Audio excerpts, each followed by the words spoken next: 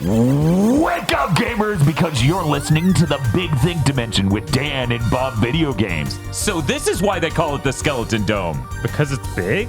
Chris Wolfhart. Play Rabbit and Steel. And Dr. Aggro. Make a bulwark of your hatred, brothers. Here on GigaBoots. Well, I see someone got Space Marine too. So fucking loyal right now.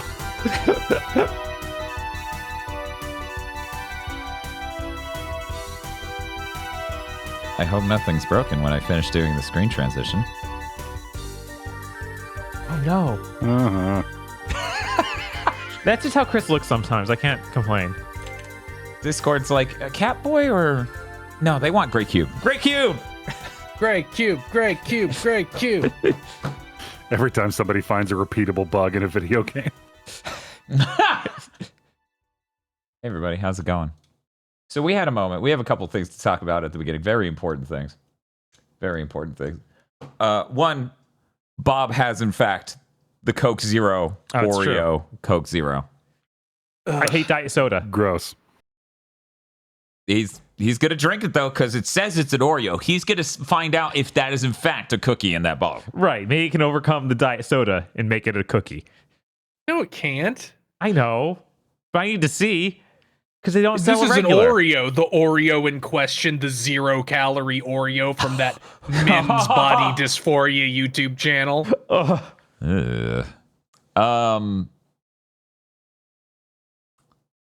One moment. Normally, I don't really let chat distract, but something bizarre just happened.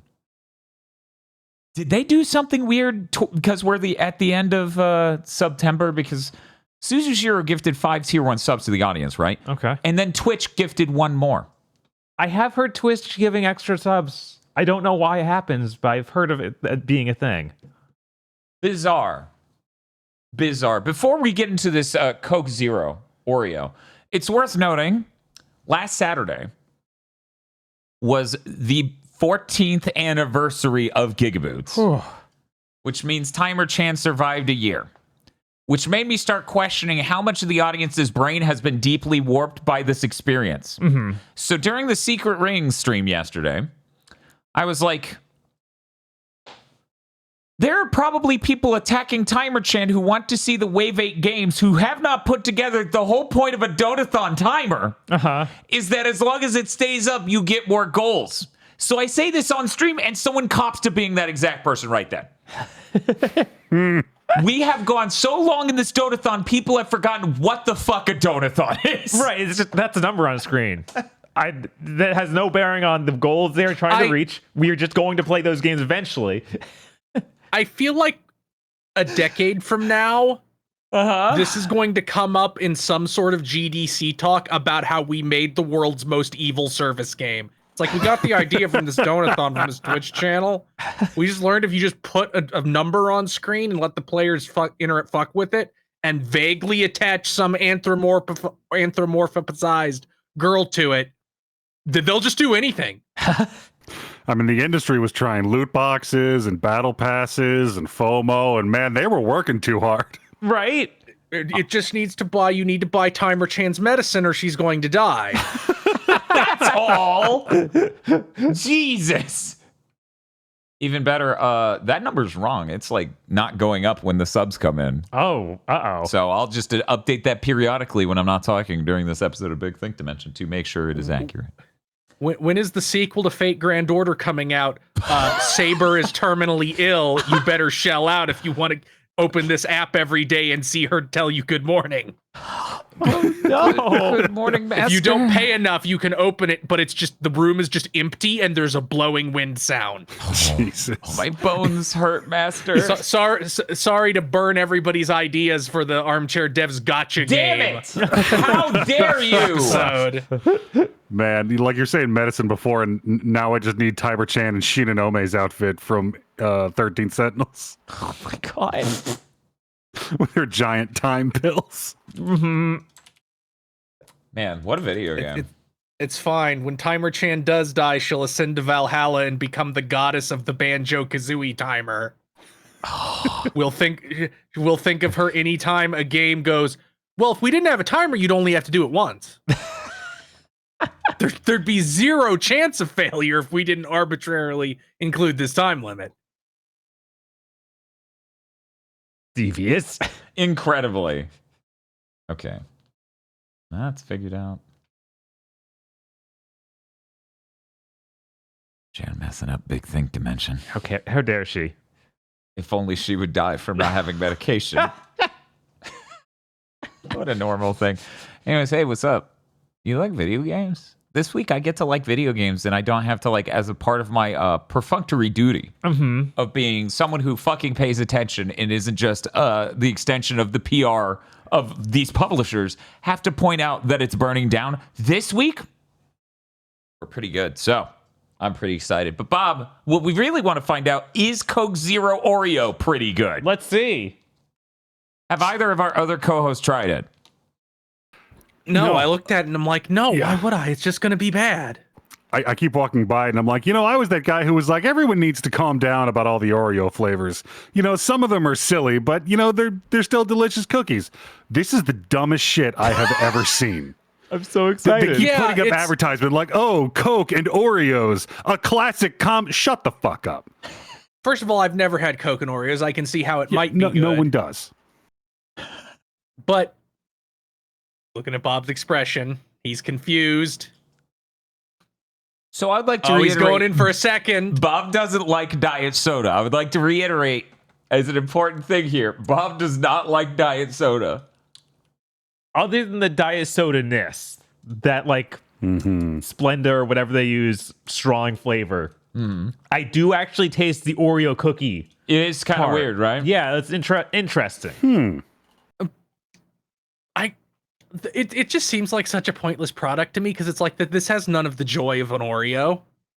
No, maybe it is better the other way around. The Oreos that taste like Coke. Maybe. I don't know. Maybe. If they sell a small pack of those, I would try those. Like the weird thing is these are things we've done before, like Coke flavored candies, cream soda, chocolate soda. These things exist. For some reason, this like cyberpunk-esque post-marketing singularity event, like I was organically, biologically repelled by it. Does it is does just it two have like the brands. really? Does it have like the really harsh citrus notes of Coke? Like, does it have the pan scouring energy of Coca-Cola? It doesn't seem to. Like it doesn't. Like I get way more. I don't get that, and I don't get anything of the cream of an Oreo, like you might expect. Although them to go. I guess Coke Zero doesn't have that extreme offensiveness that Coca-Cola has. Yeah, I don't think I maybe have never tried a Coke Zero, maybe once, but it was a very long time ago, so I can't really compare it to that, only to regular Coca-Cola. I drink Coke Zero all the time, so I think I might be obligated to drink the Coke Oreo Coke and report in comparison. Do you ever think how fucking weird it is that the most popular drink in the world, Coca-Cola, is just like so oppressively in your face? Like you drink it and it's like you got hit in the mouth. Pepsi's right over there. Pepsi isn't nearly as harsh as Coca-Cola. Totally is. That thing's No. disgustingly Chris is overpowered. spitting facts. Oh my god. I don't What? know. I think This that- has nothing to do with the flavor. It's just like Coke is citrus and intense carbonation and acidity like in your face instantly, and Pepsi is way more mellow, I feel like. I honestly don't know how people drink regular Coke. That shit is battery acid. I love it, but I don't drink it that often. I'm a freak. I love acidic shit. Like I that's all there is to this. Yeah, so. it doesn't even, to me, I guess it's so normalized what Coca-Cola is. I don't even think of it as citrusy. I'm just like, no, that's a Coca-Cola. That's an American classic. And maybe the marketing has fooled me into being like, this is normal, and I've been drinking it my whole life. It really is a very American drink in that it just kicks you in the mouth. I always think of, whenever I really think about the acidity of Coke, I always think of the Pan Galactic Gargle Blaster. And it's like getting your brain smashed in by a gold brick with a lemon wedge tied to it. Ow. I would like to note all the faces I've been making are because the timer as a function literally broke during Big Thing. Oh, no. Oh no! So this Watch, isn't me Twitch updated typing- like one thing and broke all the timer. No, this would be Stream Elements exclusively. There, that should be accurate. Who knows? We'll see as it goes. Right. Time for a 4-hour Big Think. Timer Chanda died of medical malpractice. Yeah, I was delighted that we've gone so long in a donathon. It's completely warped the perspective of anyone on what a donathon is and what a timer might mean for it and what wave goals are. And oh man, that diet soda burp where it's like, oh, what is that? That doesn't taste anything like what I drank. It's something far more sinister. Let's see, where were we on? Because like, it's worth bringing up because Timer Chance survived so far. Where we are on donathon stuff? Yeah, like what wave number are we even on? We're on 8. 8. We're Jesus. on 8. We made it all the way to Shadow of the Colossus. We're that far, and we're working on Tenchu 2 right now. After that, Streets of Rage 4, Titanfall 2, Katamari Damacy, We Love Katamari, and Nobi Nobi Boys, Under the Enders 2, and it's a City of Duodecim Final Fantasy full playthrough. Maybe we stop right before that one. I was like, have you guys considered? No, you shooting can her learn dead why in the street? you can learn why Jecht is raw and is probably one of the best Final Fantasy characters. The City of Duodecim is really fucking good. Yeah, I was like, I already know this stuff from playing it myself. Playing it all at once at stream is scary. Man, if 8 more service games fail, maybe I would actually want Square Enix to make a Dissidia again. Because that trend has to be totally dead or it'll be ruined. Yep. It's true. Like you can't do fighting game shit with Dissidia. I'm sorry, you can't be like, here's our 6 characters a year. Wrong. Reduce fidelity and the complexity of your game until it can be like 15 characters a year. Yeah, the models they used for that last Dissidia NT didn't even look great. They make better... they looked all right, but a lot of them looked really copy and paste because it was just Koei Tecmo doing it for them. Yeah, something that's looked off about all of them. Like all the models they've made for that new Final Fantasy VII mobile game look Ever better. Crisis. Yeah, like it's like why does Tifa look so much like Kasumi? Yeah, that they looked very odd. Like they had strong Dead or Alive face in a lot of cases. I would like good Dissidia again, please. I would like any video game that's good.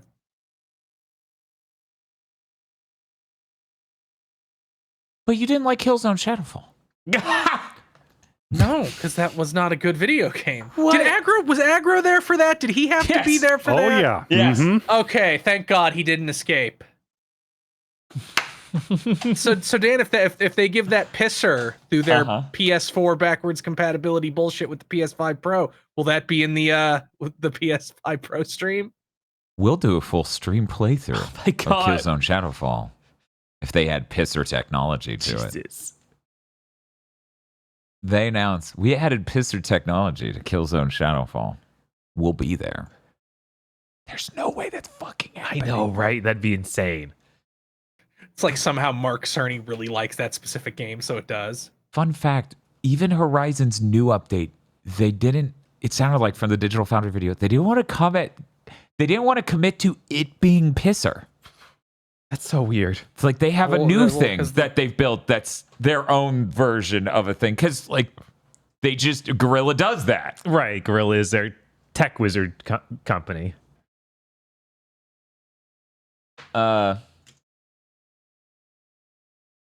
We should talk about things that aren't the secret rings first. Sure. Like what? You know how we explore, and as we explore, we find dragons. Mhm. We have to write down on maps, here be dragons, right? Sonic 06 is fine. It's fine. I wouldn't say it's fine, but It's fine. it's like a 5. Like it's not. We've played so much worse. It's okay. It's like I said, that game scarred the Sonic franchise permanently and made Sega this kicked, whimpering dog afraid to do anything and taking the worst advice in the world. But the modern AAA industry releases like 6 games worse than it a year. Sonic 06 has a lot of problems. Mm-hmm. And they're still not even rectified by installing it on a hard drive in our 360. No. Something nowhere near what the original format would have been, especially if you were on PS3. Right. The fucking Blu-rays loading off the disc. But it's not remotely close to the worst game we've played. It's not even close. No. A different Sonic game is. We're not talking about that yet. I really was depressed when I found out all 3 stories are like, we're going to find a way to force you to play all 3, every level again, and fight almost all the same bosses again. Yeah. 2 times in a row. That's 7th gen magic.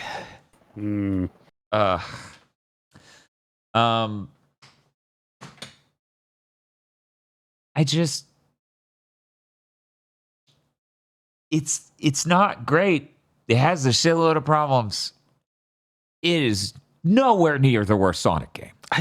It's also really interesting that's like, this structure is what I would like of a Sonic game. Of like, Yes. oh yeah, I choose Sonic. We play as Tails in some sections of his levels. We go to new areas, and we have each character has their own characters they switch to. Mm-hmm. It's got an open world It's outside got of that the to open explore. world hub with people in it. It's what people wanted back from Adventure 1. Right? Like all of these things were the right idea, just executed poorly and obviously forced to release well before they were done. And apparently some of the stream was stripped off in order to make Secret Rings, which is like, oh boy. Mm-hmm. Why would we finish one good Sonic game when we could make an unfinished Sonic game that's rough and bad and one of the worst things ever to hit the fucking franchise? Yeah. Yeah, no, that's... I'm sorry to people who'd love us for us to live up to the meme of thing that people know to be terrible is in fact worst game ever. It's never been worse than this as we stream it, but we spend most of that stream being like, no, this is neat. There's neat stuff in it. It's not good. No. They should fix this. Oh, well. Spoilers, but the plot basically unwriting itself completely. I did not see that coming. You didn't see that coming? I didn't see that coming. There are a lot of things you could do in Sonic 06, or like there are a lot of things in Sonic 06 that are cool, and a lot of things that are just mistakes and done poorly. And then they just are like, show it all away. None of that even happened. Yeah, I really want to know crazy. what anime or movie from like 2004 did that and they just took it. I would like to add that I think I said this before stream on off stream content or off record content. When Ian Flynn was asked, is the Archie Sonic comic gonna adapt the story of 06? And he went, we did it already and it erased itself. It's really good. Yeah, that's great. I'm glad that means that Blaze lore just was never real. Fact. I honestly, that part, I'm like, okay, yeah, the Silver's the time traveler, whatever. Mm-hmm. What I didn't expect is the fucking part where Sonic's like, you should smile more. And that's like the peak moment of the game's ending is Sonic looking at Princess Elise basically saying, you should smile more often. Uh-huh. Slight spoilers for Sonic the Secret Rings. When he saves the genie girl, he uses his third wish to wish for a mountain of handkerchiefs for her to cry into because she's a woman. I don't know what the fuck they were smoking at singing for those 6 months or whatever. Right? Look, real weird. Look, there's a lot of Dragon Ball in Sonic. We gotta be happy that we've just never woken up to in the next Sonic game, Amy Rose fights Spopovich. I would love Spopovich to just be lifted entirely and shoved into Sonic the Hedgehog. That would be No changes unbelievably whatsoever. fun. Like None. Eggman, you know how Eggman's like, these are the deadly six, Sonic. They'll destroy you. They came from who knows. That happens again, but it's just Spopovich. Yeah, just a super ripped dude. And Sonic's like, I don't know, they don't look that strong. Amy's like, I've got this. Nah, I'd win. Listen, I don't know why he's like, my Eggman's like almost Vegeta. I found this guy behind a Whataburger, Sonic. He's gonna fuck you up. And then Sonic's like, I should go help Amy Rose. And Knuckles is there like, no, you shouldn't. It wouldn't be honorable. You should Sonic. watch her die. No, Sonic, this battle is hers. The fuck are you talking about? I don't think that's how that happened, for the record, with Fidel. I think it was like the villains want you to get mad to steal your energies to let her get killed, which frankly isn't a better option. No, like that thing was. When I rewatched like last year, I was like, "That's the stupidest thing I could have written." I know that criticizing Dragon Ball's plot is pointless because Toriyama's like, "I will die. I write this 2 days before I draw it because that's how Weekly Shonen works." But it really is funny. He's like, "No, Gohan, they'll jump you and steal your energy, and for some reason, the Supreme Kai will help them because it's important to find out where their base is instead of just annihilating them." Right. It's like there's 5 guys here that could instantly vaporize them, but we need to let them steal your energy so that they can actually end the world. It's so ridiculous how he's like, "No, he has Dabura. That dude's real strong." And Goku's like, Goku and Vegeta are both like, "This guy? This dude's barely as strong as Cell before he got a super power up." But he's the king of hell. Yeah, and you're like the super double king of heaven. No one gives a shit. Right? 10 years from now, they're going to introduce a cat who could solo all of you combined.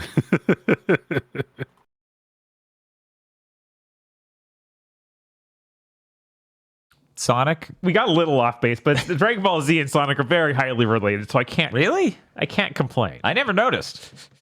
Yeah.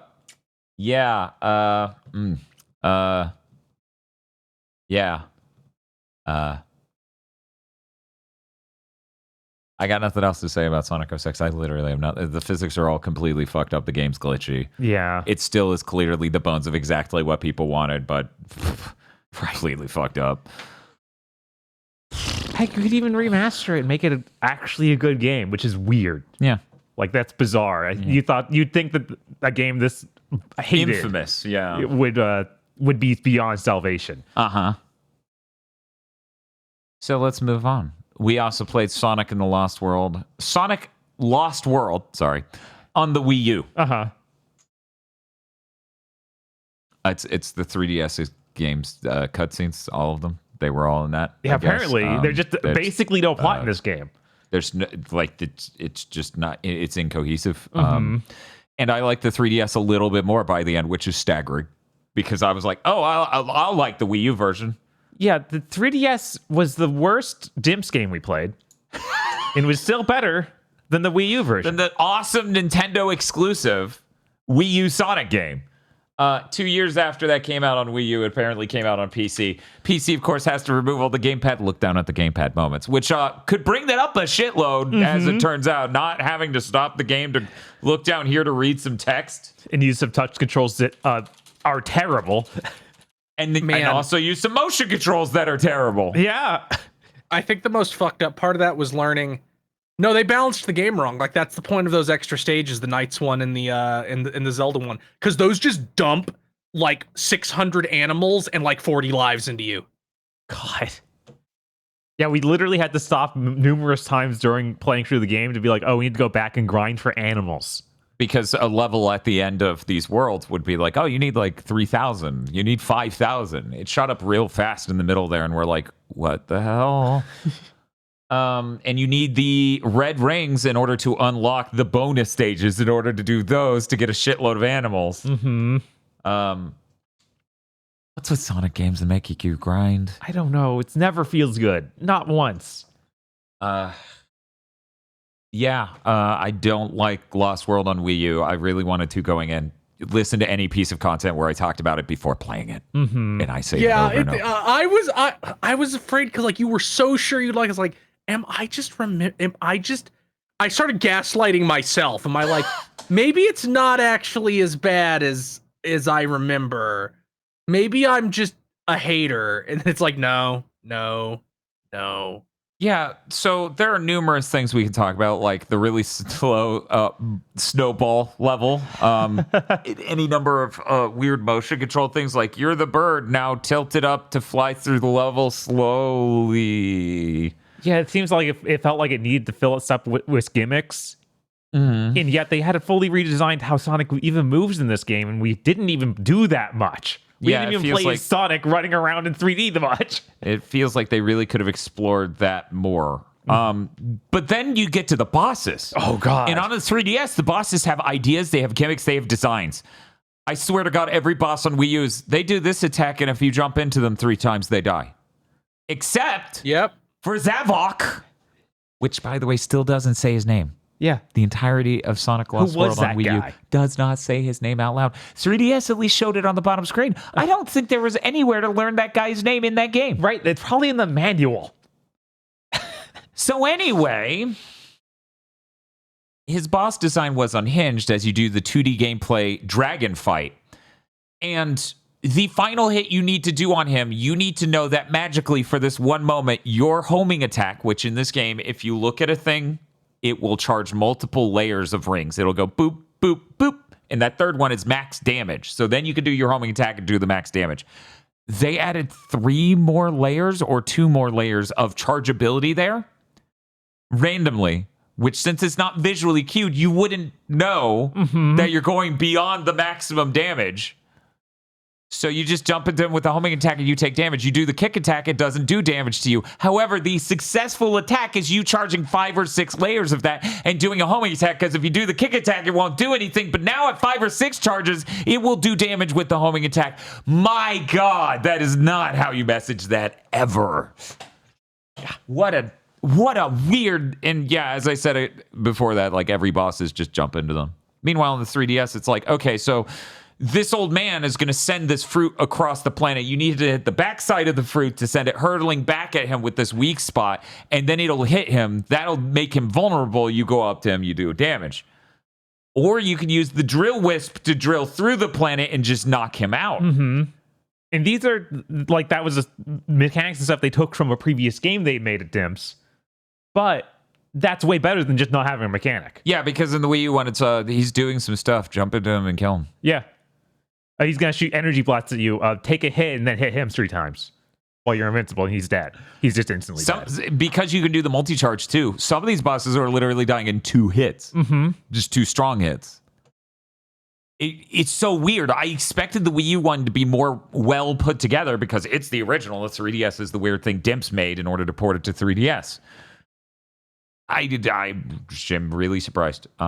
So if they had made a Vita version of Lost World that ran at full frame rate, that would have taken it. Yeah, that would have been pretty cool. I would have taken it. No challenge.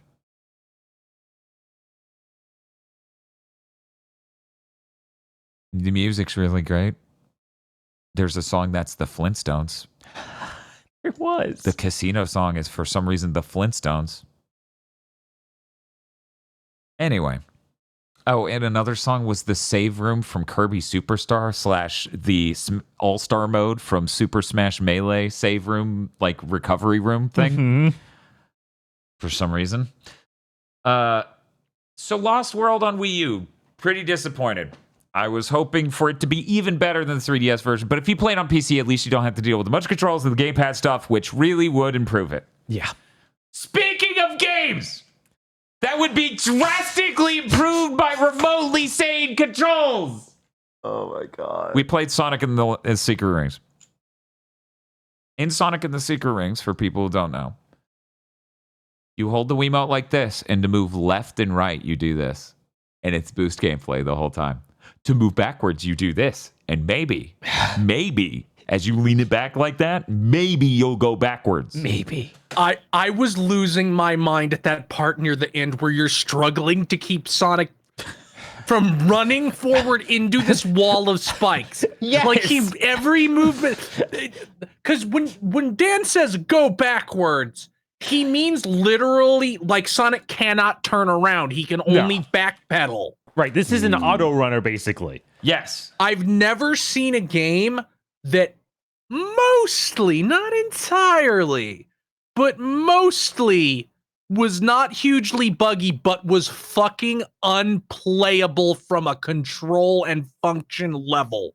If you just gave that game normal controls, it would go up at least 2 whole fucking points. Yeah.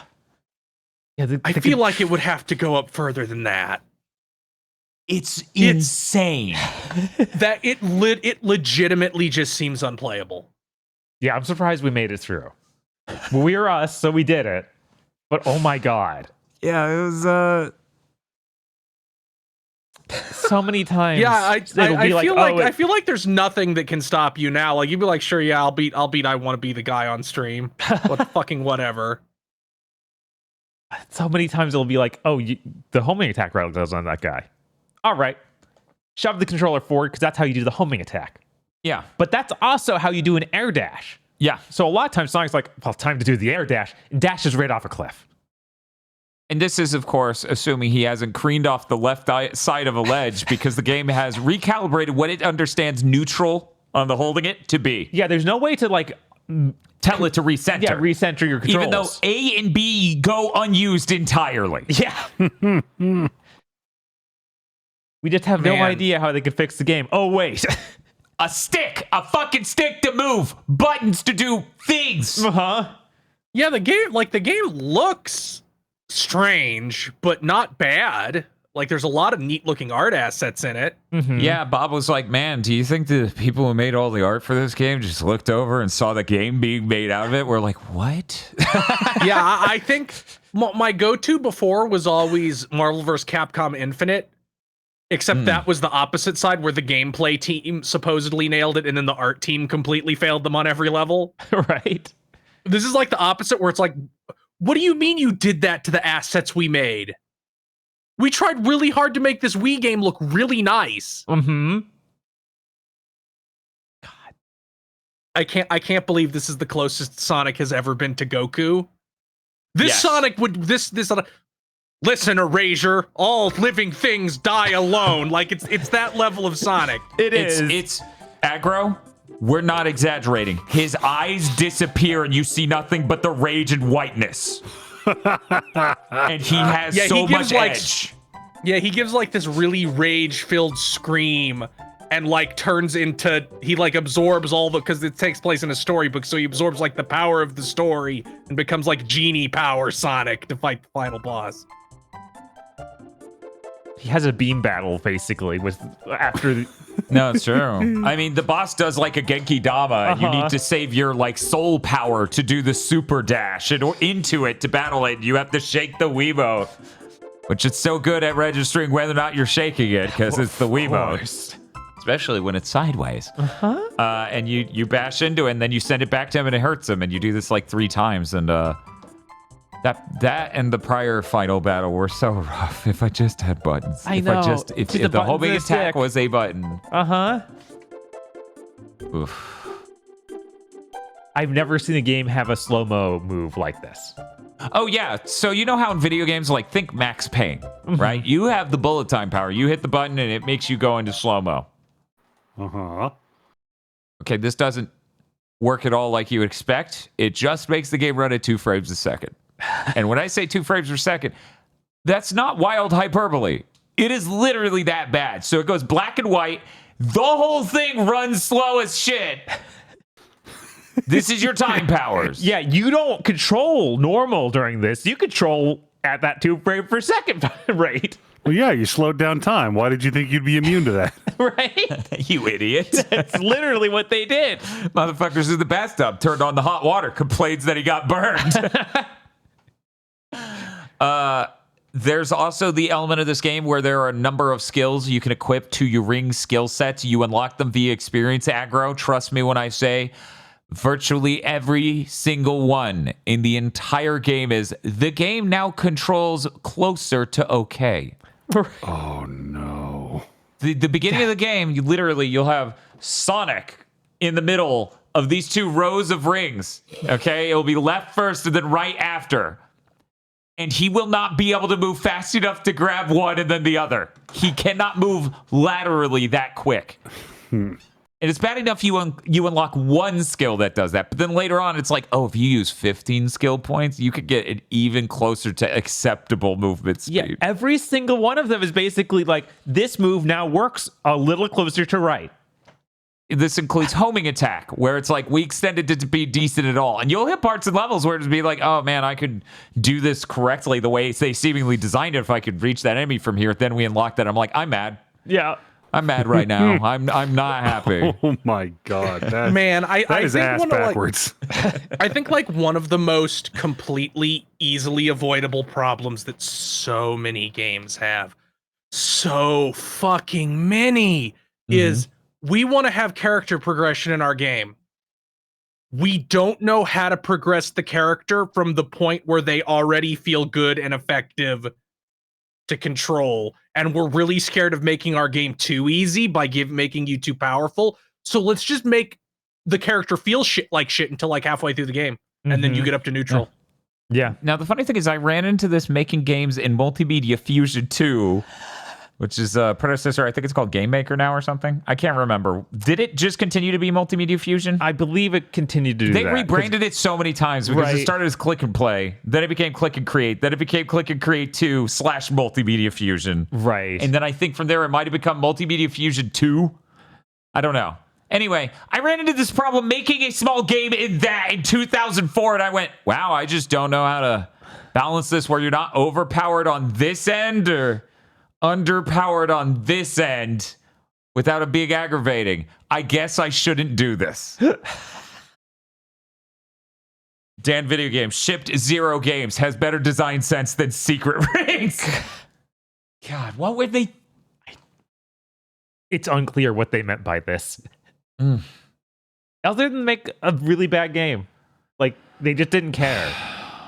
It's the Wii. Heck, every stage you do like a regular real Goshua level, and then you just keep unlocking random missions like break jars or don't break jars. Yeah, you know what? Let's talk about it. There are 8 levels in this game. This game's how long to beat is 8 hours. To get the true ending, it took us 8.5. Yeah.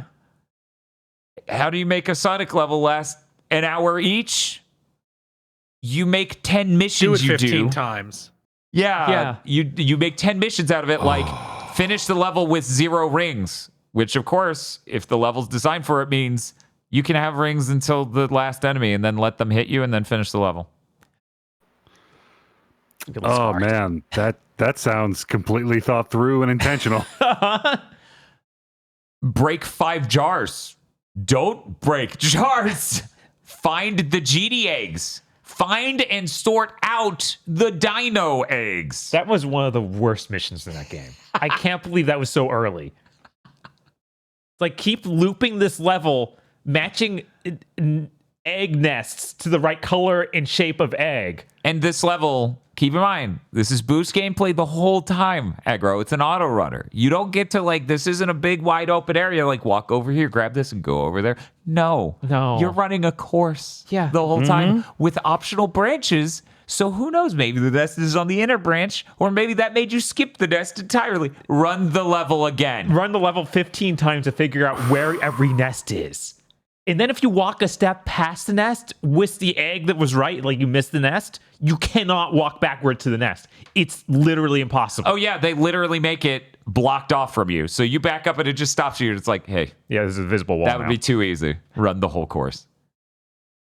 How do you get multiple people to agree that this is fine? I blame Yuji Naka. I mean, it's his fault that this split off to make a Wii game at the same time. Couldn't wait at all. What were they thinking? I don't know. Black Knight, Sonic and the Black Knight's probably fine. I remember it being a drastic step up from this. I hear you can use an analog stick. Right? What a concept. In this game, you hit a level called Skeleton Dome.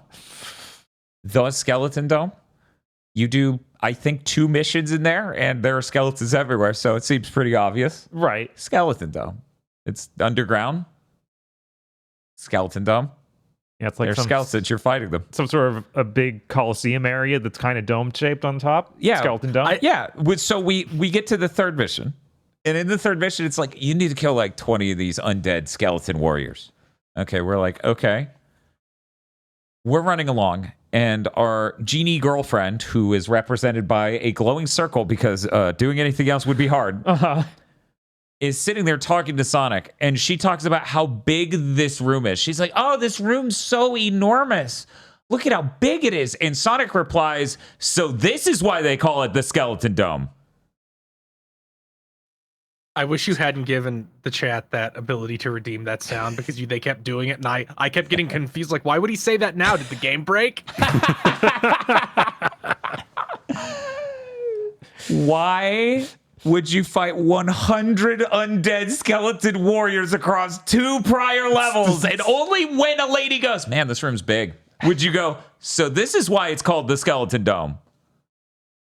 There have been times where I've become convinced that Sonic as a character, it's not something we ever really discuss. He just doesn't know what words mean a lot. So he just uses them. And sometimes that turns into cool catchphrases. And sometimes he just says complete non sequiturs. You know, like way past cool, which if you think about it too long, that means he's gone too far. Sonic, it was cool when it was here, but you went way past that.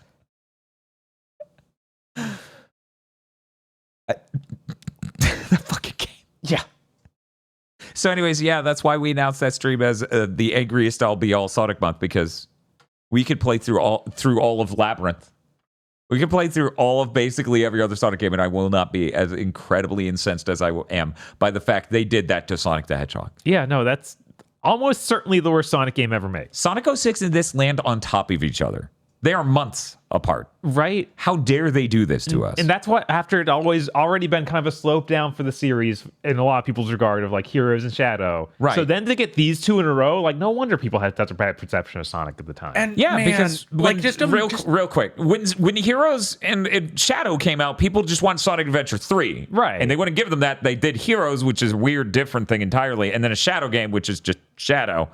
So a lot of game reviewers, you were talking about, you looked it up before we watched the Sonic 06 stream, like they're already like, Sonic as an IP is on the decline. Right. And it's like, this is 06 in 18 years ago. I mean, yeah, that fucking stupid Sonic Cycle image was from like 2006. Like it is that old. Mm-hmm. But yeah, like just imagine where Yuji Naka didn't fucking ruin everything by going, let's take half the team and money and make secret rings. Like 06 got to be done. Right. Like even just fixing the loading even a little bit and the weird let's load 8 times in one conversation and fixing the physics makes that game go up to much that it wouldn't have had nearly the reception it had. Yeah, no, it'd be like, it's not quite Adventure 3, but it's almost there. That's a lot closer to what it would be than what it's known for. Yeah, and people are saying, what was it, Shadow and Heroes were developed by, what was it, Sonic Team Sonic USA, Team USA or whatever, yeah. Sonic Team America. That's insane. Sonic Team USA, yeah, but Sonic Team USA also developed Sonic Adventure 2, so it's like they're a real ass studio, yeah. It's just fucking crazy, though, that, like, at every step of the way, Yuji Naka's like, Sonic, I want to make fucking the egg game. Everyone's like, bro, what are you doing? What the fuck? Why did it have to be like this? I don't know. The nunchuck comes with the Wii, right? Let me use the nunchuck to move. No. We need to have our all motion control Sonic the Hedgehog. I don't know why, but we do.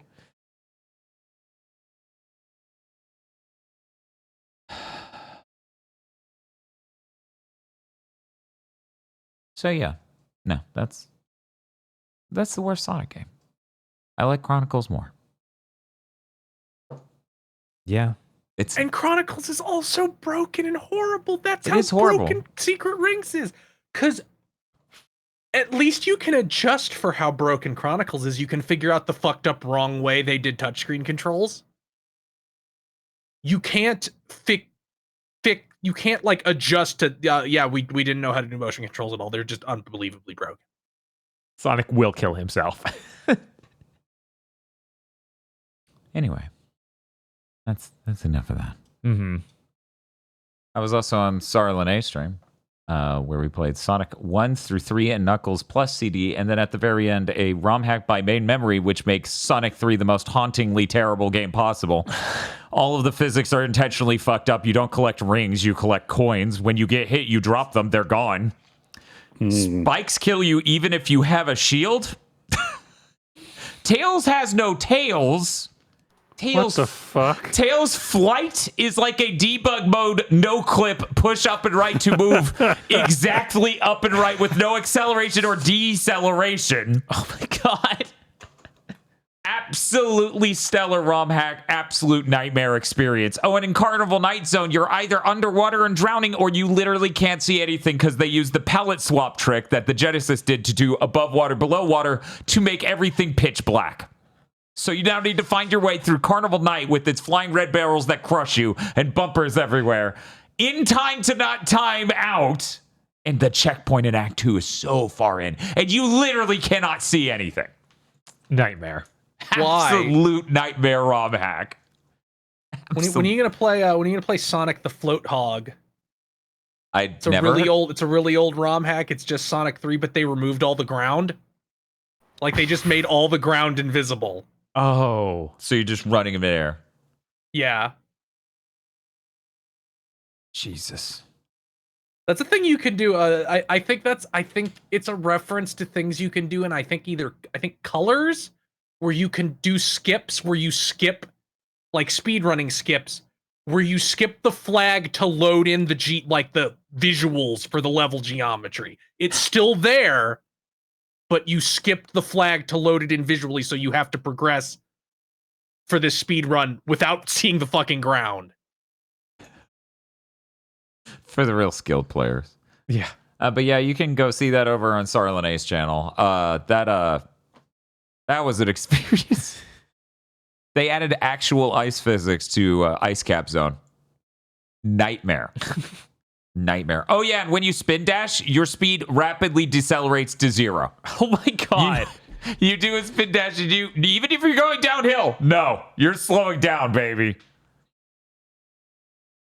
Please enjoy watching that VOD. Aside from that, what did I play? Did I play? No, it's all Sonic, all the way down. Right. All the way down. When would you have played something else? I did podcast work, and then I played Sonic, and then I did podcast work, and then I played Sonic, and then I co-hosted Sonic, and then I did more Sonic, and then earlier today I did podcast work, and then tomorrow we're playing more Sonic because we're playing Sonic Unleashed. I'm glad we could give it a Friday. maxing. Yeah, we're Sonic maxing. Podcast pilled and Sonic maxed. Bob, did you play anything else? I barely had time to play a thing. Okay. I played a playtest for 13Z, like the letter Z, appended to the end of 13, the number. So 13Z. Yeah, 13s, maybe? I don't know. I'm not sure how you're supposed to say it. Are you just spelling out 13? No, 13 is just the numbers. Okay. This is a roguelike that's made like they're trying to be an action game, 3D action game like Devil May Cry and that sort of stuff. But what not Unit 13. Not that one. 13Z, you play as a fox girl. She turns into a fox when she runs, kind of like Bayonetta. And the combat is pretty simplistic, but they put in a lot of things like Hades have, like, oh, there's these weapon modifiers and things like that to try and mix things up as you go through the level. So you have like 3 different elements to choose from: fire, electric, and water. And you can either try and mix and match those to have more versatile moves that are just maximize, like, I only want to find fire techniques, so I do more damage with fire. That sort of thing. It's pretty cool. I just giving it a shot. I believe the playtest is still going. They're actually doing a bigger playtest soon where they add a second character. And the only problem I really have with it is that they don't have any manner of lock-on system yet. I don't know if they plan to do that, but it feels like it needs one. Currently, all I can really do to keep track of enemies is there is a position the camera behind you button, but it has it like a really low angle when you do that, so you don't see the enemy too well because a lot of the enemies are, ground level with you. You don't want to be looking up. But yeah, it's pretty neat. It seems like you can get really cheesy with your runs too, like any good roguelike. You can get the $1 million load and be like, yeah, this time I'm going to do massive damage just because all these things are lining up perfectly. Yeah, it seems to be a small indie dev. This image I'm showing right now actually says single player at the top. Is there announced co-op or anything? There is co-op. Okay. That's not in the playtest I was in, but that's been added to the next playtest. Okay, cool. But yeah, it's a pretty cool game. I definitely just checking it out if you like that Hades style of roguelike and want to play a more traditional 3D action game, which I thought it's kind of crazy. No one has done that yet, as far as I know. I feel like there was one other, but that was a lot worse when I played it, so I can't even remember the name of it. And that's basically all I had time to play. A few weeks ago, I tried out Omega Strikers spin-off that we brought up on Big Think. That's something of a Smash Bros. Like, but was 40 players. I was not able to play that online, though. I don't know when the playtest for that goes back up, but they do, between playtests, let you just play around with practice mode and fight bots and stuff. And I was surprised by that. Feels like okay as a platform fighter. Cool. Like, you don't have as big a moveset as like a Smash Bros, but all the moves feel like they have impact.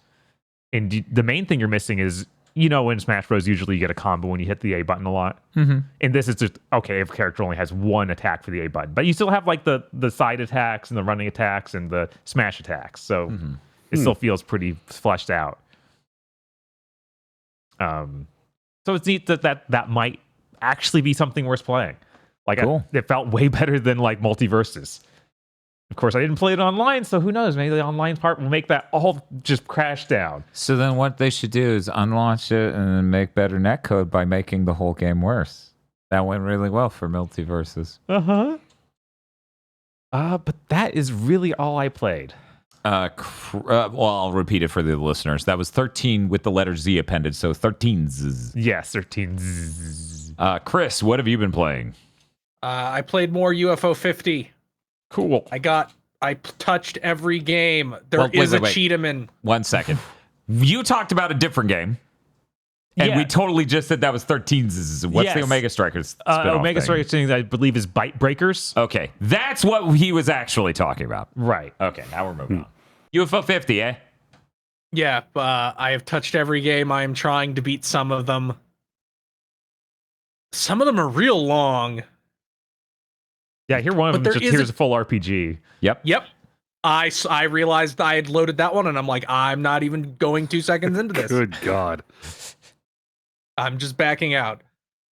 But there is a Cheetahman equivalent. They Great. got the Cheetahman. It's like 8 different games in one. Because each character has an entirely different gameplay style. One is like one is Shatterhand, is a side-scrolling platformer where you punch guys. One is NES Metal Gear. Oh, Jesus. One is one is quite literally the fucking bike shit from Battletoads. Nowhere near as difficult, but they comes up and it's like, say Genesis or use your hover cycle and do this shit, and I'm like, fuck. Are you anthropomorphic creatures? You are owls. Okay. It was like It is called cyber owls. It was like it's gotta be something like that if you have Battletoad references and Cheetahman references. And the last one is like that LJ and Punisher game on NES where it's like the camera's behind you and you move left and right and shoot guys in the background with a reticle. Oh. So it's kind of like a primitive yes, like a primitive NES version of Wild Guns. Weird. And at the end of every level, like the TMNT-esque, like their equivalent of like Bebop and Rocksteady show up. Like I think one of them is like a duo named Psy Cow and Mooniac. It's pretty great. I haven't beaten that one though. It has the total dog shit mechanic where if you die if you game over in a stage, you have to do a weird strategy game to rescue that character. Oh. And if you fuck up, then that character is also captured. Oh my God. Yeah, it's strange. The one I've spent the most time in total and that I'm trying to beat is there's one that's a tower defense game, like a caveman themed tower defense game. Mm-hmm. And it's actually pretty tough because if you don't do it exactly right, you fucking die. So maybe Bloons Tower Defense 6 experts can sweep this, but it takes me like a half an hour per levels are long too. They're each 10 waves. That is a good number. So like when it's like, oh fuck, I lost like 15 minutes of progress. Mm-hmm. But it's not like I have to actively pay attention once I set it up, usually. Although you can walk around and shoot guys yourself during the tower defense parts, but if they touch you, you lose 1 health. But you can stand outside the field and shoot at them. But you have you don't do that much damage, and you have like a set fire rate, which you can upgrade both of those. But I tend to build more buildings instead of that. Mm-hmm. Yeah, I wonder if there's a strategy where it makes more sense to upgrade that aside. You can do shit where you instead of spending money on units, you spend money on chickens, and each chicken generates an extra 5 currency per wave. Oh, so they cost 10. So if you have them for 2 waves, they've paid for themselves. You can also sell them for 10. So on the last wave, I always sell them all and use it to pump up my my defenses. There's also a weird mechanic where if you build you can build campfires, and adjacent units up, down, left, right become stronger if they're next to a campfire. If you leave a chicken next to a campfire for 1 wave, it becomes a roast chicken that you can sell for more. That's really neat. Yeah, and this is just 1 game out of 50. Right? I'll probably be plugging away at trying to beat these over time. I would certainly like to be like, look at me. I have all 50 gold cartridges in UFO 50. Unlike right now where I only have 3.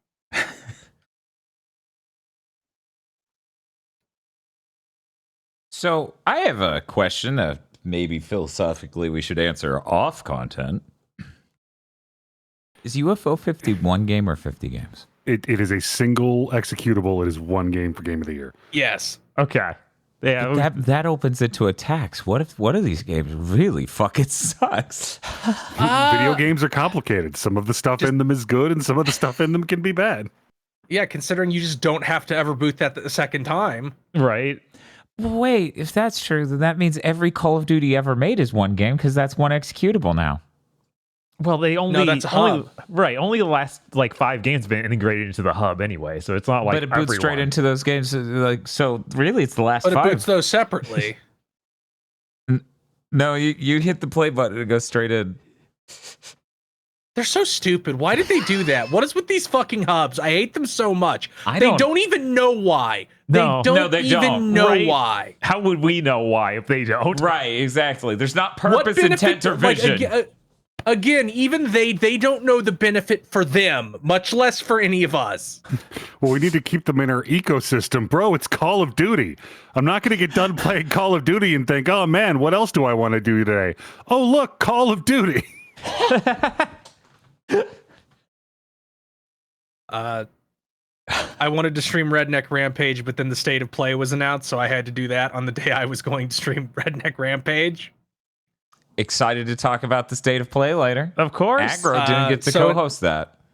So I'll say it before I talk about the next thing I played. I'll just say what I'm doing this next week. On Saturday, I will play Redneck Rampage for an indeterminate amount of time. I don't promise to beat it. On Tuesday, and starting from then until whenever I beat it, I'm gonna stream Master Detective Archives Rain Code because it comes out on Tuesday. Oh damn! Oh Jesus! And I'm legally obligated. Stop. No. Zelda came out today. Yes, it did. I went to redeem my coupon that I had from over a year ago, I think. Uh-huh. That thing was about to expire, so it's a good thing this game came out. Holy shit. Jesus. Yeah, I didn't Talking know it about was like the other half of a voucher? Yeah, that was the half of my voucher. Nice. Which apparently, yeah, I think those last a year because it was going to expire the end of October. I was like, uh-oh. It was going to be Yeah, fine. I'm I really was going to afraid- buy Princess Peach, and then Princess Peach ended up not being good at all, so I didn't do that. Yeah, man, I sure called it when I said that was going to be like the one big Switch game that this gen that like just totally missed. Mm-hmm. I need to buy that used so we can stream it I and then know. return it for full value. Echoes of Wisdom versus Princess Peach. Fuck flop, you, flop. dude. The princess off? Yeah, the princess off. Man, Zelda's gonna whip her ass so hard. She is. That thing's hitting like 10s. I'm afraid that that's gonna be Game of the Year, and even in the year where Nintendo basically didn't try, they still win our Game of the Year 4 years in a row. I mean, it's troubling between this Zelda and Mario and Luigi Brothership. They have a really good chance. They do. And Sony just went into hibernation. Oh wait, they released Concord. I'm sorry. They released Helldivers 2 and Astrobot. Thank you very much. These are good games. Thank you. And they blew their own kneecaps off. I don't know why. The ghost but of the Jim last thing- Ryan took a chainsaw to their fucking legs. They're like, ah! Oh, and sometime during October, I'm not going to commit to win because I don't fucking know. I'll probably take some sort of break after streaming every single day until this giant visual novel is beaten. I will play Gal Guardians Demon Purge because they announced a new Gal Guardians. They They did. did. I'm excited for that one. So get ready to hear Anti-Demon Machine Gun 700 times. Oh, I'm I sorry. need to play along Sometimes with you. sometimes she says, "You're Swiss cheese" instead. Man, you know what? We've been pretty hard on Inti Creates, but they sure release 8 games a year, and they're all more or less fine. Yeah. Yeah. None of them are Suicide Squad. Right. They're like, no, our game costs $20. You play it, and then you move on with your life, and we release another one 3 months from now. See, and that's the thing. I would rather be disappointed or amused by countless things from you than spend 7 years thinking about the one time you colossally fucked up. Yeah. Sure, be cool if we had another Naughty Dog game by now. Been 4 years. Yeah, and we don't even have one on the horizon. Yeah. Well, They're gonna launch a don't worry. Naughty Dog game on the Horizon platform. The Horizon Hub is gonna have the next Naughty Dog game. I'm so excited. Oh my god. If there's any Sony IP that's gonna get that stupid hub shit, it's gonna be Horizon. Well, it was gonna be Horizon, Right. given how things just went, and our theory that maybe a certain man will not be at Sony within a year.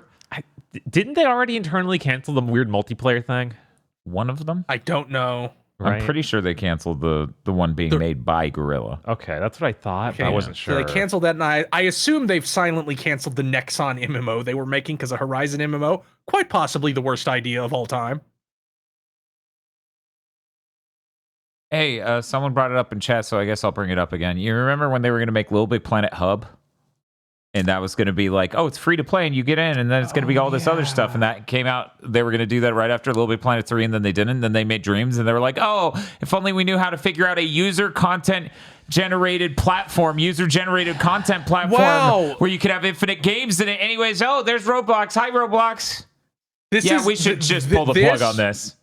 This is Sony's version of passing on every single game ever made that Phil Spencer did. Yeah. They literally made the games and then just went, yeah, it's terminal.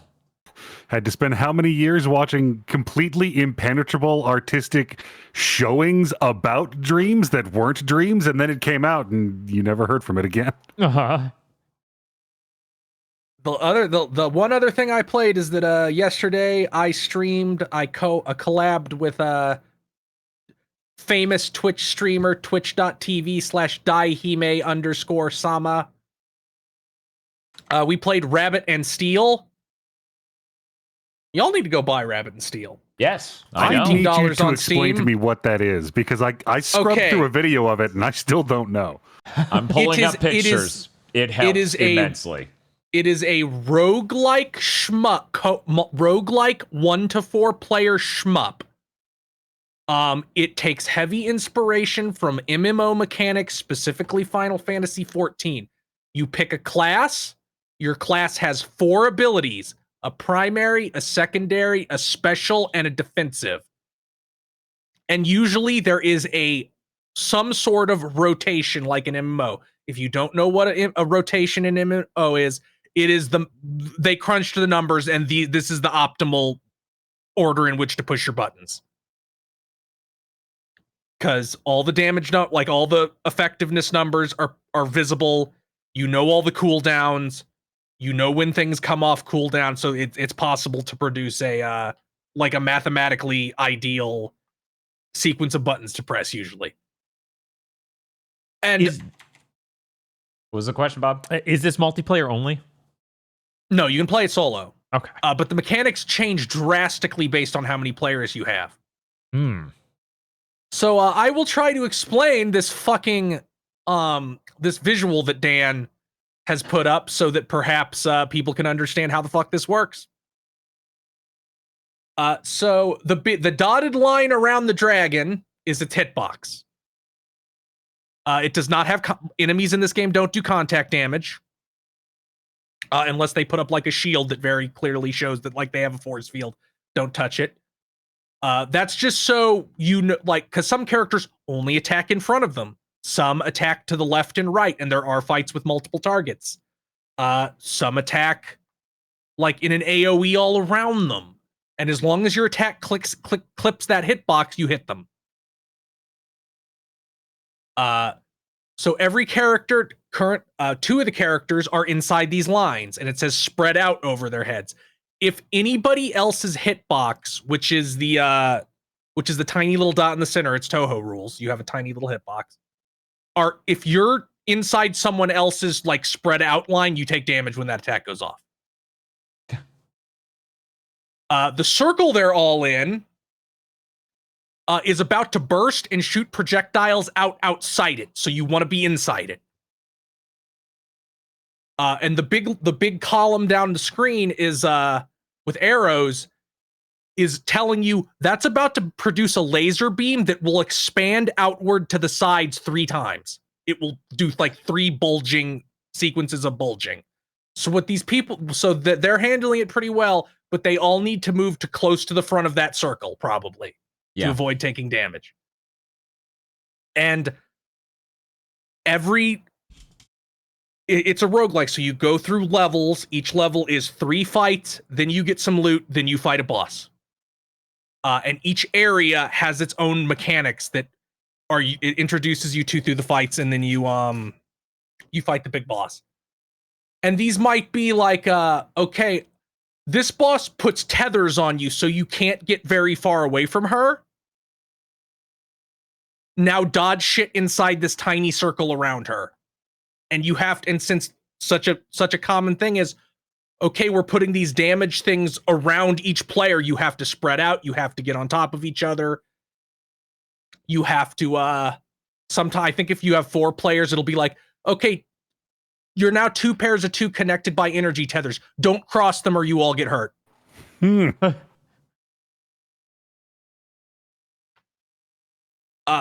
Incredibly fun game. Just unbelievably fun and well thought out, and it hits that really difficult to hit for a lot of roguelikes thing where it's like, no, you can develop mastery. You do have to play it a little bit so your eyes can learn to parse what the fuck you're seeing, though. Mm-hmm. Yeah, it does seem visually complex. But once you do a fight once or twice, you figure out what the kind of things it wants you to do, like because the bosses have like their big Kingdom Hearts type desperation moves, and once you die to that once or twice, you figure out what exactly it wants you to do. Like one boss, her thing is cleaves, like in an MMO. So what she'll do is she'll just like bisect the screen like at a 45-degree angle and be like, okay, everything on the top left side is going to get hit in a second. Everything that's on the other side of this line will take damage. And it starts doing the fucking fucked up shit where it's like, okay, I froze you in time.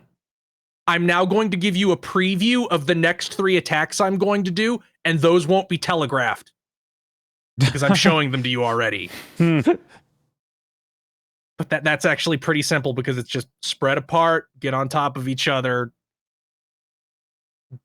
That's it. And it'll do fucked up things like, okay, In 6 seconds, you will teleport this far to the right. And it shows you, it puts a line on you. It goes to how far you're going to teleport and then puts a counter at the end of that line. And once it goes off, you will teleport that far to the right. And you can change, it's static. So you move around and this line stays on you to show you where you're going to teleport to. Mm-hmm.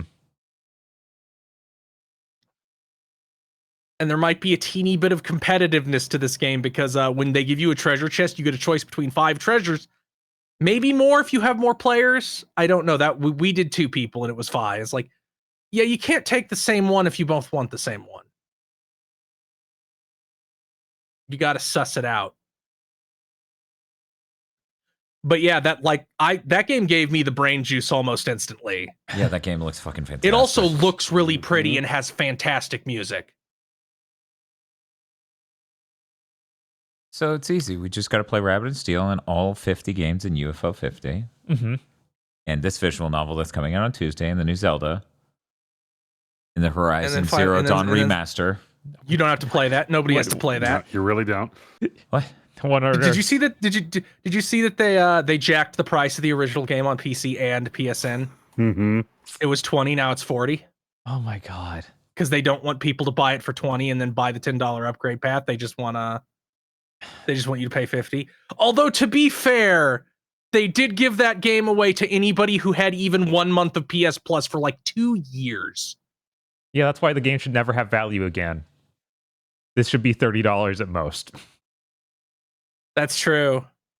I don't even want to wait until the state of play to talk about this, but there was a couple posts where I saw people saying shit like somebody told me they existed and I had to go find them. I'm like, let me rubberneck at the freaks.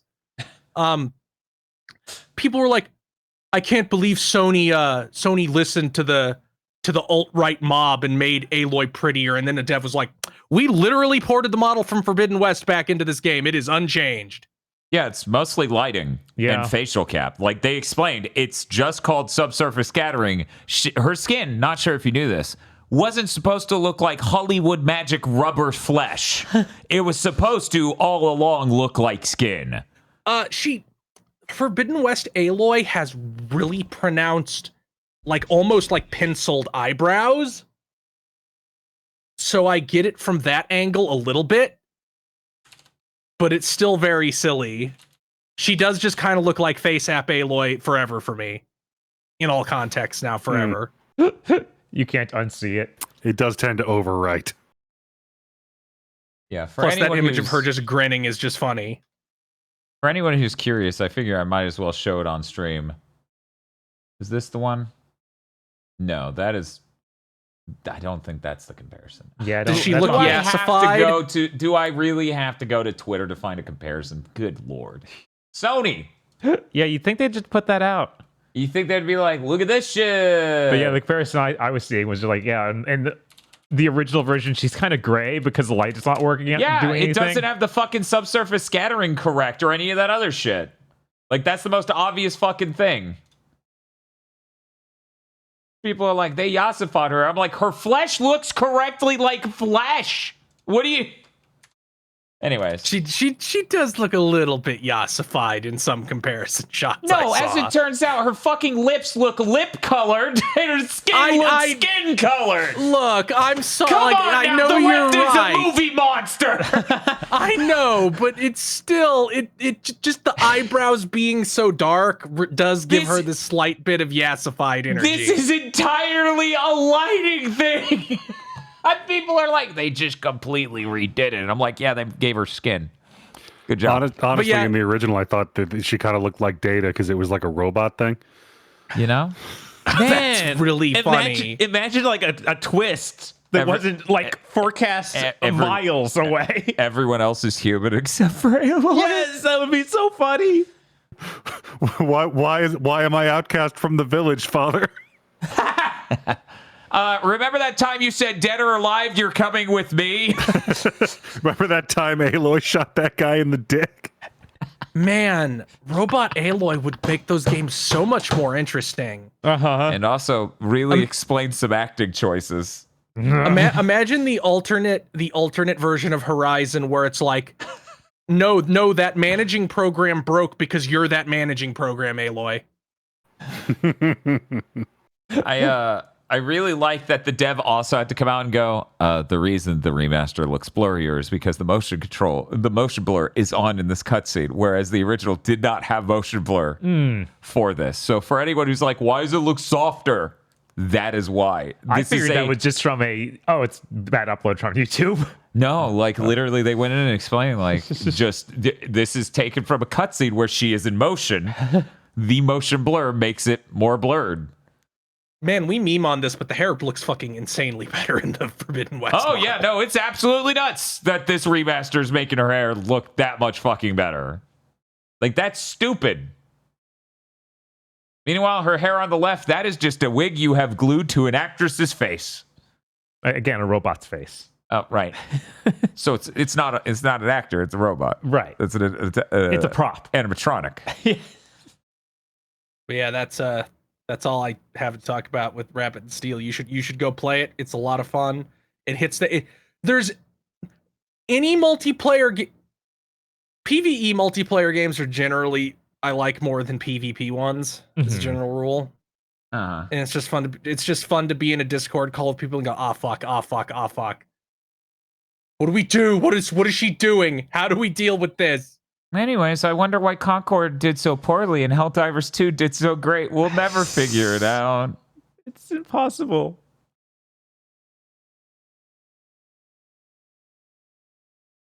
Why did it take them so long to make Concord? I'm sorry. My brain's back there. This game should have sincerely never have happened. Uh-huh. Bungie and a Bungie alumni get so much rope. Anyway. Let's delete this. I did find it funny. Someone in chat just now. It's like, oh, it's bad motion blur, and I'm like, how would you know? It's a still frame. It's a still. Right? There should be motion blur when you move. Stop it, hand. No, even I have become. Anyways, hey Aggro, what have you been playing? I got to play Space Marine 2. Nice. Yeah, that game's pretty fucking great.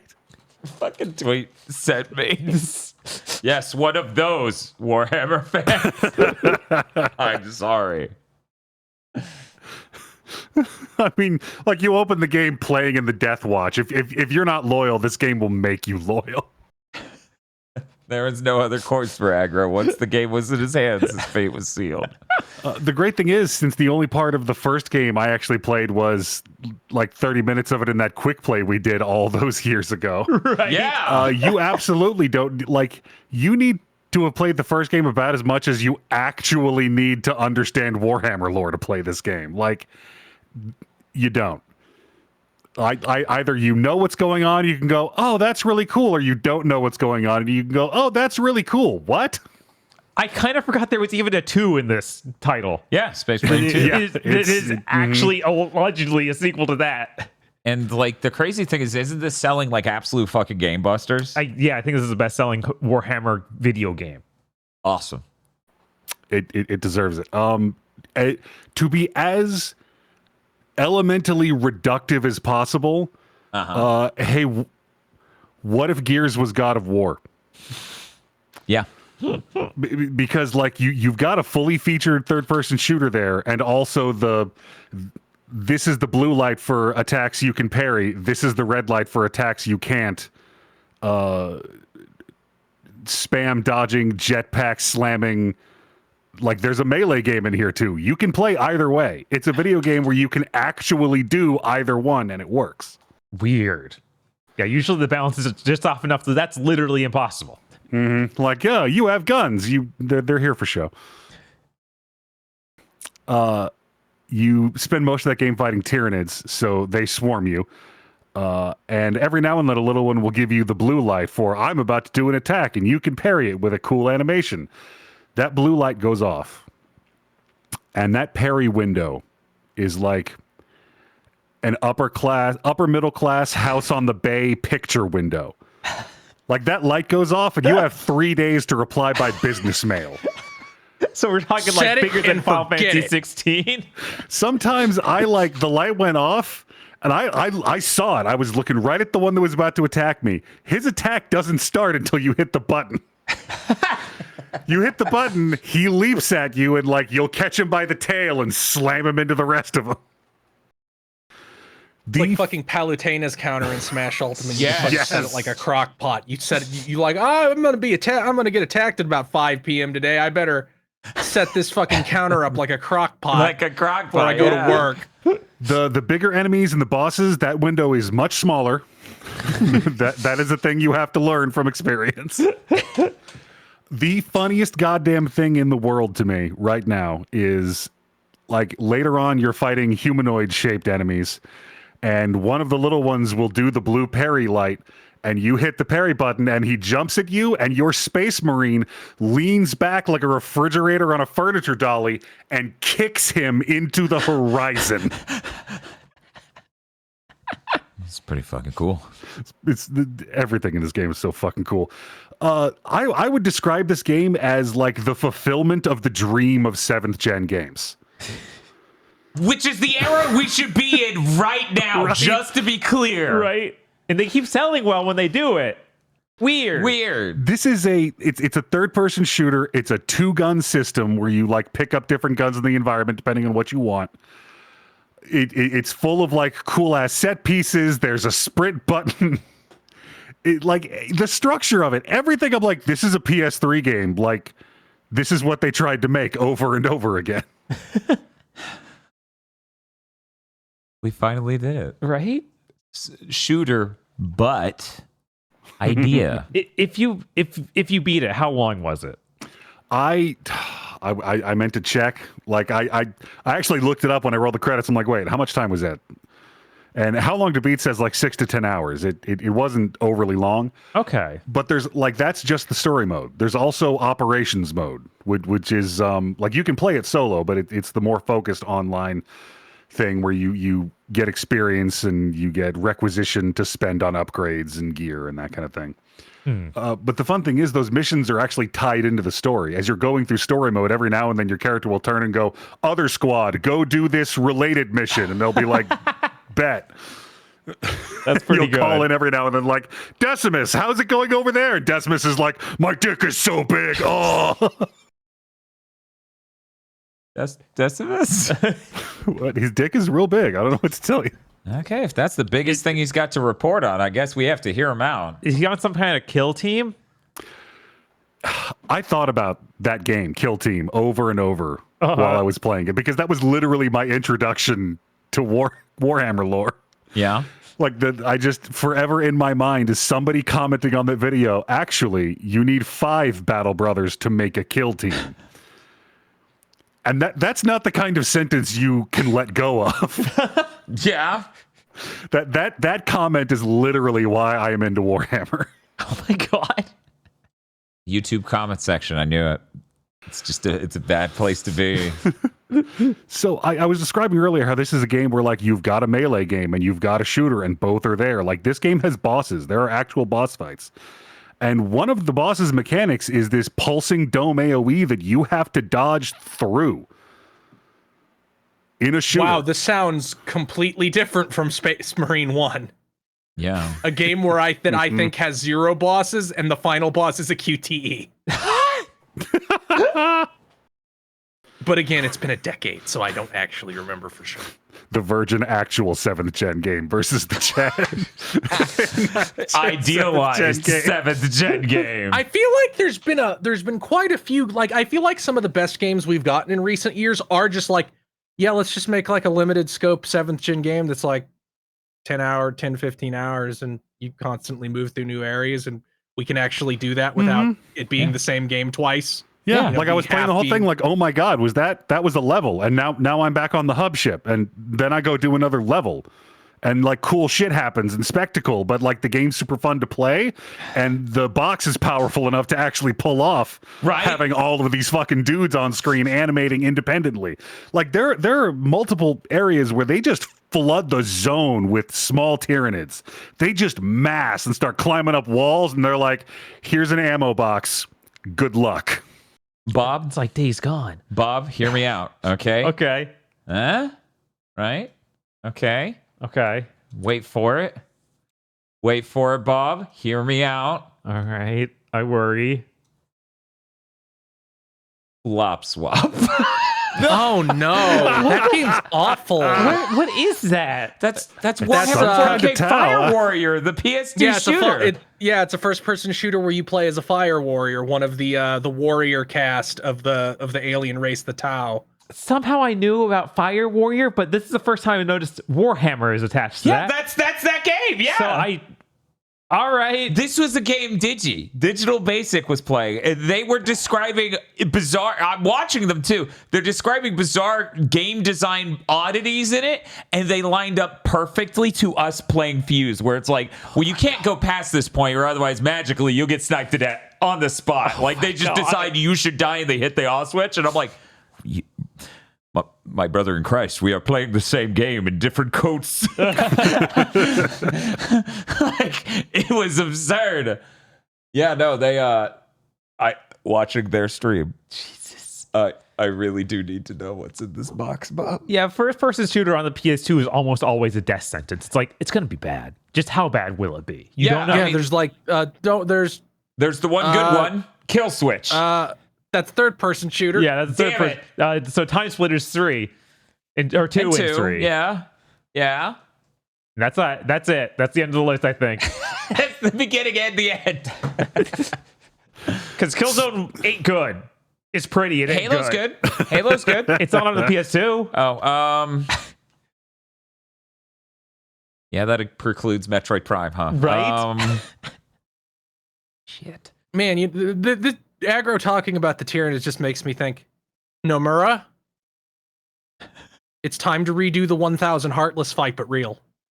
I mean, we can do it now. It would help We if they have the didn't technology. have all those Unreal Engine 5 features they showed off last time in the trailer. Right. In order to run that. Can we give Sora a heavy bolter? Jesus Christ. Some of the Keyblades in 3 basically give him that. So He does get big guns. But what if they were even bigger? Oh, hey. Red Faction 1 and 2. Well, not 2. I wouldn't go And there. I also, feel like, the PS2 isn't really. no, way like you the wanna PS2 play is not where we those. want to play one. we need Sora to get like the Eat Man guns. Remember Eat Man? Ip Man? IP? No, Eat Man. No, EAT Man. It's that's an the old fucking anime. Oh, I never no. watched it, but I No, think I've never heard of this. Xeon said it was really cool. Yeah, it's about a guy who can eat things, and then he like absorbs, like adapts it into his body. So like I think one of the things he'll do is like eat a bunch of guns and turn his arms into like giant super guns. I've never. Dope. Yeah, I've seen pictures. It was an early aughts anime, so I don't think it looked great, but it was like cool art design. Yeah, there's Eat Man and then Eat Man 98. Good old Studio Dean. Sounds like an SNK fighting game nobody remembers. We can just get the guns from Kite, where they shoot the bullet into someone that just explodes. Somebody needs to steal the fucking caster gun from Outlaw Star. That shit was do. cool Yes, as they hell. do. Somebody Yeah, needs to make the Outlaw Star turn-based JRPG. I mean, there was a real opportunity at the end of Horizon Forbidden West to turn it into Outlaw Star cool shit, but then They instead decided that'd be too hard to make a new gameplay loop for. We really got to keep this exactly the same. I'm like, bro. Even though at the end of that game we now have pretty much all the pieces of the super AI, and we have this 1,000-year advanced like matter generator that can produce fucking anything from nothing. But yet, you know, when Horizon 3 comes out and Space Broly shows up, everybody will still have fucking bows. No, we can't have guns in our game. Like you can have the machine gun crossbow, but no guns. That's the rule. Even though by then, like, that dude should show up and like Aloy should be piling Jehuti. Right. So, in Space Marine, because you are a 9-foot mutant wearing a robot armor, being swarmed by xenomorphs, you've got a health bar, and then you've got an armor bar that's separated into 3 bars. There's like 2 different games worth of mechanics going on with this, where you've got the Bloodborne thing going on, where they eat your health bar down, but there's a white bar behind it, and if you do damage, you get your health back as long as it's on the screen. They chew your armor first, though, but you can get your armor back either by waiting and not taking damage or doing a perfect dodge and then hitting the fire button, and you'll spin, do a canned animation, and pistol something in the head. This works when you perfect dodge bosses. This works when you parry things. This works when you do some melee moves to smaller enemies. So you can just stay in the thick of melee, yo-yoing your armor up and down just by executing things properly. It's one of those rare games where optimal play also looks the fucking coolest. I mean, what you're describing sounds like the fucking coolest. Right. It's so fucking cool. What's that? What I forget what devs. I forget where this quote is from. It's from some GDC thing that's famous. I forget exactly where it's like, yeah, if the optimal way to play your game isn't fun, you're fucked. So you better find the optimal way to play your game and make it fun. Mm-hmm. Or, change the game so the optimal way to play is fun. Because people will find the optimal way to play. They'll force themselves to do it even if that isn't fun. And now your game is getting like 5s and 6s. I don't think it needs to be much said, but if you would all like Space Marines, if you have ever harbored in your heart love for the Emperor, this game is fucking amazing. Like was the Imperial Guard in the first Space Marine game? They must have been. I don't remember. The fucking Cadian 8th is here for most of this game. People are saying yes. Resoundingly, chat is saying yes. Okay. Like I said, I only ever saw the first half hour. By the way, Aggro, you technically dodged a hurricane today. Yeah, it's still over there making landfall. Oof. That's good for you. Oh, one thing this game did weird that bugged me. I'm throwing you a picture in the Big Thing channel. Okay, this is the icon that shows up when you switch weapons. Because it's a 2-gun game, and you can pick up a main weapon, and it's 2 guns and 1 stick. You have a long gun, a pistol, and a melee weapon. Okay. So when Dan gets this image up there, I want you to try and tell me what button you think switches weapons. I mean, obviously, you'd hit right on the D-pad to switch to the other gun, right? Yeah, you'd think that. Down arrow. Fuck you. What? Why did they using down to switch between your main and your secondary weapon is fine. Why did you design the icon this way? Yeah, you got to do that Last of Us shit where you put both guns on a down arrow. Right? That's weird. All right. Yeah, it took straight up 3 or 4 hours to stop hitting left and right. Jesus. Do left and right do something else? Yeah, right uses your very limited heal. Oh, that could be a problem. Little bit.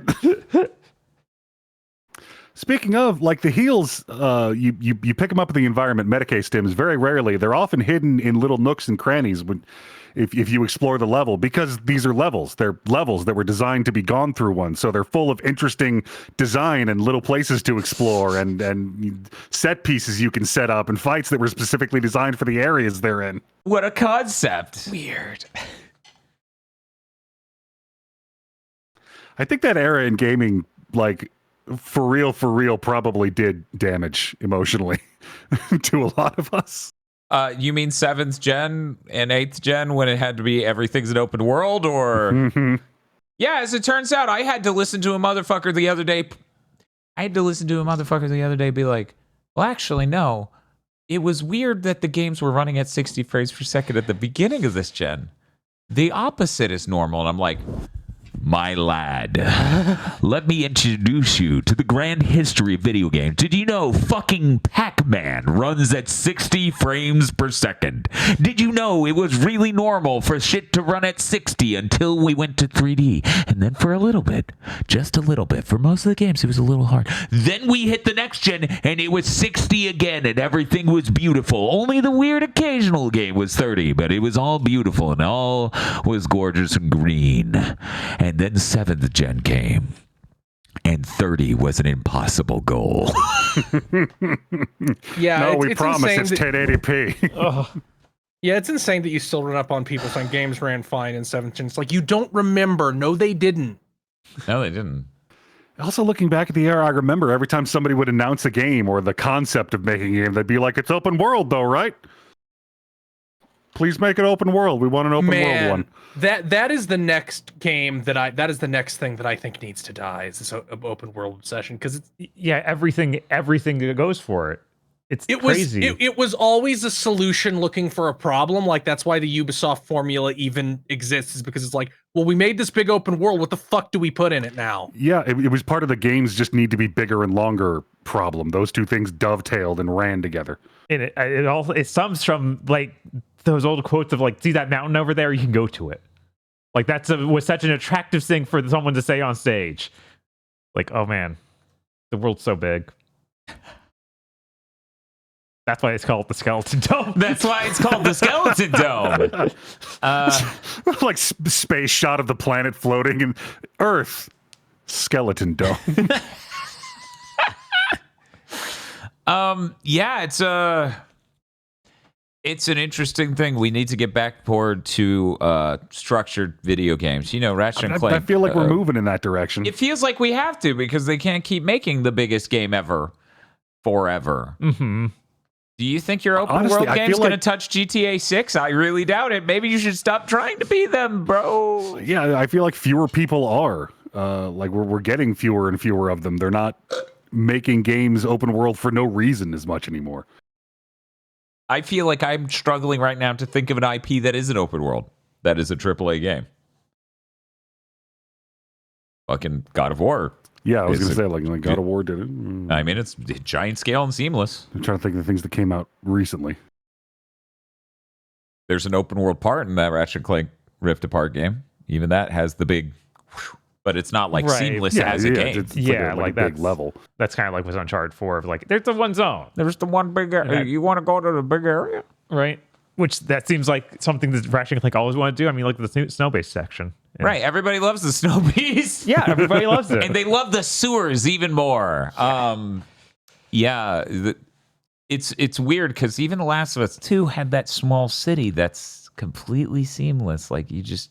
Yeah. It's like small as a city goes, but huge as an area to wander around. It's weird. Yeah, I guess Doom, right? But like, I'm trying to think of anything this gen even, because that wasn't this gen.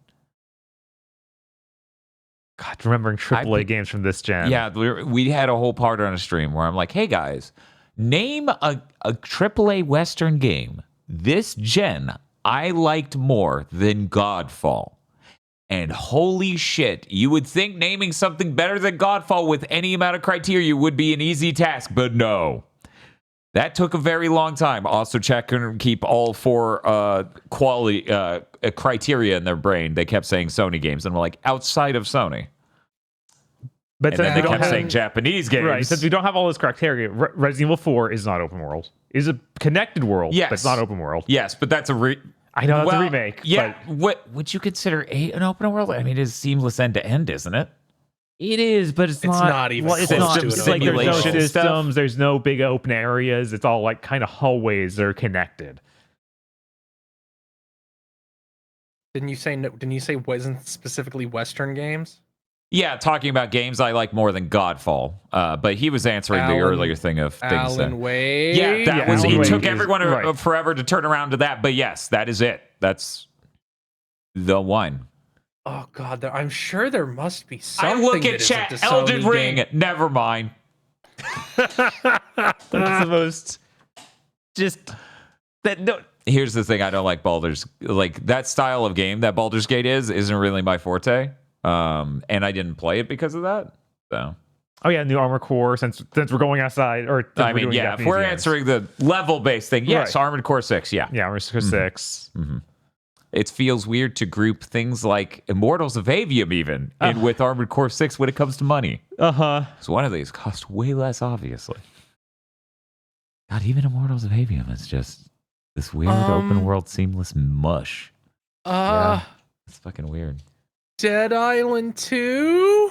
Did you like that more than See, Godfall? that's the thing. That was the other game people pulled out, and I'm like, man, that's really close to call for me because I enjoyed Dead Island 2 despite how brain dead it was.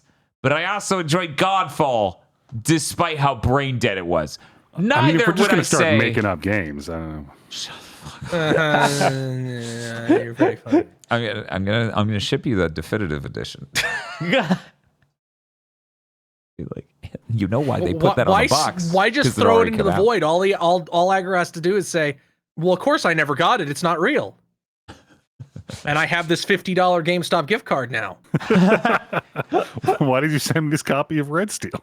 I'm sitting here making an argument. Armored Core 6 is not AAA because it doesn't spend anywhere near as much as money as Immortals of Avium. I would agree. I would agree and say that Armored Core Is AA. 6 is not a AAA game. Right. Yeah, that's clearly a meanwhile, AA game. chat, Like they didn't Sifu? model any characters. Sifu is not a indie AAA game, Chad. It's not made by Yeah, that is 800 people. You played Deathloop, didn't you? Oh yeah. If you stuck a gun to my head and said, "Hey, you have to like beat one of these games," Godfall in a heartbeat. Yeah, I wouldn't even fucking question it because what Deathloop wants from you after you get into it and you understand what it was, I have no interest in. So anyway, You played Psychonauts too, didn't you? At least a little bit off stream. You didn't stream it. it was pretty good. Oh, and It Takes Two. Did you guys play It Takes Two? Yeah, I didn't dig Yeah. that. I dig Psychonauts more than that. Godfall was Did you so dig it more than disappointing. Godfall? Yeah, that's I think I like Godfall more. Wow, that's insane. Because I thought It Takes Two was a really delightful 3D platformer. No, And hearing yeah, that Dan was be your- like, that was your number 10 on the game of the year that year. yeah, hearing Dan be like, Godfall was better is like, man. Technically, Bob said that just now. Me, however, I'm just like You're thinking more. I'm thinking Dutifully I'm about it. working on it. Maybe it's different when. I don't know. I had a lot of course, I played it with Cornbread Pockets, which offers its own unique Yes. variety, Right. which is mostly just everybody say, which is mostly just, oh, this takes two people. It takes two. It takes two. Is you grab a thing and have to pull it. No, that sounds like a great way to play that game. It does. And then somebody wistfully goes, "It took two." I played that game with somebody whose only video game they had ever played was World of Warcraft. That must be weird as an experience for Yeah. you. Especially since I played the dude and she played the chick, and I think the chick demonstrably gets the harder tasks in that game. Anyway, we got really off topic. Yeah, a little bit. That's what we do here. It's true. It's what kills timer chat. That's what kills timer. It absolutely kills timer chat when we have tangents. I also downloaded the Metaphor ReFantazio demo. Nice. I went to. I didn't have time. I didn't realize that happened until it was too late for me to play it. I played like 3 hours of it. There's apparently still 1 or 2 hours left, according to the internet. At least yeah. this is one of those demos where the save transfers. Yeah, it's a prologue demo, and you can take it over. So how's it? Like the combat snappy, it's pretty. There's a lot of visual information and just visuals on the screen at any given time. I am excited. I am almost desperate to play more of this game because it seems like there are little signs and telltales that tell me that this game's writing can't be as bad as it's set up. It feels like the way the characters are written. This has something up its sleeve. This is gonna take a turn because the opening it's like not literally, but the setting and everything. It's an isekai anime. Welcome to this fantasy world with a suspiciously round map. There are several different kinds of demi-humans, and they're super racist to each other. Yeah, it's ooh. I am excited to play this game because it either might take a turn and be like, oh yeah, I see what you were setting up and you pulled it off, or this game is going to be a trash story, and I'm kind of into that too.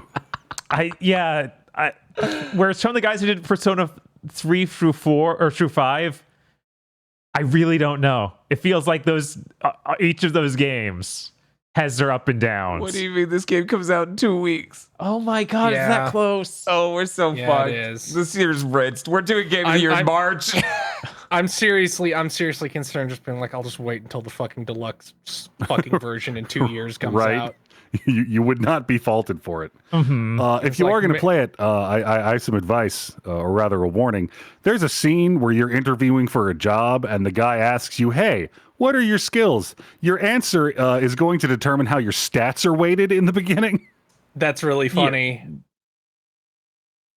Of course. Yep.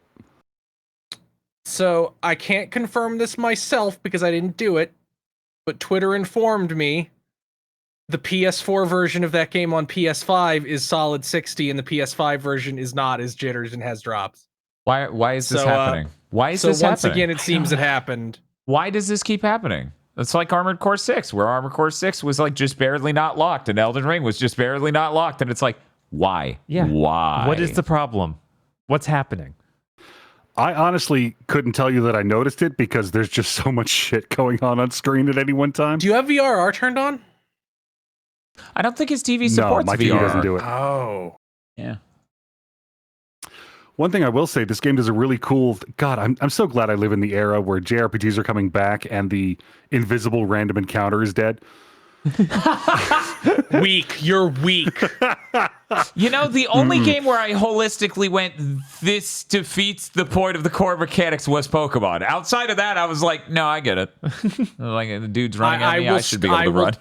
I will insist until the day I die. It's like, yeah, that kills your ability to do area design. Meanwhile, for me, it literally is with Pokemon. It's like you literally get to do the if you're short, you don't retort. You only fight people you can knock down in one hit. Like, do you not see? I always hated running around areas in those games like, oh, I'm trying to find my way through or do a switch puzzle or make sure I've explored everything with the constant tension that the more I explore, the more my resources are expended. Mm-hmm. Yeah, I get it. Well, anyway, like this is one of those games where you see the stuff on the field, and you can hold a button and it'll give you like fairy vision and you'll be able to see what level they are if you fought them before. You've got like you hit square and you do the swing, and if you hit them enough, you break their stagger bar, I guess, and it'll give you the button prompt to go into the turn-based battle, and they'll be stunned and you'll do a little damage to begin with. Low-level enemies, you can just kill on the field with that opening attack. Good. Without Yeah. having to go into a battle, and you'll just Good. pop up with, here's a little experience. That is the point. Yeah, no, that's real good. And they can also, if you're not paying attention, still run up behind you and bite you in the ass for a little damage.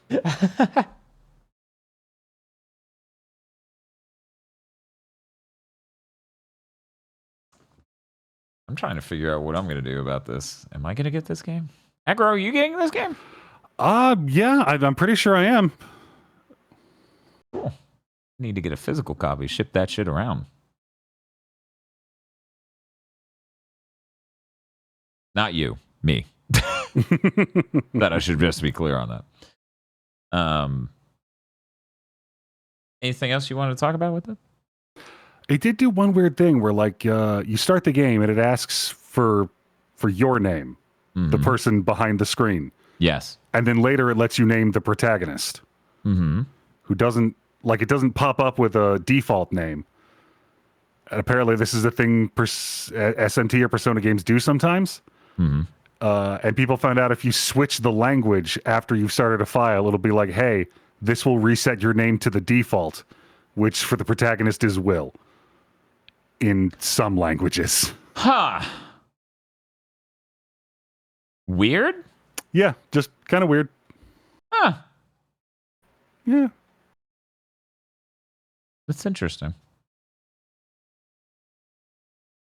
Well, is that everything you Yeah, that's all I've been playing. that's all you've been playing? I guess it's oh boy. Oh, fuck. Oh, fuck, brother.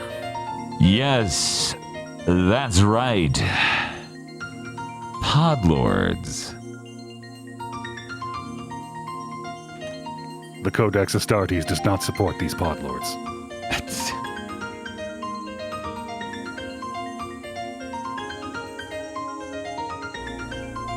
Podlords. Podlords? Podlords. Yes, that's right, the Podlords. Podlords such as BN12, Red Blaze 27. So, who was it that decided to set the PS5 Pro's price to $700 without a disk drive? Could it be perhaps Satan? Hail Satan. Because he sounds like the church lady. Something you guys remember, right? You all remember the church lady, right? That wasn't from 30 plus years ago, was it? That'd be weird. Maybe just barely only 30. For anybody who hasn't heard the story, because I told it randomly in 2 streams the last week, I'm friends with someone who's friends with Mark Cerny on Facebook. Someone made a post, Road to the PS4, 10 years ago, 11 years ago. Somebody's like, yeah, that video is interesting and stuff, but why does he sound like the church lady? Mark Cerny replies, because I do. And I absolutely lost it. So anyways, in the movie adaptation of the story of PlayStation, Mark Cerny should be played by Dana Carvey, we have discovered. Rado. 101 Shades of Wonderful Remastered. WTF, Spider-Man. Mr. I Like Spam. DFW 3K. Muckbun. Shiny Mew. Chris C. Just normal fucking Juicifrost for once, please. Now I'm just like, does ReFantazio have that? Does it have regular Juicifrost?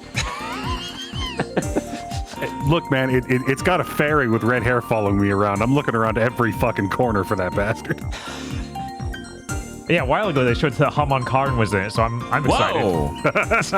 Hot exclusive. The Podlord 5, after this one is not endorsed, it does not reflect all values. Uh-oh.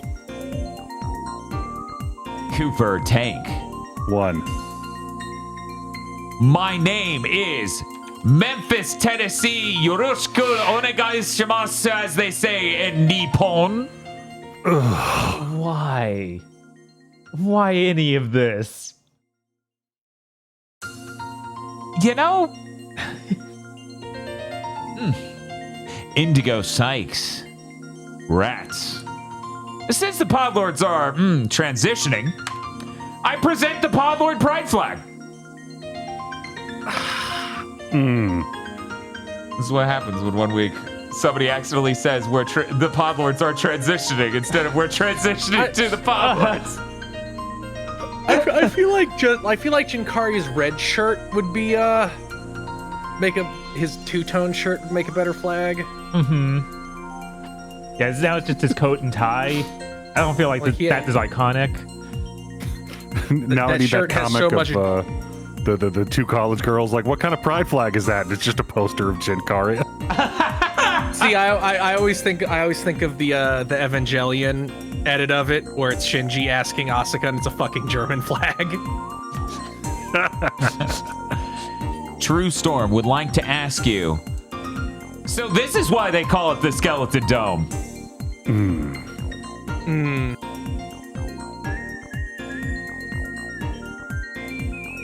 This raccoon wants to become the ghost of Florida. So dangerous. No, I'm just imagining, like, you walk out to, like, spy boomers on a golf course and, like, the duel mechanic from Tsushima starts. You just strike them down in 2 swipes with a golf club. You throw a fucking grenade with a wad of glue on it onto some 58-year-old car dealer. It's pretty woke. They made it a raccoon. Man, Sucker Punch, you better not balance, like, the bombs or anything at all. No, that's the joy of that game. I'm off on vacation. Have fun while the industry burns to the ground. Joke's on you! This week's fine. This 1 week, we did it. We finally had 1 fucking week this year where they didn't shut down a studio. Or fire hundreds or thousands of people. 1 fucking week. I feel the need to reiterate that Shadow the Hedgehog is cool as fuck. This is an opinion I have heard before. Yes. What? Really? That's a certified opinion. Sarah Lene. Wait, no. It must be my dyslexia. That's Sarah Lean. That's completely different. Timothy Pfister tried the Romancing Saga 2 demo and is relieved to know the Trials of Mana devs are still doing good work. Wait, what? That's made by... What? Huh. Huh. I hope they got the voice actors. Oh, God. Bearded Joe. Krungle Spum. Pleochrome.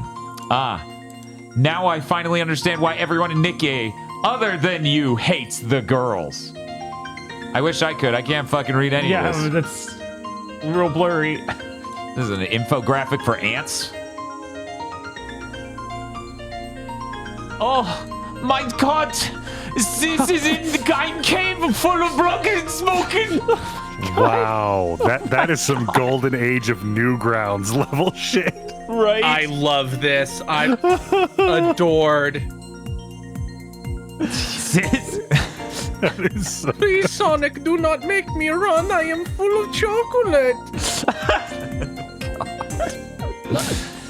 Please. I don't care if it's Nintendo or Xbox that has to tell us. I just need to know that he's okay. Dear Look, Kingdom you're not gonna Hearts see fan. that shit until summer. It already came out that it's 2026, guys. Chill. Dear Kingdom Hearts fan, it's fine. It's fine. They will continue to make Kingdom Hearts. I know that I seems know you're really irrational. fucking scared that they will stop making this multi-million-dollar co-Disney IP. Right? You can go ahead and put your clown nose on, okay? It'll be okay. It'll be okay. Sora will survive. Once Disney needs to find new revenue streams and starts cranking out Disney Plus Kingdom Hearts shows, you'll wish there was less Kingdom Hearts content. A lot less. Maybe. I don't know what any of y'all are talking about. That's clearly a picture of Chris Thorndike. That's true. This was a test, Aggro, and you passed. Well, then I'm sorry. He's not coming back. He had cancer. He is dead. No. Sniped by time. Virmvarm. William Shakespeare. God, that chin. This is outrageous. He's so wide. That dude is wearing a helmet. That is not his head. Is this a stylistic choice or is he wearing mittens? I swear he's wearing mittens.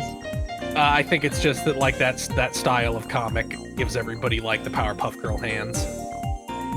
Bleach gags on vacation. Back to Yu-Gi-Oh! Stardust Spark Dragon. Now that's an energy drink. That is an energy that's drink. definitely. Wow, now dick that is a pills. dragon with fat purple tits. Jeez. You're not wrong. I can't argue with this man. That would be lying. Echo Point Nova is a neat indie game available now. Herman won't leave until someone helps carry this. Oh no. And Wait. Her official legacy title is the placeholder? I don't understand that part of this. Wait, what? Because it literally says that. It literally says Aloy hyphen the placeholder. Is that something in lore? I've never heard them refer to her as that. Right? And Fighting Amera plan. This Podlord's new. They don't know how the circular image works. Yeah, I was I think that we're missing the part that Are we missing? Yeah, I think we're missing the fighting American having Jin Kari's hair. But who knows? We don't know. We certainly do not. No one knows. Thank you very much to our tiny and now normal-sized Podlord. Thank you, Podlords. And if you'd like to become a Podlord, you can go to our Patreon at patreon.com/gbpodcasts. For as little as $5 a month, you get access to many benefits such as early access to Chugging Bleach and Pokemon Go to the Movies, our 2 monthly anime review podcasts, one of which is almost over. The other is almost over. So you better hop on that if you want early access to it. You also get extended content for Armchair Devs and Gamer Premonitions, 2 shows that you're going to be seeing a lot more coming up. God willing. Giant catastrophe willing. You also get an entire movie called Isolation 119. It is a full feature-length film about a man going to Thailand to film the apartment he stayed at to get a tax write-off on his vacation to Thailand. I love that fucking movie. One day we'll go to Thailand to get tax write-off. We'll film the sequel. Yeah. Yeah. You also get a patron exclusive show every other month called Blessed Blontent Blub, where we review a good movie that you voted on. And on other months, you get a commentary track to accompany our public show, Cursed Content Club, where we watch something bad. Although it might not always be bad, we might just assume it will be bad, and then we have to talk about how delightful it was. But that definitely doesn't happen most of the time. Most of the time, we watch shit like the AVGN movie, which you should never, ever watch. You should watch it with not even with our commentary track. You should watch it. You should never watch the AVGN movie. You deserve If you this, like listener. James Rolfe and you have not watched the AVGN movie, never watch it. You will be stunned James Rolfe can turn in something that dog shit. You should watch it. Why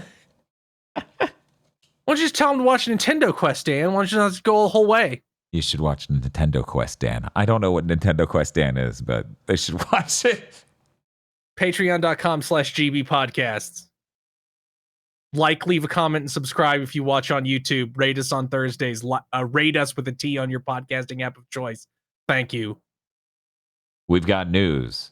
And guess what, everyone? Guess what? The industry is fine for 1 week. We did it! We did it! 1 week. No one's been executed. No studios were shut down. Hundreds of lives saved. It's only September 26th. Nothing bad. First week of the year. First week of the year. Did you know 9,500 layoffs have happened so far this year? But it doesn't matter. For 1 day of Big Think, we're fine. Oh, it feels so good. And we actually have other news that gives me hope for the industry even a little bit. This is the most positive Big Think dimension in months. Oh, what a thanks, buddy. I know somebody who's been going through all our Big Think dimensions in order to like hear things evolve, and they're like, you guys were so unbelievably positive on everything until next gen exclusive games started coming out. That was when it all went south. No, it's true, because they're like, well, we got to make a game that can't run on the last gen console, because now we're able to do so much more, which means we have to make sure this game doesn't run well anywhere. So smart. What? You know my favorite games this gen are actually cross-platform or cross-gen, like Gran Turismo 7. I mean, Ratchet & Clank Rift Apart is next gen exclusive. Yeah, that one's good. It's great. Anyways, we got to talk about the news. Videocards.com, I believe it's a .com, has the leaks on the Nvidia 5080 and 5090 GPU. Here's the skinny. Based on these specs, we don't know the clock rate yet, but based on these specs, as I expected, I don't expect the 5080 to be more powerful than the 4090. We'll have to see. It depends on clock rate. Are they going to clock it really high? Probably. Is their multi-chip module technology going to let them do it? Maybe. We'll see. We'll find out. But the things we know concretely now is the 5080 has 16 gigs of VRAM. Thank you for not starving it, you fucks. And the 5090 has 32. Wow. That is insane. Like, we're getting to workstation tiers. Is there a game going to be made anytime soon? I mean, that could remotely deal with that. Sounds like these cards might be able to handle Monster Hunter Wilds at above 30 frame or above 60 frame per second using frame gen. That's all you're willing to commit to? Maybe. With frame gen, it'll go above 60? That's it? I mean, that's all the specs she said it could do, so I don't know if we could do any better. VR chat. I don't know if VR chat can even soak 24 gigs, let alone 32 gigs of VRAM. Jesus Christ. So we got to wait for the clock rates. These cards are undoubtedly going to get announced by or in January. We also had news come out in the last week that the new AMD CPUs came out, but the gamer variants that perform way better at video games haven't come out.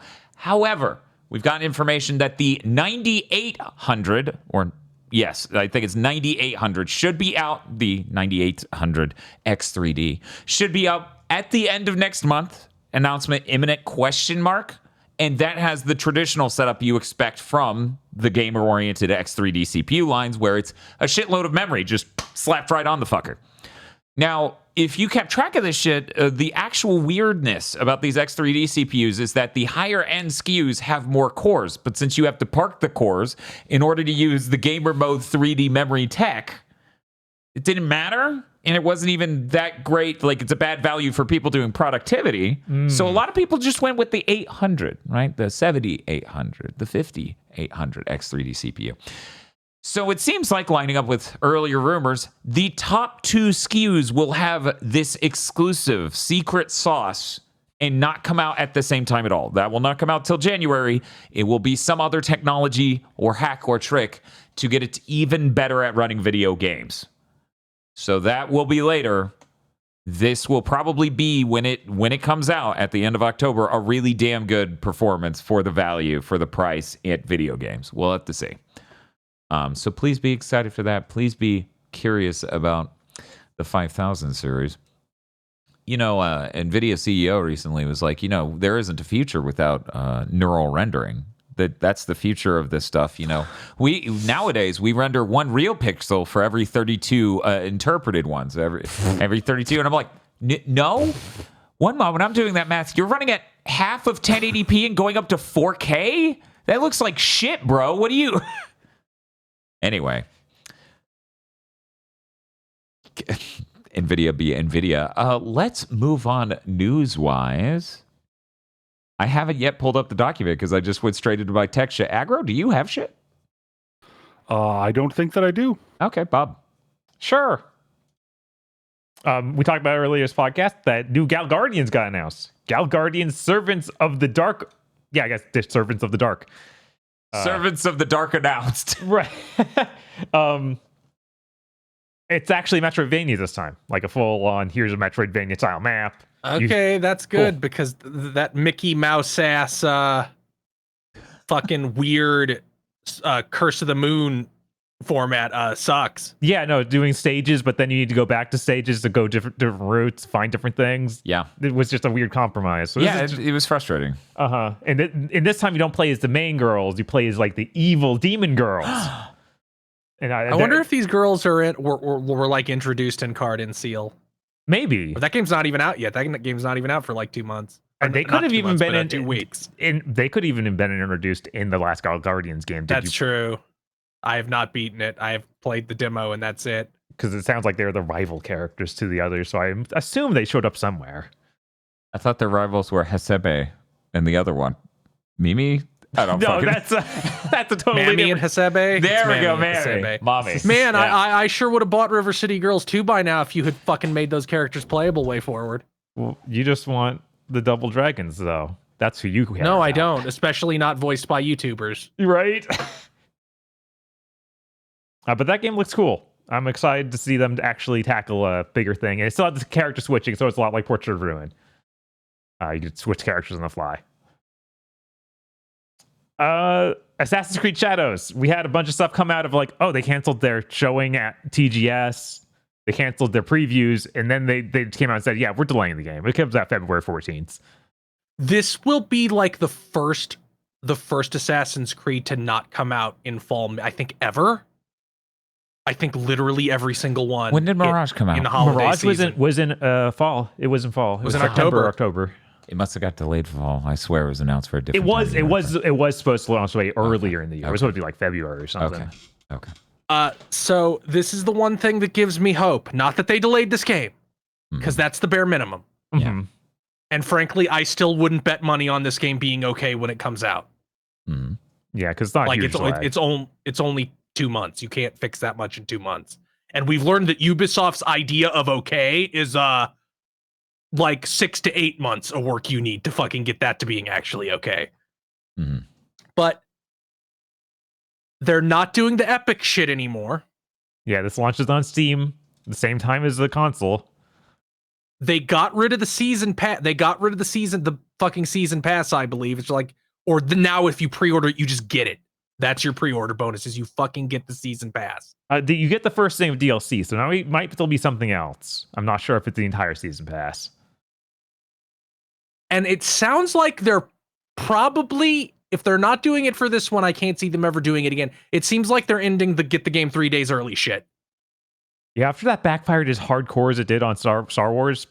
Because I didn't know. Did you know that Star Wars Outlaws had a fucking bug when it launched for real that broke everybody's saves? Yes. Yeah. Every single person's.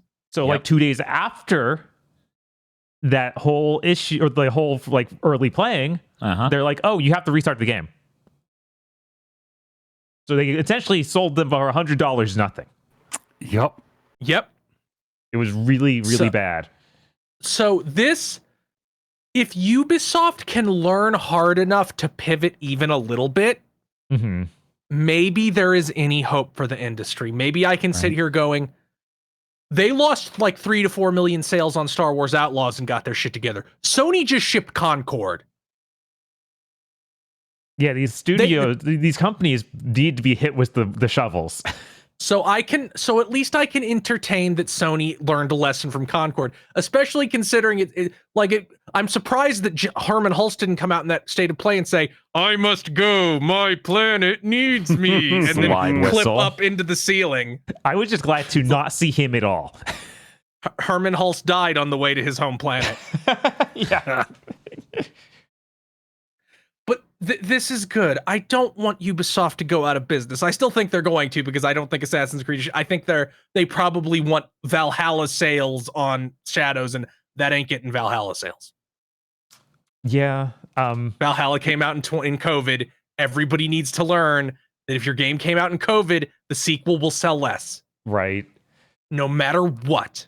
Yeah, this game could be 100 times better than that, and it just wouldn't matter. Did you know that Resident Evil Village has sold like 4 million copies more than RE4 Remake? I'm not surprised. That was another early 2020 because that was thing. a COVID game. Yeah. How much more? Like 4 million copies more. That's I think Village I think Village and 7 are now the two best-selling Resident Evil. Oh, I think 2 is actually the highest, because 2 went insane. The 2 remake, I mean. Right. But yeah, it's like Valhalla sold so fucking much. It was insane. It sold like 22 million copies. I don't think Shadows is going to sell 22 million copies. Mm-hmm. And then someone at Ubisoft's going to be like, I told you we should have done Japan. You have to look at how Ghost of Yotei was just announced. Mm-hmm. Yeah, they can only delay it so much because they don't know when Sony's launching that. I mean, here to be brutally honest, if they delay it out of Q1 of like out of that fiscal year, they go out of business. Yeah, we're at that point. That's true. Yeah, there are like we're now at the point where game journalists are looking at Ubisoft and going, "Whoa." Like I saw multiple game journalists go, man, it seems like Ubisoft is really actually on the verge of collapse. And I'm like, yes. Did you not notice when drywall fell on your head the last time you walked through? Like, fucking come on, guys. Oh yeah, today they released a press release about Star Wars Outlaws being like, yeah, we're gonna try and retune the game so that maybe the stealth isn't so bad. Because apparently there's a ton of just forced stealth segments that everyone hates. Weird. Yeah. People hate those? Uh-huh. Hey, where's our Beyond Good and Evil 2? Anyway, yeah, no, with the way Ubisoft's been going, and we talked about this last week, if they literally like... if this one doesn't hit, they're done. Yeah. They will disappear. Yeah, this game has to... If this game sells one fucking unit less than 15 million, their stock is going to tank, and it's going to become sell the company or go buy out everybody's stock and go private. Or go out of business. Like, this game determines whether or not we get the Ubisoft laid off 10,000 people news story next year. Mm-hmm. When's the last time we heard about the Assassin's Creed hub? feel like they Never. I think that shit's done. Yeah, I think they stopped talking about it entirely. Yeah, I think the last time we heard about it was 10 months ago, something like that. Okay. Yeah, it was either the I think end it was of last before year or Mirage January. even came out. We just heard rumors about it, and then they're like, okay, here's Hex. It very obviously wasn't an Assassin's Creed game when it was pitched, but it's Assassin's Creed now because that's a big IP. I mean, they did that video, that public-facing video where they talked about it. Yeah. That was either January or December. Yeah, 100%. Mm-hmm. They were trying to get us hyped. It was the Assassin's Creed Direct. It was all Assassin's Creed. Which I feel like was made in the last year, even not even the end of it, but I don't know. So even longer. Yeah. Okay. Maybe you're right. We've been stuck in a donathon. Yeah. Time doesn't make sense anymore. No, it doesn't. The timer doesn't even make sense to the people watching It's just like, anymore. what is that number? They're like, I want to kill a number. Wait, why did I do that? So they announced new DLC characters for Fatal Fury City of the Wolves. We're going to have Ken and Chun-Li. Oh, And they're That's in cool. Season Pass 1. So we're totally getting Capcom versus SNK3, right? This like, feels that's like the happening. admission that they won't do that. Just something about them putting this these feels like- characters. I don't know. This feels like an admission that they've said they wanted to do it. Both sides have said they wanted to do it. This feels like a tease. Maybe that'd be nice, because all that these things make me think is it would sure be cooler if there was just the big crossover game. Yeah, I would like a big crossover game because I'm gonna break some hearts here. I'm gonna break some hearts, guys. Capcom ain't ever making a new Darkstalkers. It's unfortunate, but in the modern environment, it doesn't make sense to try and have multiple of these big fighting games running simultaneously. You're eating your own lunch. They're never gonna make another Rival Schools. what if they make a Darkstalkers action game? Does that count? No. That'd be cool. I think they should work on transitioning those franchises to be other things so they can come back. right? Like they're great IP. I think they could make, like, off the top of my head, casual armchair dev shit. Just rip off Yakuza and make a Rival Schools game like that. But, like, they're never going to actually make those. So just make a Capcom versus game where those people can show up. We can go, holy shit, look at RE Engine Morrigan. Right, and that's the thing. Like the coolest part of those games is all the weird little characters, side characters. Not it's Ken and Chun-Li. Like, yeah, of course it is. They're the biggest characters, but it's like, no, I'm excited for Soki from Onimusha 4. Right. I'm excited for your weird girl version of Sansan. I'm excited for Ruby Heart. I'm excited for Darkstalkers Cactus Man, whose name I forget the name of. I'm excited to do delayed hyper combos with Servbot. But those come out summer 2025 for Ken and winter 2025 for Chun-Li. It'll still be interesting to see them done up in the way that City of the Wolves looks. I'm curious how that'll turn out. And Terry came out this week for Street Fighter, and he looks pretty cool. I need to pick that up. I need to try and get back into SF6. But I'm bizarrely really excited for City of the Wolves. I might become one of those weird SNK boomers who are like, no, I'm just gonna play City of the Wolves. Sip.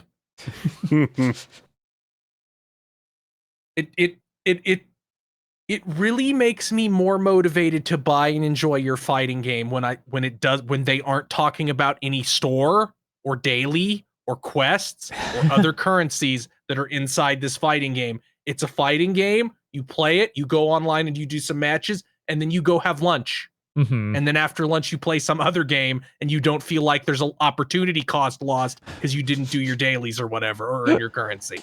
Which I'm being a little bit mean. Street Fighter 6 doesn't have that shit, but it's just my frustration with battle passes in general. We got a release date for the new Phantom Brave game. Phantom Brave: The Lost Hero will launch January 30th. Thank you. Fuck, you said that means I have December. to beat the original before it comes out so I can know what happens in that game. Well, you're in luck. They're porting the original November 7th to PS5. It's already on the Switch. Wait, that shit's coming out in a little over a month. Yeah. Is that what you're meaning to tell me? Uh-huh. In the middle of this Game of the Year crunch? Yep. What, you didn't play Phantom Brave already? It was a To hit completion? PS2 game? Yeah. Everyone on Earth. Aggro, you disappoint. I didn't even play Makai Kingdom to completion. I liked that game's aesthetic way more than the cute girl. Yeah, but it has the badass freaking overlord who gets scrunched into a book with his face on it. It is really good. I hope. Man, I wonder if they'll do a sequel to that next, because they now they have that system integrated in their new 3D engine. Like, it feels like a perfect opportunity to make some kind of Makai Kingdom follow up. I only hope. People are saying, what is it? This is the Wii PSP version of Phantom Brave. That makes sense. That one that was done later and had more stuff. Which and I if never this played. is the PS5, yeah. It's got a PSP emulator. Oh, that's true. So it could be that on the back end. Who knows? But again, they released the same remaster last year for the Switch. Yeah. So it's probably not the exact Oh man, and I forgot that they finally brought over La Pusille Ragnarok. I need to fucking get on that too. The PC version, the PSP version of La Pusille Tactics. Yeah, I wish I had time for all these games. I wish I had time to play the Marl Kingdom Chronicles I bought when it came out more than a year ago. Two fucking strategy games that were never localized. They localized and dubbed them, which is insane. I bought it because I respected the game, but I haven't had time to play them yet. Yeah. We really are going to be the Twilight Zone guy, that one guy from the Twilight Zone episode, but like happy when society, when like the gaming industry collapses. It's like, there's time now. And we like throw open our closet to all this shit we didn't have time to play. It's true. Game of the year is going to get real complicated when we all played completely different shit. Right. Yeah. Bob, yeah. This next bit of news, you and the others referenced it earlier, but I didn't actually look it up at all. Good. Go ahead and read it. Suicide Squad is adding the new character, Lawless. On October 1st, who the heck is this? Yeah, who the hell is this? She is Deadshot's daughter. She has never used the name Lawless before. Lawless is a name used by one random military dude who I think dies almost instantly back in like 1986 at the very start of the Suicide Squad comic. I don't know why they're using the name Lawless. All I can think of is that they didn't want to use the name she used in a couple what ifs, which is Live Shot, because she's Deadshot's daughter. And frankly, they should have used Live Shot. At least that's a funny thing for your How is Rocksteady so fucking bad at this? They have an entire pantheon of villains, and we go, This is 70% of DC characters can be justified to be in the Suicide Squad. Like 70%. Why is Mr. Freeze's wife one of these characters? Why is Deadshot's daughter one of these characters? You'd like, even if they're like you. I don't understand this. We're making a big IP game. Should we leverage that IP in any way for our DLC, which is very important to sell for our big service game? No. It's baffling. Like, where's Killer? The reason is because they made it a fucking third-person shooter, so it wouldn't make sense for Killer Frost to show up. She has real powers. Like, you could put in Lady Shiva. She's cool as shit, but she's a martial artist who stabs people with sai. So she doesn't work in a shooter either. So like Captain Boomerang is looking around a sniper rifle. It does not fucking matter. Right? Then that just makes it even more insane. It's not like, hey, why aren't you using these characters that are well known and people like and would fit perfectly on the Suicide Squad, like Killer Frost, Lady Shiva. I'm listing other women you could have put in the game. Right. You aren't like shoehorned into people who've never heard of this character because you've chosen a woman. You've just done that for some reason. Yeah, they literally. Hell, you had every other fucking bat. You know, this character didn't even appear in the other Rocksteady Arkham games. It'd be a great opportunity to bring in Cassandra Cain and be like, I guess Robin and I think didn't that game say that Batman killed all the Robins off screen, so now it has to be Suicide Squad. I think it did, because that game made everything as uninteresting as possible. So have Cassandra Cain show up and be like, yeah, I'm the badass daughter of the world's greatest assassin who got trained as the second Batgirl. I'm here to help clean up. Like, there's so much shit you could do, but instead a character. Here's how bad it is. I searched Lawless DC and it didn't know what the fuck I was talking about. Like, you came up with a character that Google doesn't know existed. Yeah, just more baffling decisions from them. It feels like they just want the game to fail, honestly. I mean, they're carrying out the orders ordained by WB. Yeah. Is But there WB a didn't lawless tell them movie to coming up? push these characters. Or did they? No, because they didn't exist before. Like, Deadshot's daughter existed, but she was never like this electro power wizard girl. What if they canceled the movie where that was going to happen? Like, Holy I don't shit. like, maybe in some comic nobody read it from the past 5 years they made Mr. Freeze's wife a villain, but guess what? Nobody has read an actual comic book that came out, like contemporary comic book, in like 10 years. You shouldn't use anything from those. Nobody gave a shit about Miles Morales until Spider-Verse came out. Marvel should suck Miller and Lord's dick every single day. They should get sucked stupid because nobody would give a fuck about Miles if not for Spider-Verse and the Sony game, but mostly Spider-Verse. Right. Mm-hmm. I guess we can move on. Yeah, let's move on. Like a Dragon Pirate Yakuza in Hawaii was announced. That's all. That was the title. It's pretty big. Like a Dragon, Pirate Yakuza in Hawaii. It's coming to PS4, PS5, Xbox One, Xbox Series, and PC. And it's going to be out February 28th. You play as... Go ahead. Let Bob finish. You play as Goro Majima. He's in Hawaii. He's forgot his memories, and he now is pretending to be a pirate. I don't think he's pretending. I mean, sure, fair. I think he's probably living his dream. Okay, so it is in modern day, and they're just being wacky. Yeah, and not I was confused Goro too. Majima transported to the age of sail. No, Because they have done that. They've done throwback that. games like that. So I wouldn't have been too confused. I wouldn't have been shocked if it was actually that. I did not watch the trailer because I hear the trailer spoils the end of the game. The last game. Massive spoilers for Lat 8. Yeah, like, I might not want to spoil it like this specifically. Right? I like that this is a sequel, which means the story can matter, which it didn't in Like a Dragon Guide and the Man Who Erased His Name like at all. Like, the story just made me go, what the fuck are you talking about? Kiryu, you can't keep working for the government wet works operation that kills people because my honor. You have to have more than that. Yeah, My apparently honor. this is going to be 30 to 50% the size, like larger than Gaiden. Oh, okay. That scares me because Gaiden was the most egregiously padded game in the series. Well, maybe they mean actual well-made content is 30 to 50% more. I don't know. Who knows? Not me. But I'm thanking God I don't have to know before next year because they announced that for this year I would die. I mean, Majima hasn't been a main character in 8 years since this came out. Since the last game he was a main character you played as him in was Zero. God, is Zero 8 years old? Yeah, Zero. It's older than that. It just came out here. Yeah, I'm like Wow. in 2017. It came out in Japan. From development, it would be 10 years because it came out in 2015. Yakuza 0 in Japan was on the PS3. Yeah. That's why I was yeah. sitting here. It's only been that many? What?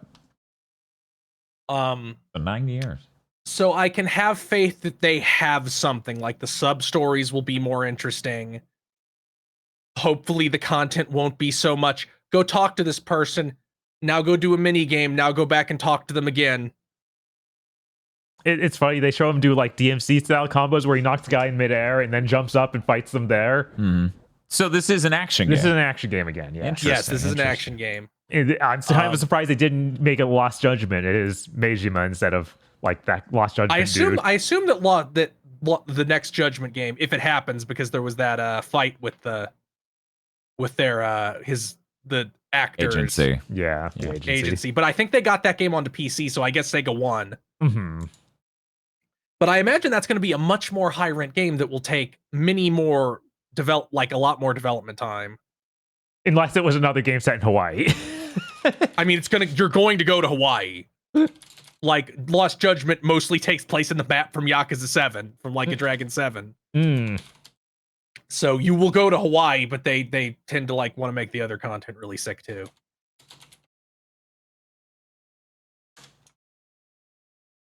I like that you switch from his normal style to pirate style, and he just like Power Ranger transforms into cosplay Pirate Man with 2 swords. And then when the battle ends, the suit like explodes off him, and he's back in his normal clothes. Yeah, I think that it's like once his regular style is called Wild Dog, and the pirate style is called Sea Mad Dog. Dog, because that's Mad Dog, because that was his Yakuza epithet. That he's the Mad Dog of Shimano. So Mad Dog and Sea Dog, which is pretty good. What the fuck? We just got a press release from Arika What? right now where they're like, we're making a new Tetris. Okay, I guess they did the Tetris guy. It is called New Tetris. Oh shit! New Tetris 2. New Tetris will implement new ideas based on the concept of Tetris that makes good at Tetris. I'm reading this verbatim, just to be clear. Dan, as you started... And is scheduled to be released during fiscal year 2024. Please stay tuned for further details. As you were reading that, I was so petrified. No, not some horrible thing after we celebrated. Nothing horrible happening now. Right. No, everything's fine. God. I'm going to ignore any links that were posted in chat to say it's not fine, because I heard we should not talk about the industry burning down. And you know what? These numbers are small, so I'm going to pretend they're not real. And you can fill the YouTube comment section with corrections on whether or not the industry's burning down this week. And then the last thing I've got, a rumor. No, I think it's gone beyond that. It's been corroborated too many fucking times. I know, but people didn't get upset if we don't say a rumor ahead of it. Is anyone okay? Real question. Will people actually get upset if we call this a rumor? Concord cost $400 million, technically more because that doesn't include the price of buying the studio. Yeah, Concord cost over $400 million. Which, and again, that's twice as much as Spider-Man 2. No, it's not twice as much as Spider-Man 2. That's $320 million. No, that was Spider-Man 3. Spider-Man 3 was going to be 300 plus million. Spider-Man 2 was 200 million. I thought Spider-Man 2 was still over 300 million. I could have sworn 2 was the 200 million one. Yeah, 3's the 300 million one. Spider-Man 2 budget. Yes, fine. 270. Yeah, 315 million according to leaks. Still. Yeah. Anyways, on a game that got unlaunched instantly. Yeah, lasted 6 days or something. There will never in industry history be a bigger bomb than Concord. Like, Sony locked it down forever. Yeah. It is inconceivable. It was basically one of the most expensive games ever made, and it made literally zero money. They refunded everybody. Yeah, because they refunded everybody. GTA 6 ain't out. This is the most expensive game ever made. There's no competition. That Star much Citizen. money? Star Citizen? Yeah, Star Citizen has raised like $600 million by now. But that game's not out. That's true. Well, neither's Concord. You could go play a demo. But it was out. We observed it, all of us together. But yeah, like, unless GTA 6 launches and it bricks your console and Take-Two immediately goes out of business, no game will ever lose more money than Concord. So I took the initial leaks with a grain of salt because the source was somebody who maybe would lean heavily into some of this because of past stuff with them. However, it was instantly, frame one corroborated by a different source to a different journalist. Apparently, at the studio, reminder, Concord Studio was founded by former Bungie people. It had a culture of, quote, toxic positivity. The Bungie leads said it was a too good to fail attitude. Sony said it was going to be their Star Wars, and it was the future of PlayStation. And there is a reason. Herman Holst's baby. He's fucking dead. It's that part from the end of Yakuza 0 where the mob catches up to one of the villains and it hard cuts to gunshots after they put their hand on his shoulder. Yeah, Jim Ryan and Herman Hulse really are the Wonder Twins. Is there any studio that's ever had that sentence of, oh, we're BioWare or we're whatever, we're the studio that always makes a hit? No. That's never done well. And then didn't implode? No. Because that was also with this thing that happened with Rocksteady. Right? The BioWare I really magic, am afraid the Rocksteady magic. I'm really afraid that this is the mindset at like every single big publisher right now. And that's why all these projects are going way longer than they should. These people need to have their knees broken and get thrown out. And thankfully that seems like it's going to happen. But God, 400, you can't comprehend how much money that is. I know we have a lot of billionaires, which is largely a fake concept because it's net worth, which if you can't spend it, you don't got it. That's my stance. Mm-hmm. $400 million is such an insanely huge amount of money. Yeah, and the weird thing is insane. It came out they were using $200 million for basically everything up until last year, and they sent another $200 million from last year to launch because they had to outsource countless things. Yeah. Some of the things were like they hadn't figured out onboarding or anything else. Right? It's nuts. Like they didn't know countless core important things of what their game is and how it worked, which is why when they revealed it's a $40 game, what? And here's how we excite you going forward, what? Like, of course, this is a plan put together by what can we outsource? Yeah. What can we spend an ungodly amount of money to outsource to get it done in time? Why did they tell you this was a hamburger? Which is why you can outsource weekly CG cutscenes to get people excited to keep coming back. Nightmare. So you want to know one of the reasons that James Gunn is DC's golden boy right now, is WB's golden boy? Why is that? I mean, part of the reason is that he's made successful things, like his Suicide Squad movie did much better than the original. Right. You know, critically, it didn't make as much money because it came out in theaters in 2021. Yeah. James Gunn has an amazing philosophy to film. They don't start shooting until he's done with the script. That's a good idea. Yeah. Everybody frames all the remakes that are happening in the industry right now as the industry being creatively bankrupt. What if it's just, we can't pre-produce for shit.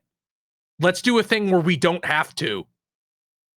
It feels like scope control is such a problem on all of these fucking games because no one wants to lean into the game that is a level-based video game anymore. It feels like they all need to be big. They all need to be esports. Like, it seems like so many games start development. It's like, well, we'll figure out what the gameplay loop and why you like it and all that. We'll figure that out as we're developing. And it's like, no, you fucking won't.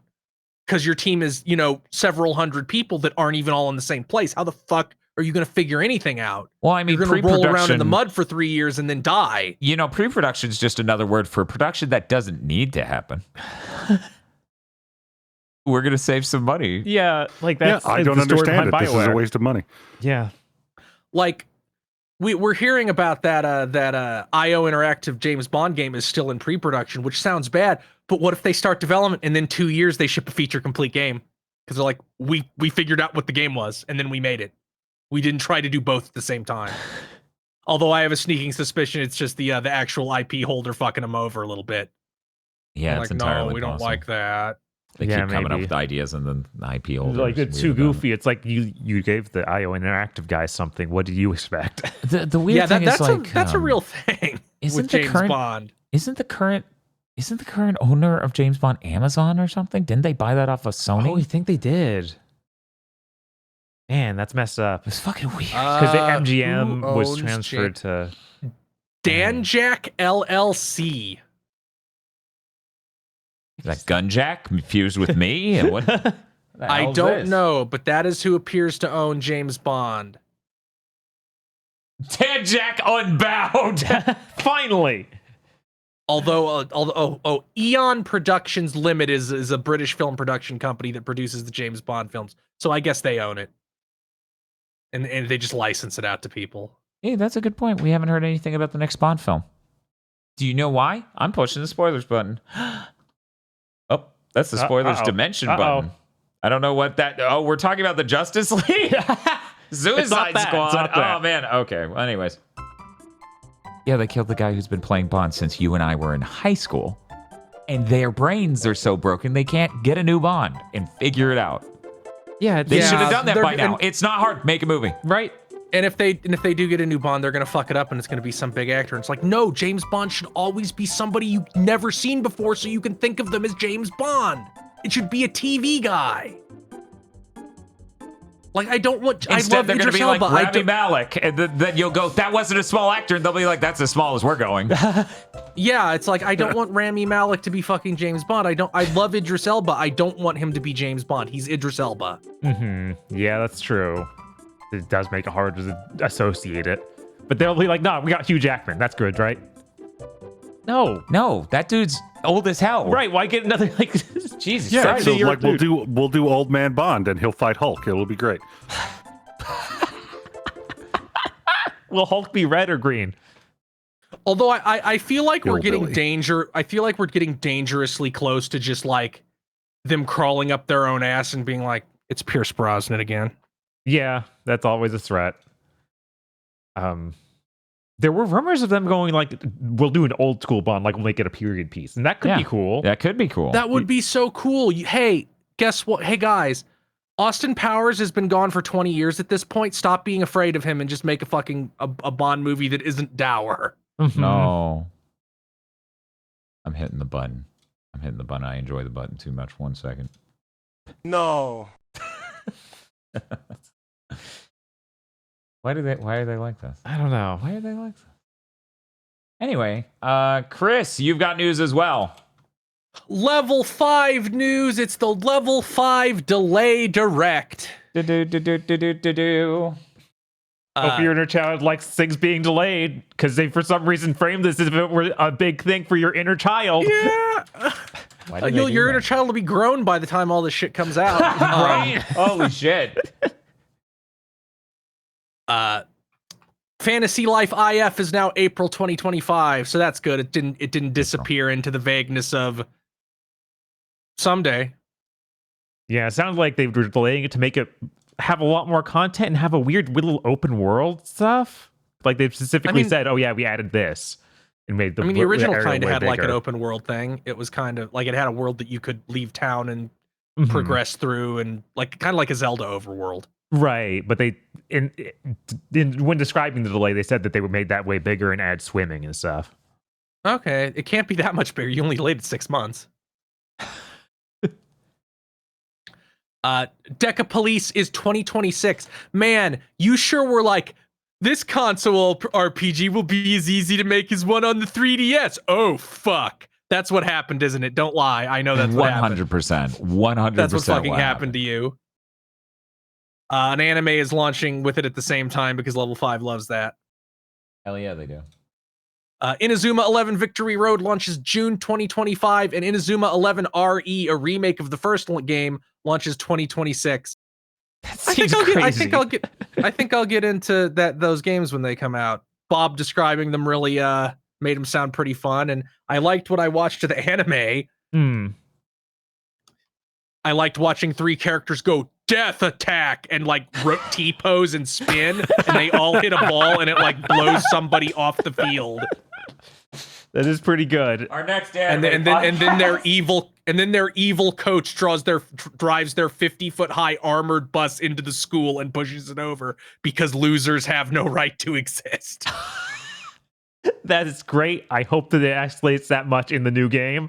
Later, he goes to prison for giving these children alien drugs so they can be better at soccer. This seems so crazy when the main thing in the new game is, the main character has like a heart disease. He can't play anymore. And the thought that that's a thing that can happen in a world where everyone has superpowers related to soccer and they're alien drugs? They have superpowers related to all sports because they're like every sport has these Hisatsu moves. Right? It's great. Professor Layton in the New World of Steam is still targeting 2025. That makes sense. That game, like Layton games are, compared to any other modern game, are not a huge amount of work. Like you make the areas and they're a point and click adventure game with puzzles that pop up. Yeah, they said they're switching to full 3D this time, which could be neat. Please don't have me like running around 3D environments as Layton. I really don't need that. Yeah, I don't know if they didn't imply that, so hopefully that's not there. But yeah, hopefully it's just the backgrounds are 3D now, and it'll have like a cool camera angle as you move around them. Mm-hmm. Ghostcraft RPG and multimedia project Holly Horror Mansion announced it's supposed to be their biggest multimedia project ever. It's the next concept for Yokai Watch, crossovers with musicians. Pico Taro, the pineapple apple pin guy, was shown. Everything has been unannounced. It used a lot of AI generated art for backgrounds in the reveals. Mm-hmm. Which, yeah, you're going to keep getting that until the Japanese government stops shelling out money if you use it. God, it sucks so bad. At least the new character design for the main character in this looks like decent, unlike the original Yokai Watch main character. So there's some positivity that I can get from that, even if he decks all the AI art. So there was that thing. You made a comment that someone in something looked like a third-rate Digimon character. Yes. I can't remember what it was. It was about the main character, Sonic X, Chris Thorndike. And then there was some other comment about, no, it actually looks like a Yokai Watch character. Yes, and I doubled down and was like, it's not. He doesn't even raise the third-rate Digimon character. He is the Yokai Watch character. And then I went, Bob, someone in the Discord has posted that you're wrong. Look at this picture. This character looks like... And then Bob's like, that's not the Was it the Digimon character or was it the Yokai? That was the Yokai Watch character. And I was like, this looks pretty... The new main character looks pretty good actually in game. His art doesn't set me on fire, but I think their new 3D style looks very slick. Right, and Yokai Watch is definitely a thing where they kept doing weird spin-offs and stuff, so it makes sense to try and reinvent it if you're trying to try and relaunch it. Yeah, and I like the new cat spirit. I like him a lot more than the horrible little freak that was associated with Yokai Watch beforehand. Chat, I know someone in chat right now has to know which level 5 game has the intro that's Twin Peaks. Like, it's either Twin Peaks or X-Files. Their production logo literally is that for a game. I saw the video on Twitter and lost my mind. It's Yokai Watch 3. Thank you. What? Yeah, I have to show him this after the podcast. It is too funny. Might need to play a Yokai Watch game. No, you don't. It's just the production logo. It's not even the game. Oh, no, it's not even the intro to the game. Isn't Yokai Watch 3 the one where it's like, it's in America, here's the burger yokai? That would make perfect fucking sense why you would do this. Like, what does America have? They're still watching X-Files and Twin Peaks, right? Yeah, definitely. Okay, then here we go. Here's our joke. Megaton Musashi is getting a major update in November. It'll make getting into multiplayer easier, like faster. Like, you'll be able to jump in easier.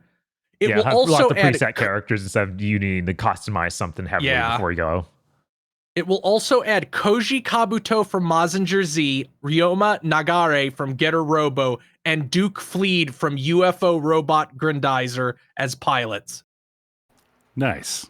You know, we get all these fucking shitty arena fighters. Uh-huh. Where's our Super Robot Wars arena fighter? I don't know. It'd be incredible.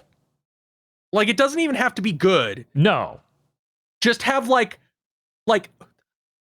just put the dynamic in a lot of Super Robot Wars games where Shinji Ikari is put around functioning adults and turns out okay. That's in a lot of Super Robot Wars games. Just put that into an arena fighter, because I'm never going to play a Super Robot Wars game. They're all 140. They're all Project Cross Zone. Right.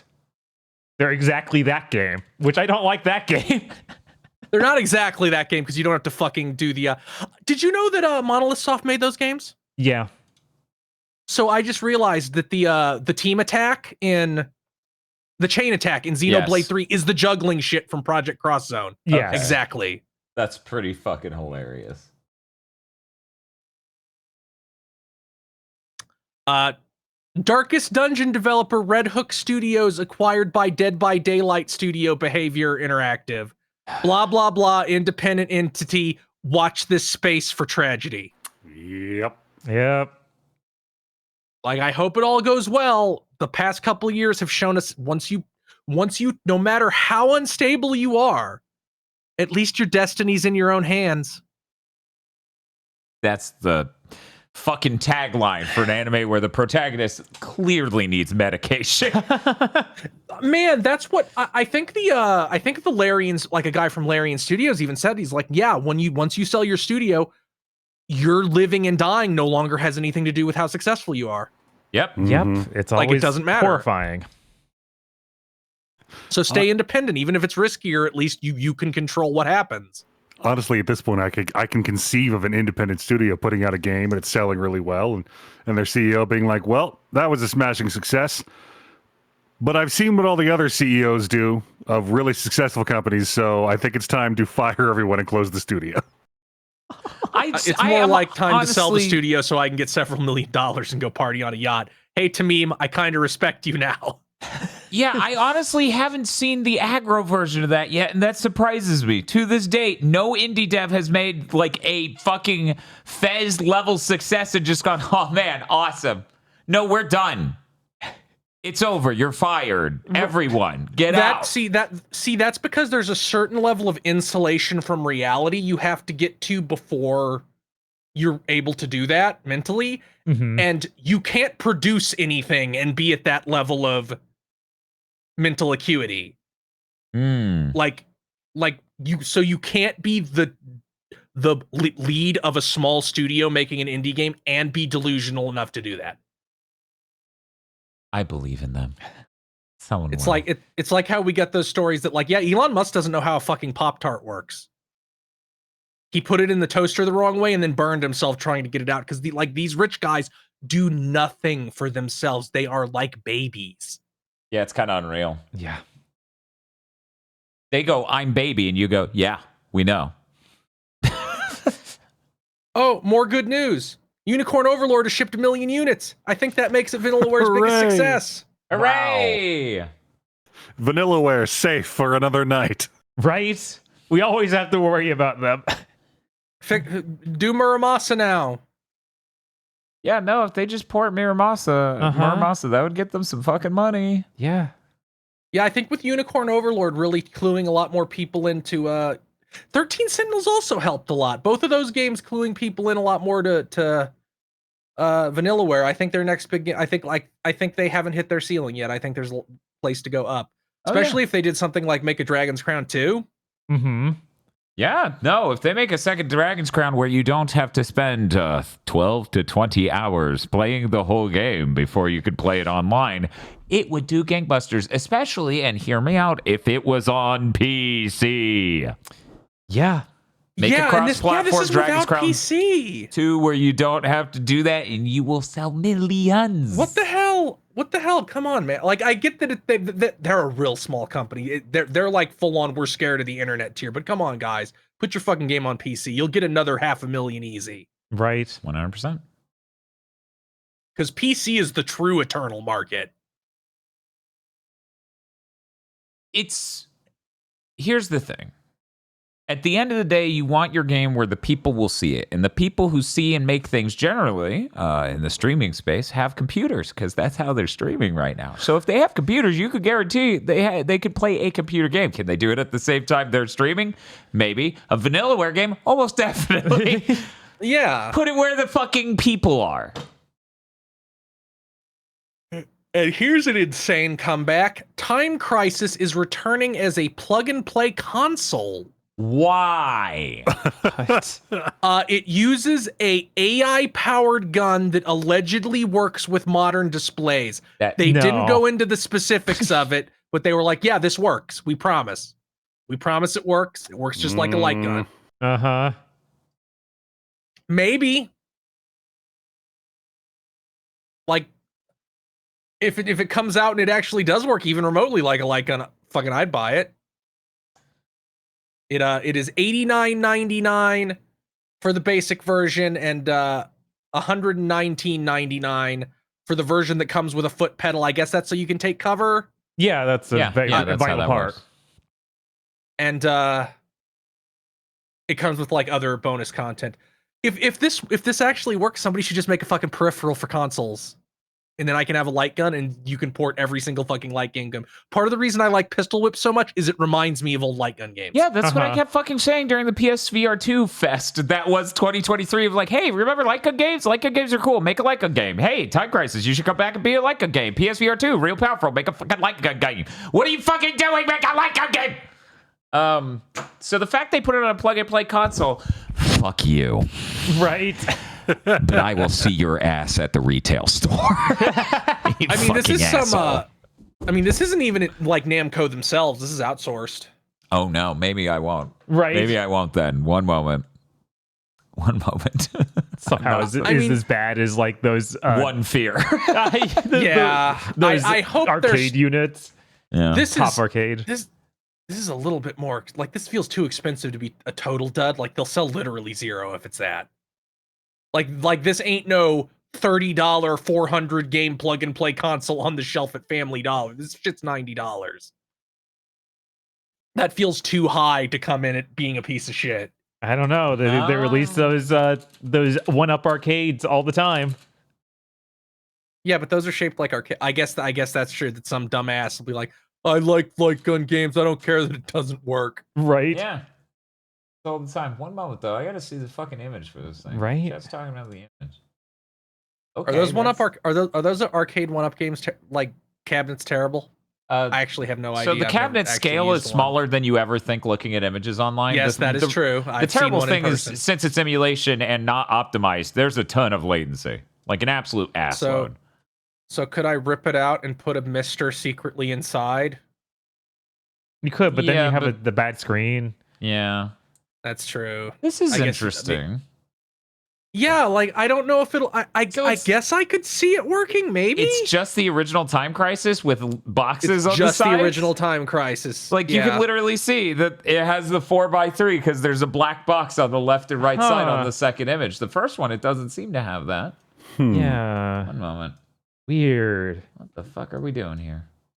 That gun's very strange. It is. It's, I'd need never somebody- met a gun con that looked that terrible. I'd need somebody who actually knows their shit to be like, yeah, it works. I need somebody to even try and explain it. I mean, I'm sincere because we all want to know, and I'm sure our audience would be interested. We'll get it. It says low input lag. Okay. You better this be right. specifically is not the PS1 version. It is the arcade version of Time Crisis. Okay, that's good because that's just a super PS1 for anyone who doesn't know. The Namco arcade games of the era just use a juiced up PS1 with yeah. cool stuff. Oh man, I'm so worried about this. Right. Yeah, we're gonna have to wait till it either comes out or they explain it somehow. Or they let someone touch it who knows anything. How's it work? AI. You should never say that. Just so we're I clear. guess Even if true. I don't know. Maybe don't. Maybe it has like some kind of camera in the barrel and it detects something on the screen. Yeah, that'd be how Yeah, it it's would been have my to do assumption. it. Mm-hmm. Like now, by AI do you mean it uses a fucking algorithm? They mean it uses machine learning, which is all AI is anyways, because we stopped calling it machine learning because we wanted investors to spend way too much on it, and so they changed it. And then we realized, and then to distinguish our fake AI from actual AI that people think of when they talk about AI, we came up with AGI.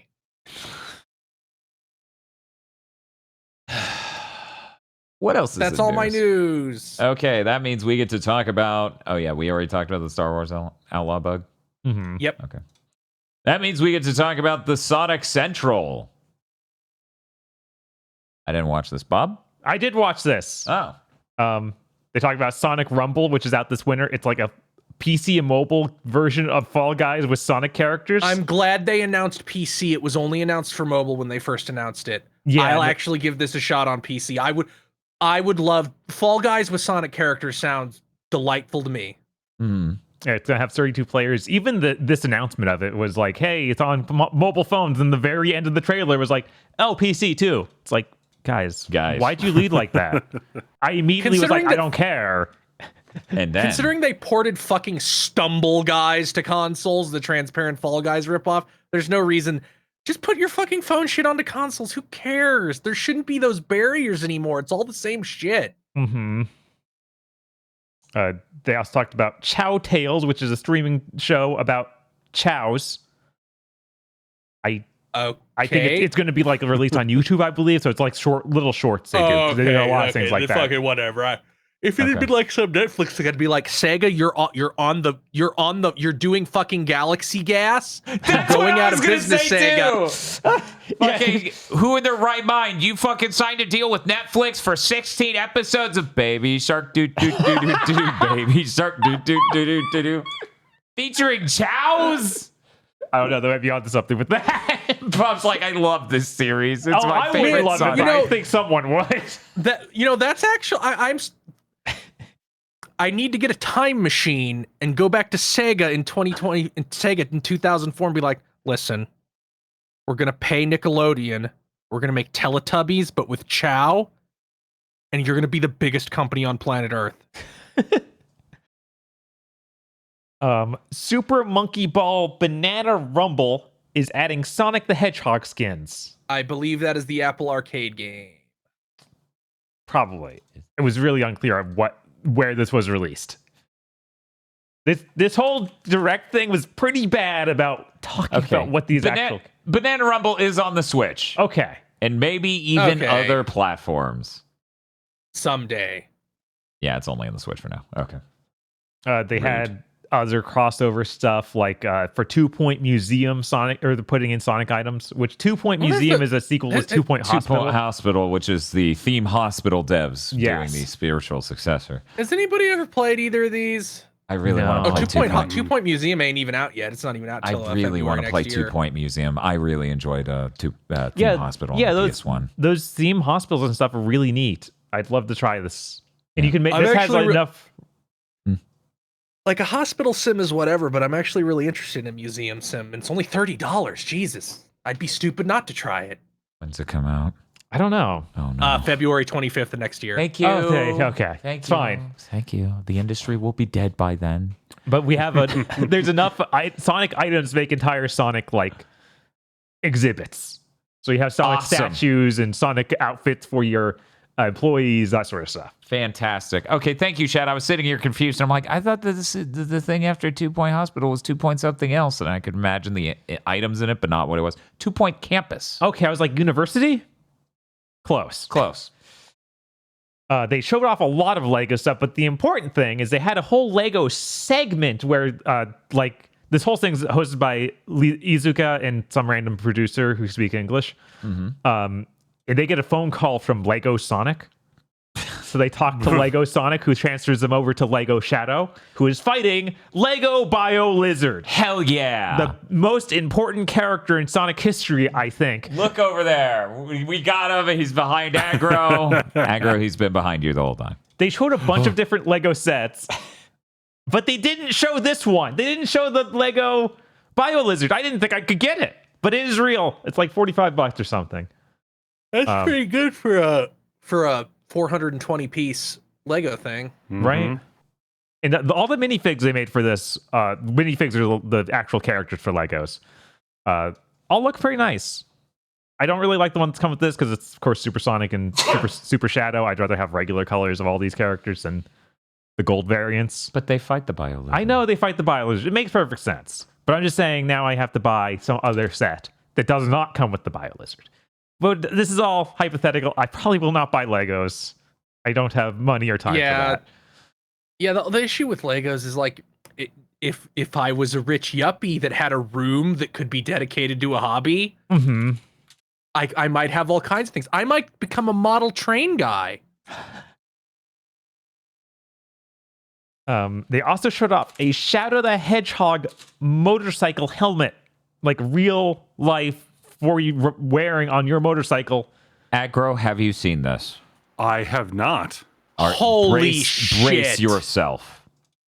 Look at this motherfucking helmet.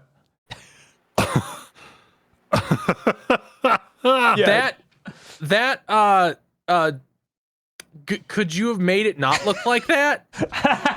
No, because I'm about to become the coolest guy on Twitch as I never take the helmet off again.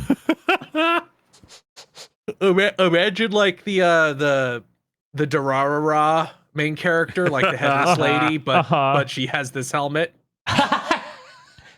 There's something. Have you seen that thing where they make a thing that holds a smartphone inside a motorcycle helmet and then displays images to make it look like eyes? What? No. Yeah, that's something that you shouldn't do it while like actually driving or anything, because literally your smartphone's in front of your face. Right. But this is like a cosplaying thing. Oh, that's awesome. So imagine that, but it's for open mouse of Shadow the Hedgehog. Yeah, and it's on the side of your face. So that way, it's open on either side, depending, or both. But yeah, that's really cool. It's 500 something bucks though. Yeah, it's like 580. They also showed again the necklace statues of all the different characters that they're like encrusted in diamonds. I think they're called Ice something, and they showed one for Blaze and one for Shadow and all sorts of other characters. And then we heard about Topgolf Sonic mode. Hell yeah! For people who don't know what Topgolf is, it's like a driving range that has various mini games over it that you can go and like drink beer at, as well as the order food and just golf. Yeah, it's got computers that keep track of where your ball goes and calculates what your score point is. There are multiple different holes, and those rings, those holes have concentric rings that score you more points, or you aim for the back wall. If you hit it centered enough in the back wall, you get an insane amount of points, and then you bash the shit out of your left hand. It is just now recovering. It still hurts. Right, of course. If I push the wrong parts of my hand. Because then went and did that, what, was that the day before 06? Yeah. Yeah, right there. You can just barely see the bruise as it remains. But it's does a lot of overlays. It has all the Sonic characters. I don't know how it's going to work. It's probably going to suck. Yeah, those mini games all seem to suck compared to just regular Topgolf. Yeah. But that's neat.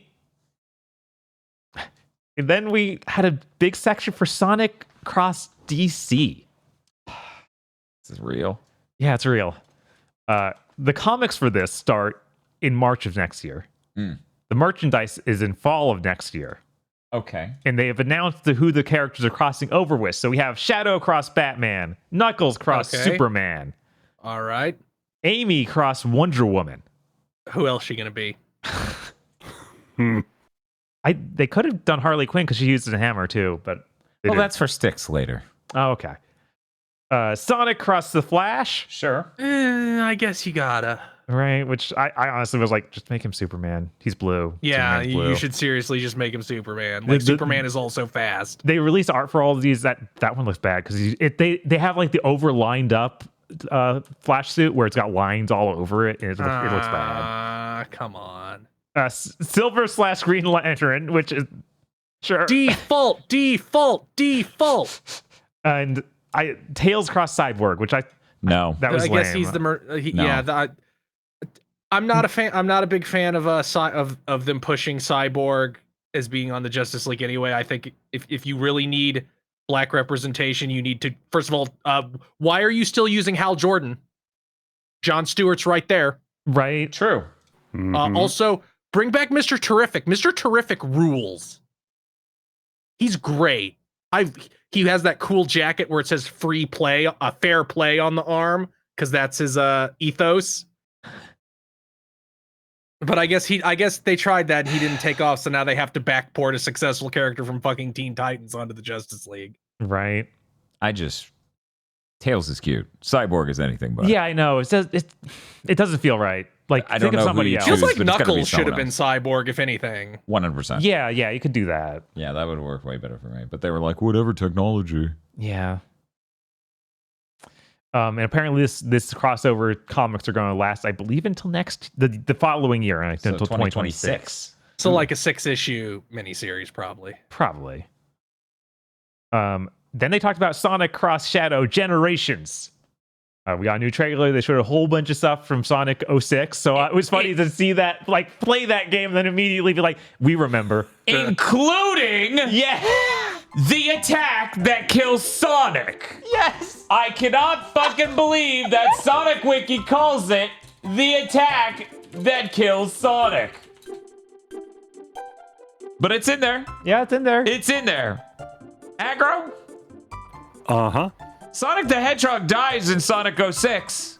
You Well, know yeah, why? He gets hit by the attack that kills Sonic. Exactly fucking right. Good job. You fucking figured it out. The attack that kills Sonic the Hedgehog. Here's its wiki. It's so funny. But it's okay. They bring it back to life, and none of it was even real to begin with. Purpose. Killing Sonic. I wonder what the fucking story of the shadow part of Sonic X Shadow Generations is going to be like. Is it something that he's doing as Generations happened? Is this some totally new thing that's happening atop it? That seems to be what the case. He's seeing flashbacks of Maria, and he also sees the big time god who's the boss of Generations. Yeah, I wonder if there won't be something like, the two Sonics beat its ass, and then Black Doom just possessed it. Mm-hmm. For more information, they also showed off their new mini series. It's another 6-minute short sort of thing called Dark Beginnings. 3 different episodes of that. It started on yesterday, the first one came out yesterday, and they're going to come out once a week. Cool. Going forward. So I watched the first one of those. That was pretty cool. It's well animated. It's just a short little thing where like Shadow is hanging out with Maria, and then he has to do battle with one of those really dumb robots that's from Sonic. One moment. Not the fighters. Sonic. What's that? Oh, you talking about the Jizzoids? Yeah, the Jizzoids. He has to fight Jizzoids? He has to fight a Jizzoid that's really strong. Oh, it's really strong Jizzoid. What? Oh. Describe this creature. It's Emerald. Oh, do you mean Emerald. It's Emerald. Okay. Yeah. Look, I'm convinced it's a soft G, and you're not talking me down from this. I haven't heard it said. It's a Jizzoid. So that was pretty cool. They are doing so much. Like this whole direct is talking about how it's the year of Shadow. Shadow is all about being fearless. The whole thing is like making Shadow out to be so cool. Like he's the coolest. He's the coolest guy ever. And that seems to be the point of these shorts. The PlayStation version apparently is going to come with an extended cut of all of these animated things. What a fucking weird exclusive. I know, Sony. right? Why? They're like, Shadow's the coolest. Yes. We need more. But that is everything for the Sonic Central broadcast. Well, that brings us to the state of play, and I guess I'll take off this helmet. I forgot to update it for the Sonic thing, but I'm just going to put it here. State of play. What we're talking about. Luckily, there's nothing other than the state of play to talk about, right? There is the Xbox TGS thing. Tiber Chan's looking rough. Let's get to the state of play. They had Astrobot open because they understand. Yeah. 5 speedrun levels, 10 new bots announced. They showed off who 2 of them are, a Helldiver and Stellar Blade Lady. Yes. And she has her patented vending machine with cans. It's important. That's funny. It's really good. They showed off this immaculate-looking claymation-style game called The Midnight Walk. It is PS5 normal and PSVR 2. Absolutely stunning looking. Yeah. I also spent that whole trailer going, wait, is this VR? No, this isn't VR. Wait, is this VR? You would have fit in perfectly with our stream. Made from Lost in Random's creators. I don't know who that is. I don't remember. They showed a dope video game that looked like Blue Point might have made it because it is very Soulsian, but also very Death Strandian in its visuals. It's called Hell Is Us. It's a post-apocalyptic Souls-like with whole face enemies. Yeah, they got a big hole in their face. It's true. I think we're getting a bigger gameplay of that soon. Good.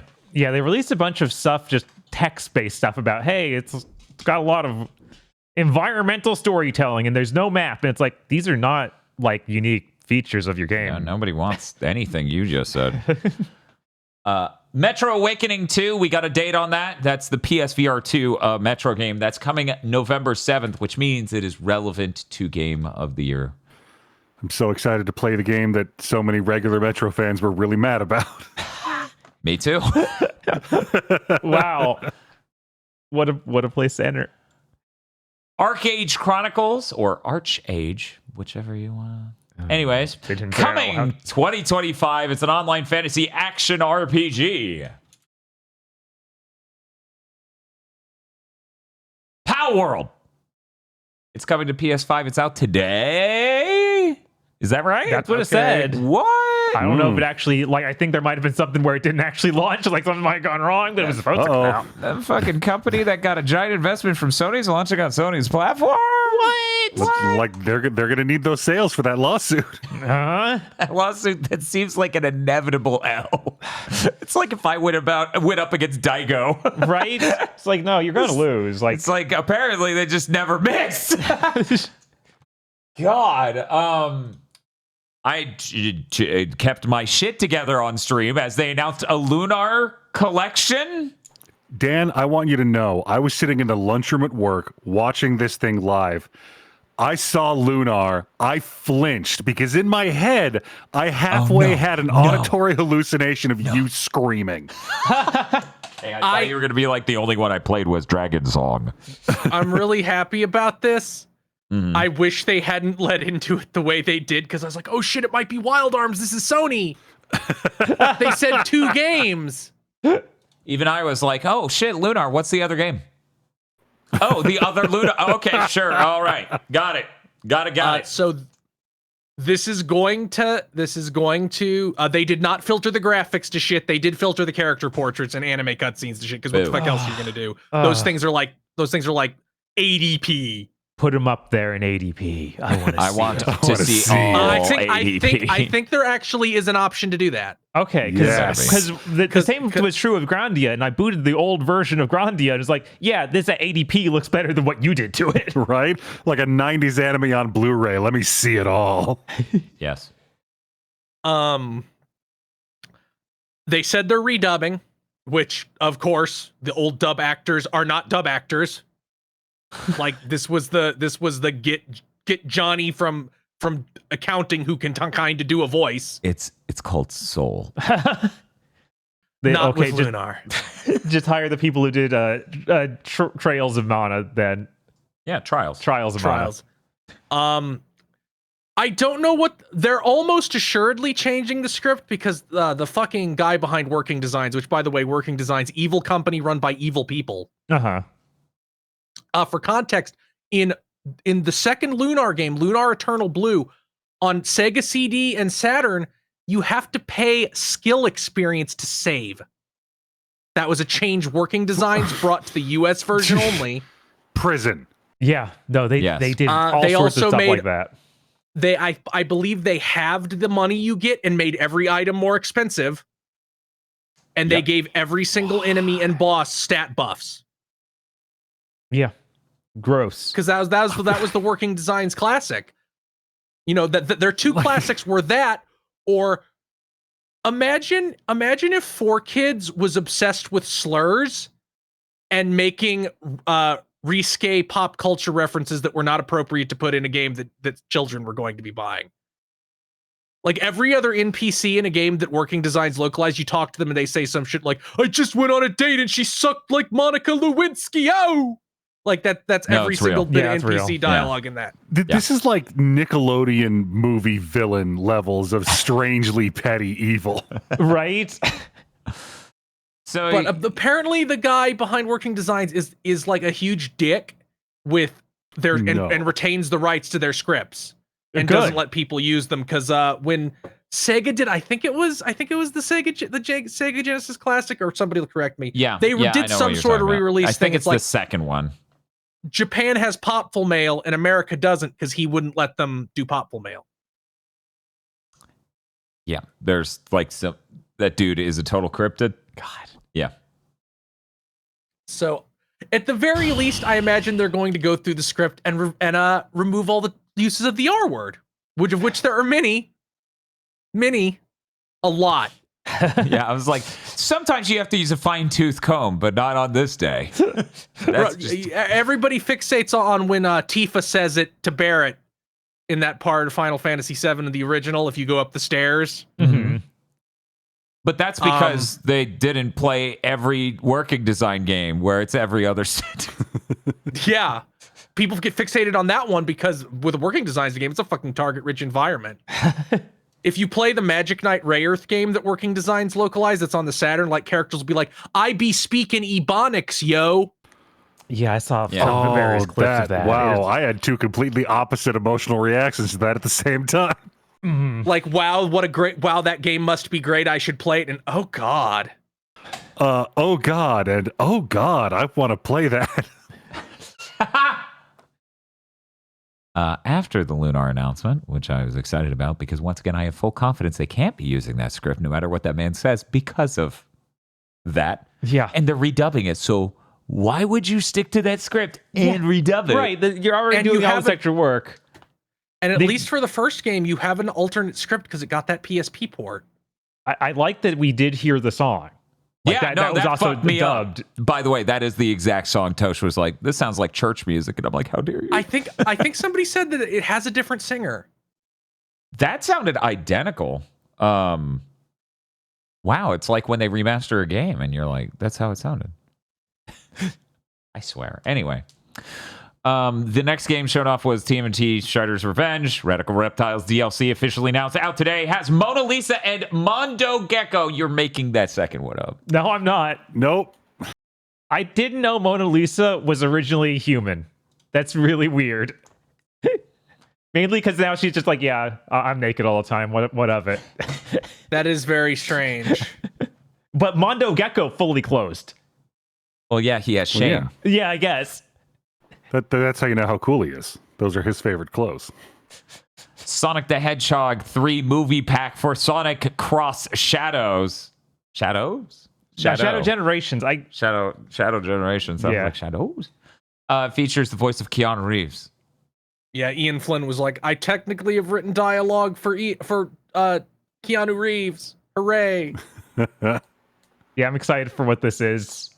It's probably like one mission, but that'll still be pretty funny. Yeah, I'm sure it's going to be like 10 minutes long, but it's cool. And it's they also seem to have a different model for Shadow, where he's more movie-like and has more fur. This is just the like it's very clearly based on the movie model, which is fine. Please do not do that in future Sonic games. Don't try to cross those streams too much, or it becomes bad. Yeah, no. If that was the main way, this is much as the exact right amount. Fantasian Neo Dimension is out December 5th. Hey, you guys wanted a last-minute JRPG to play in time for Game of the Year, right? Of course. How long is Fantasian? It's a phone game. It Probably can't be that 40. long, right? Probably 40 hours. I think it's only 40. God. We'll see. Okay, I'm excited. Fantasian. It said how long to beat says 20 hours. Is that both parts? Both parts? Because it's in 2 parts on phone. I don't know. The funniest one thing, entry. They announced December 5th. I'm like, could they have announced one game for me to play on the PS5 Pro? And Bob goes, Fantasian. It's right there. It's right there. You use your PS5 Pro to unlock the full power of Fantasian. Speaking of games I don't get to play in the Pro because it launches a little too early, you fuckers. Dragon Age The Veilguard was shown off.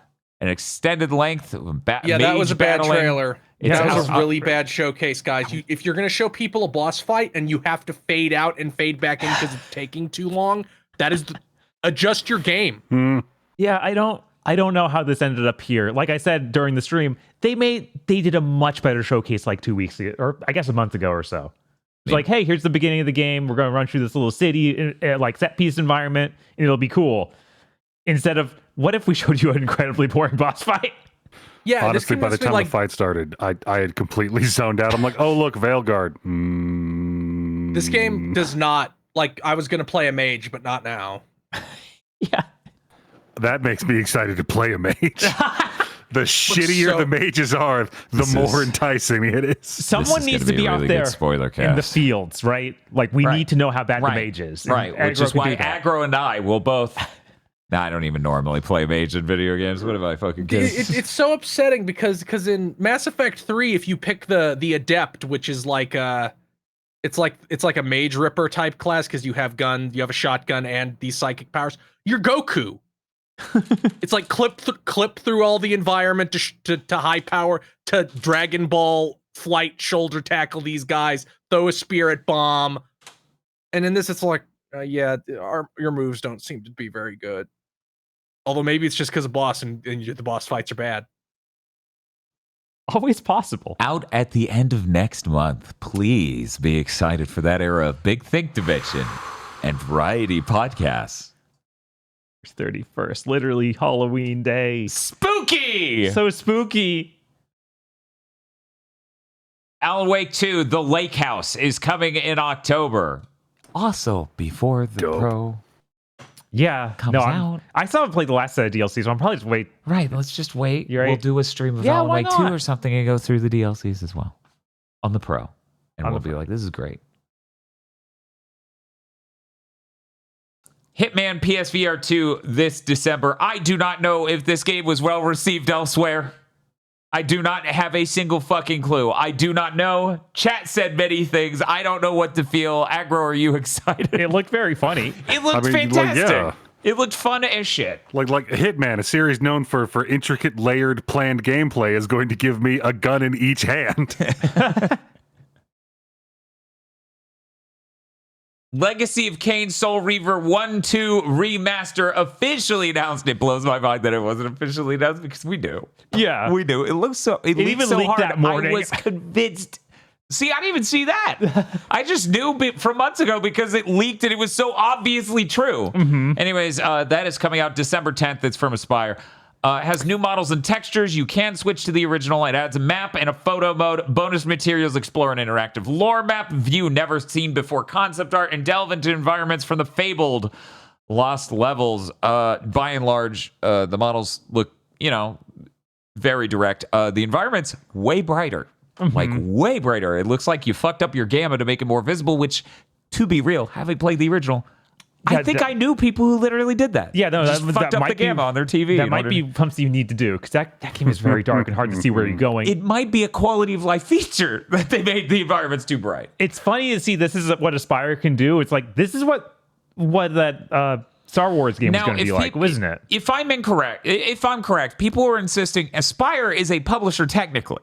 Okay. So who knows if this is developed by them or what? I don't know. I didn't look into it because at the end of the day, why did they trust them with a KOTOR remake and they showed that CG trailer? That might be the craziest thing Sony's done this gen. Yeah. That was definitely not going to be like a souped up version of the original game. That because we even gotten reports like we're transitioning it to an action game. Which is they shouldn't have done that. So they should have made this. This seems like the perfect level of like, nah, this looks good. Like I'm hyped. But Jim Ryan wanted a quadruple A. I know, right? KOTOR remake. As somebody who played KOTOR 1 recently, no, they need to remake that game. So I didn't play the Soul Reaver games. I'm really excited to play this. My favorite part about this trailer is it kept showing a new scene, and then I'd go, oh man, that looks pretty good. I wonder what it looked like on the original game. And they would screen wipe to, these are the new graphics. And I went, seriously? That was a PS1 game? That is gorgeous. Yeah, it was like a Dreamcast game too. So that, but yeah, no, it's a really nice good art design, game. awesome fucking universe. That adding of the world map that you can look at in game changes this game to a game you might not need a guide to get through because they will maybe just be like, Ezreal, you need to go north. You have no idea. There is no landmark that tells you what cardinal directions are. None. So it's always wander the map or bring up game facts. But the most important thing about this announcement is it got us to watch the what was it? The fucking Soul Reaver pudding YouTube video again. Jesus, I forgot that happened. Yeah, no. Soul Reaver's so cool. I'm so glad they're doing this. I'm sad we don't also have the third game, but I guess you would. Well, which one do you consider the third? Defiance. Okay. Because that's the third Soul Reaver game. The others, they're the Blood Omen, Legacy of Kain Blood Omen games are separate. There's 1 and 2 of those. And then the third, I guess, is the end. Like, Defiance is the mix of both of them. It's like Kain and Ryze are playable. Well, then technically, we would have to start counting from Blood Omen, which would make this the third and the fourth game, and Blood Omen 1 and 2 go before this. Technically. So, we were talking about it before the podcast. Amy Hennig's probably praying that this does gangbusters and somebody greenlights a new fucking Soul Reaver or Legacy of Kain, and Amy Hennig can escape the nightmare that is the MCU game she's currently working on to work on any IP that isn't a fucking Marvel property. Because twice in a row, Star Wars and then that. Yeah, no, it's bad. Hopefully that's one she's currently working on gets to release. God. I don't even know anymore. That thing's going to be Unreal Engine 5 fucking 30 frames per second game. Our Marvel and possibly open world, I think they were implying. It is, yeah, it's open world. Fuck off. With 4 playable characters. If that game is good, I will be fucking ass blown. Yeah, we will have to make a new category for Game of the Year called I Didn't See That Coming. But yeah, I don't have any thoughts of it being good. Just hope that it releases. It isn't just canceled like the Star Wars one. I don't need more bad things in the world. Actually, that's not true. Immortals of Avium is a fascinating point of data in the tapestry of video games. So maybe I do need more bad things in the world. Fear the Spotlight is coming out October 22nd. It's a PS1-inspired horror game. Yeah, they did no favors by saying, hey, check out this cool PS1 game. What about this thing inspired by one? It's like, guys, it's not the way to do it. I'm sorry. True, but I mean, it's one of those Blumhouse games, and none of those look bad. Yeah, it's probably going to be fine. It's probably going to be good. Dynasty Warriors Origins comes out January 17th. Thank you! The first game that comes out past the Pro that I get to play and launch with the Pro. And this is definitely one that will take advantage of it. I am certain. We're not using Pisser. They already announced that they were like it was so Sony co-funded, obviously, from it being at State of Plays. There's no way this doesn't use any Pro fucking shit. Right, I'm pretty sure they already announced it's using something for the Pro. They released 24 minutes of gameplay today. I haven't had a chance to check that out, but that's exciting. That is exciting. Love Dynasty Warriors. I am there. You cannot stop me. Bob and I are doing the spoiler cast. The question is, who's joining us? If there is one game that will make me like, Dan, how well is this running on your system? Do I need to go right now and buy a PS5 Pro? And I'm like, why? Does it drop frames? Oh, funny. The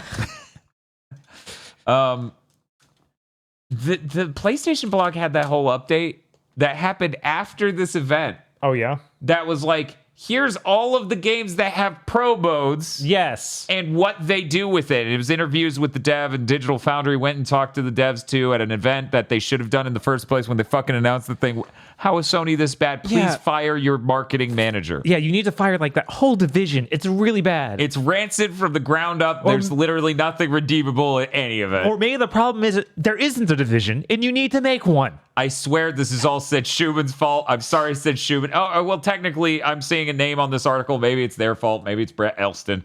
Look, the point is they need to have communicated this better, and they should have gotten developers who, have a brain, or journalists who have a brain for this sort of thing, this technical thing, to go out and see these games, not some guy from CNET who has no idea how video games work.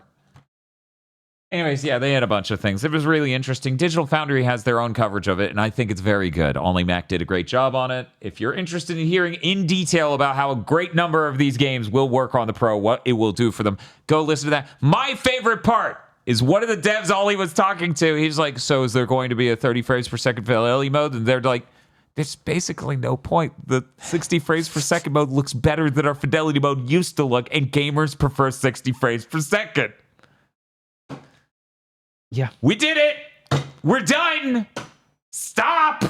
Please, everyone. We've hit the top of what you should even shoot for fidelity. What are you doing? So anyways, really excited to play Silent Hill 2 in a couple of weeks at ass frames per second plays. Fuck. Anyways, they then showed a really long trailer for Monster Hunter Wilds. That is out February 28th. They showed a lot of cool monsters. I really hope that game runs better than I expect it to run. There's no way. They just put out the PC recommended specs. They're like, to hit 60 frames per second with frame gen, yeah, we recommend a 4060. Yeah, that's so disappointing. Isn't a 4060 worse than the PS5?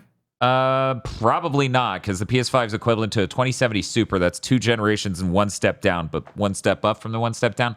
or one step up from the one step up, and this is 2.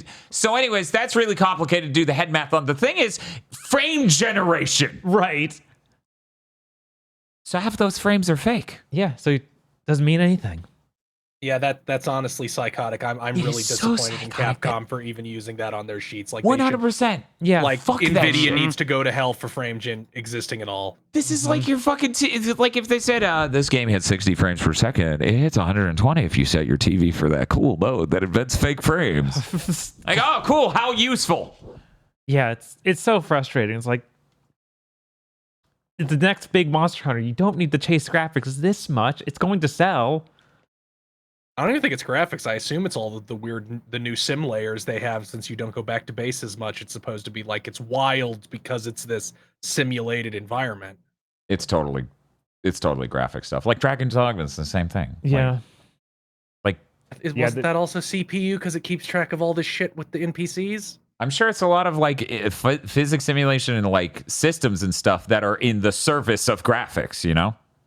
Like at a certain point, you can simplify this shit and get it to run well. But you know, maybe it'll run well a year later because it's another Q1 into the financial year Capcom release. If we're lucky, it will run as well as Dragon's Dogma.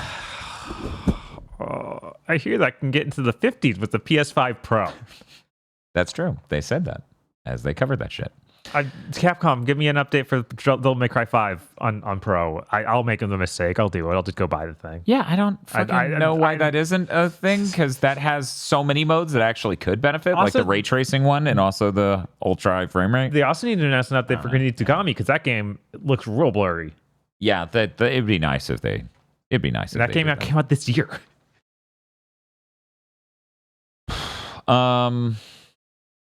Let's see. Oh god, I'm gonna skip this next one for just a second. Okay. Horizon Zero Dawn Remastered PS5 PC via Nixies. Out October 31st, has a PS4 to PS5 upgrade for $10. Standalone purchase $50. Egro, are you getting this? I might get this. I will admit there was a single moment where I went, huh? Yeah. But no. It's like $10. I mean, $10. I already own Shit. I think I already own a digital copy of Zero Dawn because they were giving they gave out it to everybody. fucking Had a everybody. PlayStation. Yeah. Not that I could ever see myself playing that game ever again, so it hardly matters. Watch when you try that shit. They're like, no, sorry, this is one of those copies that we gave away. You have to actually buy it. Oh no, Yeah, they I'm actually worried confirmed that that those you can do that. Okay, great. awesome. Yeah, thank God. Then next we had let's see, what's the Lego Horizon Adventures, and they had the gall to literally make this happen. As a Little Big Planet fan, I am incensed. How dare you? How fucking dare you to put Lego Aloy in a Sackboy outfit?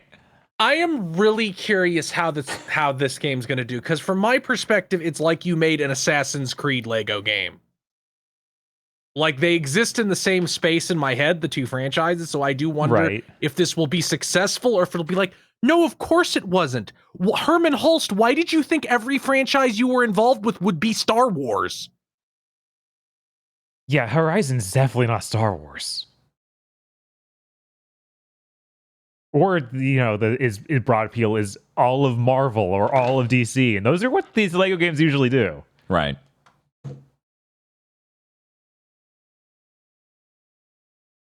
I'm so repulsed by the fact they did that. No, that is just cruel. After what Little Big Planet fans have been through with Dreams and Media Molecule and everything else. Don't worry, Dan. They'll announce a sad Little Big Planet themed attempt to copy Roblox, and it'll come out 4 years too late to actually do anything. Did you hear anything? All I heard was screaming and white noise. Stellar Blade update. They're doing Stellar Blade Cross Near Automata DLC. It's coming out this year. And it's photo mode. Woo. It's weird that wasn't there yet. Yeah, it was. I'm really Although curious. I guess it doesn't matter as much since a divorced man made it so nobody can post screenshots on social media anymore. It's true. I'm really curious what this near crossover is, and I'm really upset that beating that game leaves you just saved before the final boss fight and not like let you explore anything again. And it's not in service of a great moment, really. No, you can't even like make any alterations. You've already made the choice for the final boss fight. Yeah, They're insane. I assume it's just going to be a 2B costume and maybe like one area that looks like the theme park, right? From near. And but it kills me to keep doing updates. It's like, yeah, you add something to the fishing zone. I couldn't go back there during the summer event because I was already past that. Unless I start a new game plus and get all the way start a new game plus and get all the way back there. It's like make your game. Make it differently. Honestly, I don't really like. Again, this goes yet again goes back to my why should I buy games at launch thing, because these single player games now get updates like months after. And it's like, I'm not gonna go back and replay it 6 months later. Yeah, and a lot of them, especially not Stellar Blade, which I took back to GameStop the second I hit credits. Yeah, it's just a lot of them. You could possibly go explore that new content that was added if you wanted to. In Stellar Blade's like, no, you don't do that unless you invest extra time to get to the point in the story where you can actually do that, which is just insane. They also actually brought up classics for once. Sony went, hey, maybe we should advertise things we're putting out that are retro video games. They're putting out Blood Omen and Dino Crisis. Ve Victus.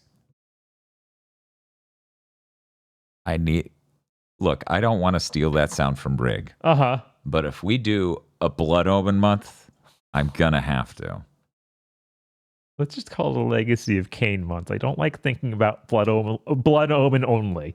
I'm sorry, you have to think about this was them trying to make a fucking Link to the Past clone. Yeah, that's insane. It is completely insane. I never would have figured that out. Yeah, no, I love I love Zelda in general. I rented Blood Omen and played it for like an hour, couldn't figure out even what I was supposed to be doing, and brought it back to network video. Yeah, that's about what I did too. Like, it's a very bizarre, very punitive game. Then Amy Hennig came in and saved this franchise, and then they let some idiots make Blood Omen 2 after that. I don't understand. The funniest thing is, for people who don't know, Amy Hennig was literally working on her thing, and then her studio started working to help ship Silicon Knight's fucking tire fire that wouldn't finish. Blood Omen 1. They do that. She goes back to working on the game they were working on to begin with, involving what? Fallen angels and shit. Right. And then the publisher goes, hey, so your game's now a Legacy of Kain game. It's related to the Blood Omen game you just worked on, so I guess that's not an angel, it's a vampire now. And there should be cosmic judgment for people who make calls like that. Yeah.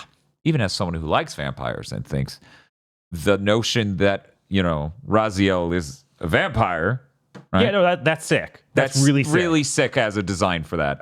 But fuck you. Dennis Dyack, god damn it. Anyways, that's now on PlayStation Plus, and presumably you can buy it because they stopped releasing PS1 games on the back compat that you cannot buy because they learned their lesson. Yeah. Hey, Aggro. Yes, sir. We be winning. You look at this shit? Absolute cultural victory. They made a green one. The fucking Chrome Indigo is fucking good, dude. I genuinely forgot they announced the white one. I don't know what they were thinking with that. What is that doing here? Luster! That's a color! That white one was the ultimate emotional setup for me. They started in with they're doing hardware. Oh, I was literally sitting there. Oh, they made a blue one. Yeah, that's what we need. Another fucking blue one. Oh, it's a special white one. That's a real necessary thing to...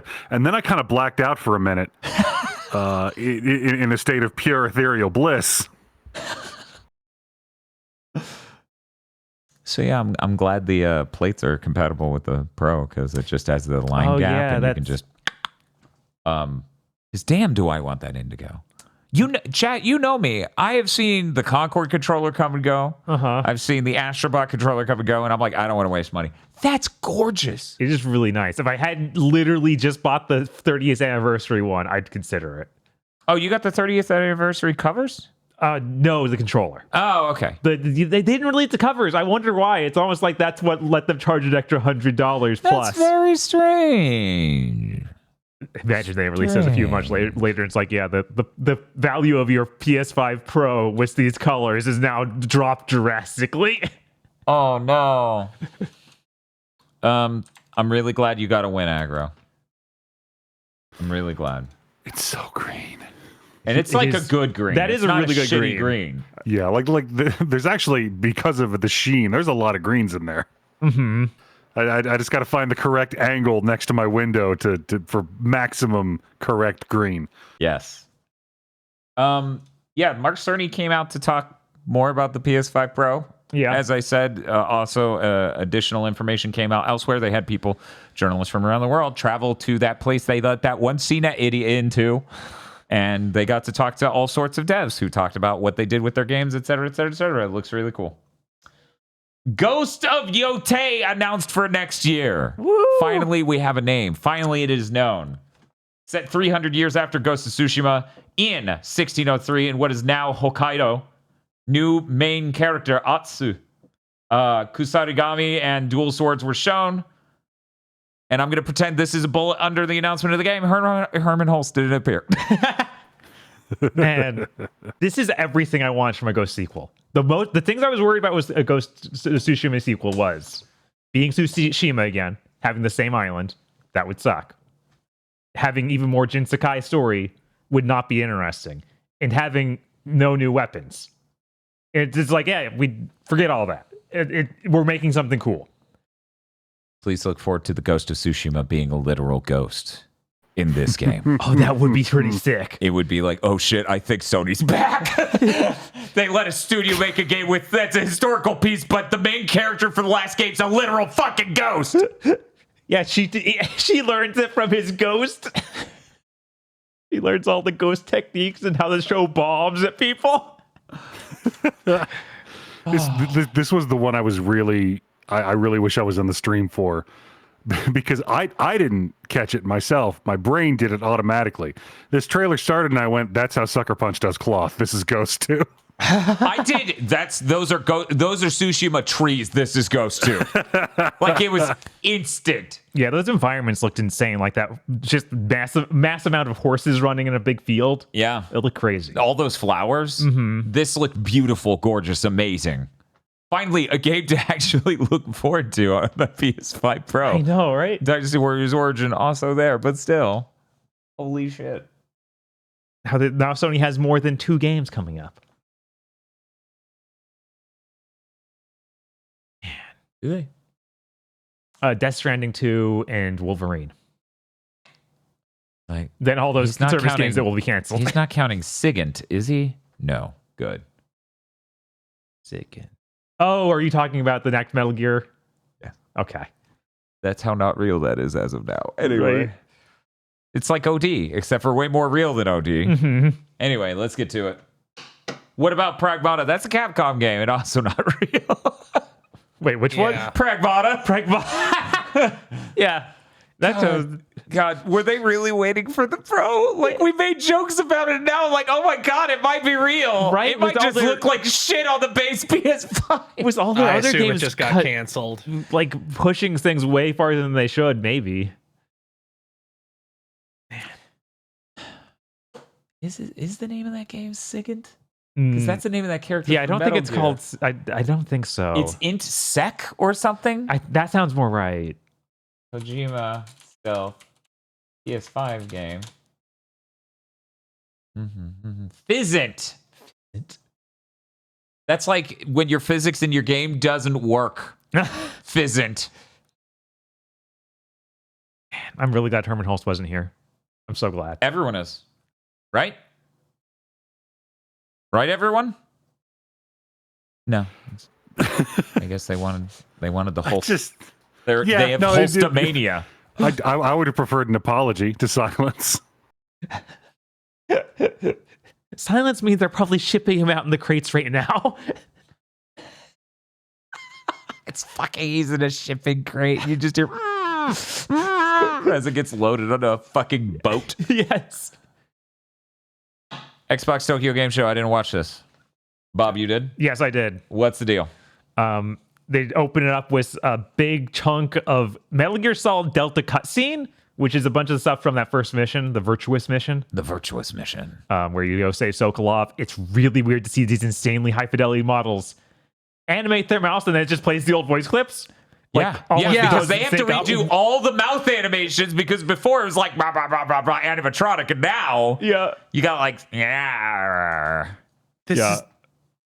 Stop showing me this. It's such an alien, unneeded project. I don't know. Especially after I think they're updating the collection to run that shit in higher resolution too. The Master Collection. They did do that update. Yeah. Which is great, but here's the thing: they made 2 versions of Metal Gear Solid 3, and I think mechanically it still doesn't control as well as it should. So the notion of it having stuff from 4 and 5, I would love if they did a trailer focused on that.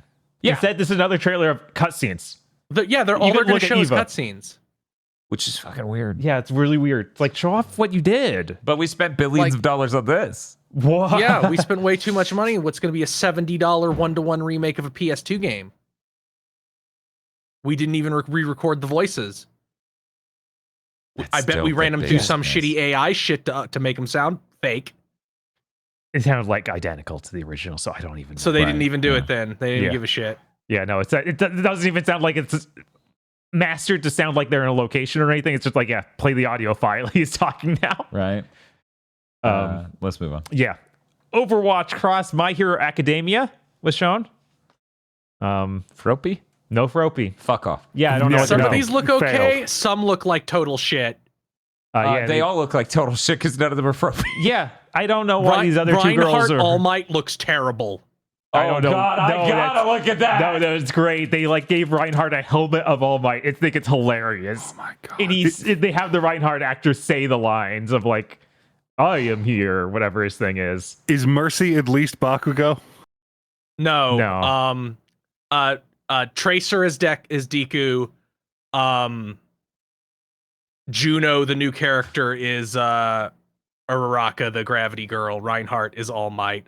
Reaper is Shiragaki, the villain, and Kiriko, the new Tracer 2, is Himiko Togen. I don't think there's any others than that. How in the world did we not put this in the thumbnail? I forgot. It's really good. We should have put that there instead of the Ghost of Yotei, frankly. That's how horrible this is.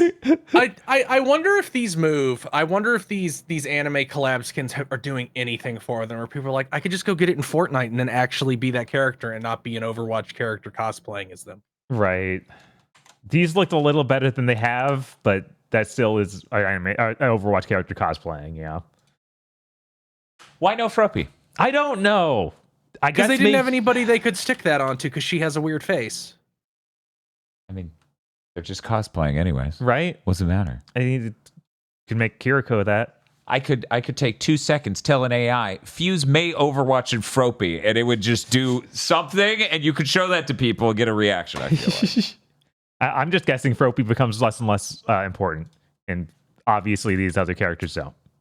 That's got to be it, which is sad. But next thing, Age of Mythology Retold Immortal. Immortal Pillars is the new expansion for... Is the new expansion for Age of Mythology Retold. One moment, this title is coming in live. Bob's got a ticker tape. It shows off the Chinese Pantheon, which I guess is a new class to play as. So that's cool. Okay. No idea on what it's going to be priced or when it's going to release. We see the Japanese dub of Indiana Jones. Cool. Is Troy Baker doing that too? That'd be hilarious. That'd be so funny, but I doubt it. Okay. I have no idea. It seemed like just stuff we've already seen from the game before, so just with the Japanese dub was the main thing they were showing. Then they announced Tanuki Pawn's Summer, which is actually going to be on Xbox, Switch, and PC. It's a game where you play as a raccoon delivering mail. It looks pretty cool. It's like a small indie game sort of thing, it seems. Cool. Threads of Time was announced for PC and Xbox. It's a turn-based RPG clearly inspired by Chrono Trigger. It uses pixel art graphics. It looks pretty nice, and it has the time period switching, so it shows like different time or ages. Now this sounds insane, but easy to say. How come Chrono Trigger inspired games never have that? I don't know. Why do they never do? Because that's hard. It is okay. Yeah, that's really hard. There are a few that do it, like Chris Tales does it, but I Okay. don't hear anything good about that other than they tried to do it. Okay. We Love Katamari Reroll plus Royal Reverie is coming to Xbox. It's out now. Cool. Yeah, there's a lot of coming to Xbox in this. Yeah, this is a bunch of stuff. I guess everywhere else. I guess somebody woke up and is like, "Oh right, we can't let ourselves have unbelievable platform disparity between everybody else. We need to get this shit, even if we have to give them way better margins than they get anywhere else, and they will still sell 0 copies and stop doing it after this wave." Apparently, this is going to be the first Atelier game. Atelier Yumiya is coming to Xbox. 0 copies sold. Are they insane? I know, right? But they have a big interview. The guy talks about how Halo is one of the inspirations behind this new one. Sure. Okay, I definitely believe that. Awesome. Atelier evolved. And it's also got house building, so you can make like houses and stuff. Rise Finish had that the a couple roof. times. I don't know if it's going to be more. They're going to lean into it more, but maybe. You mind telling me what you're doing up there, Yumiya? I'm finishing the roof, sir. It looks really cool. Doo-doo. This is a ton of sci-fi stuff. Is that something in other Atelier games? Because she has like a cyber motorcycle and stuff. No, I didn't. I haven't seen this. There's usually like a dead super civilization that have something akin to technology, but there's not usually From like a sci-fi ring-shaped stuff. world. Stop it. Baby, I can see you telling me. But yeah, Jong? what's that? Sorry, go ahead. I definitely.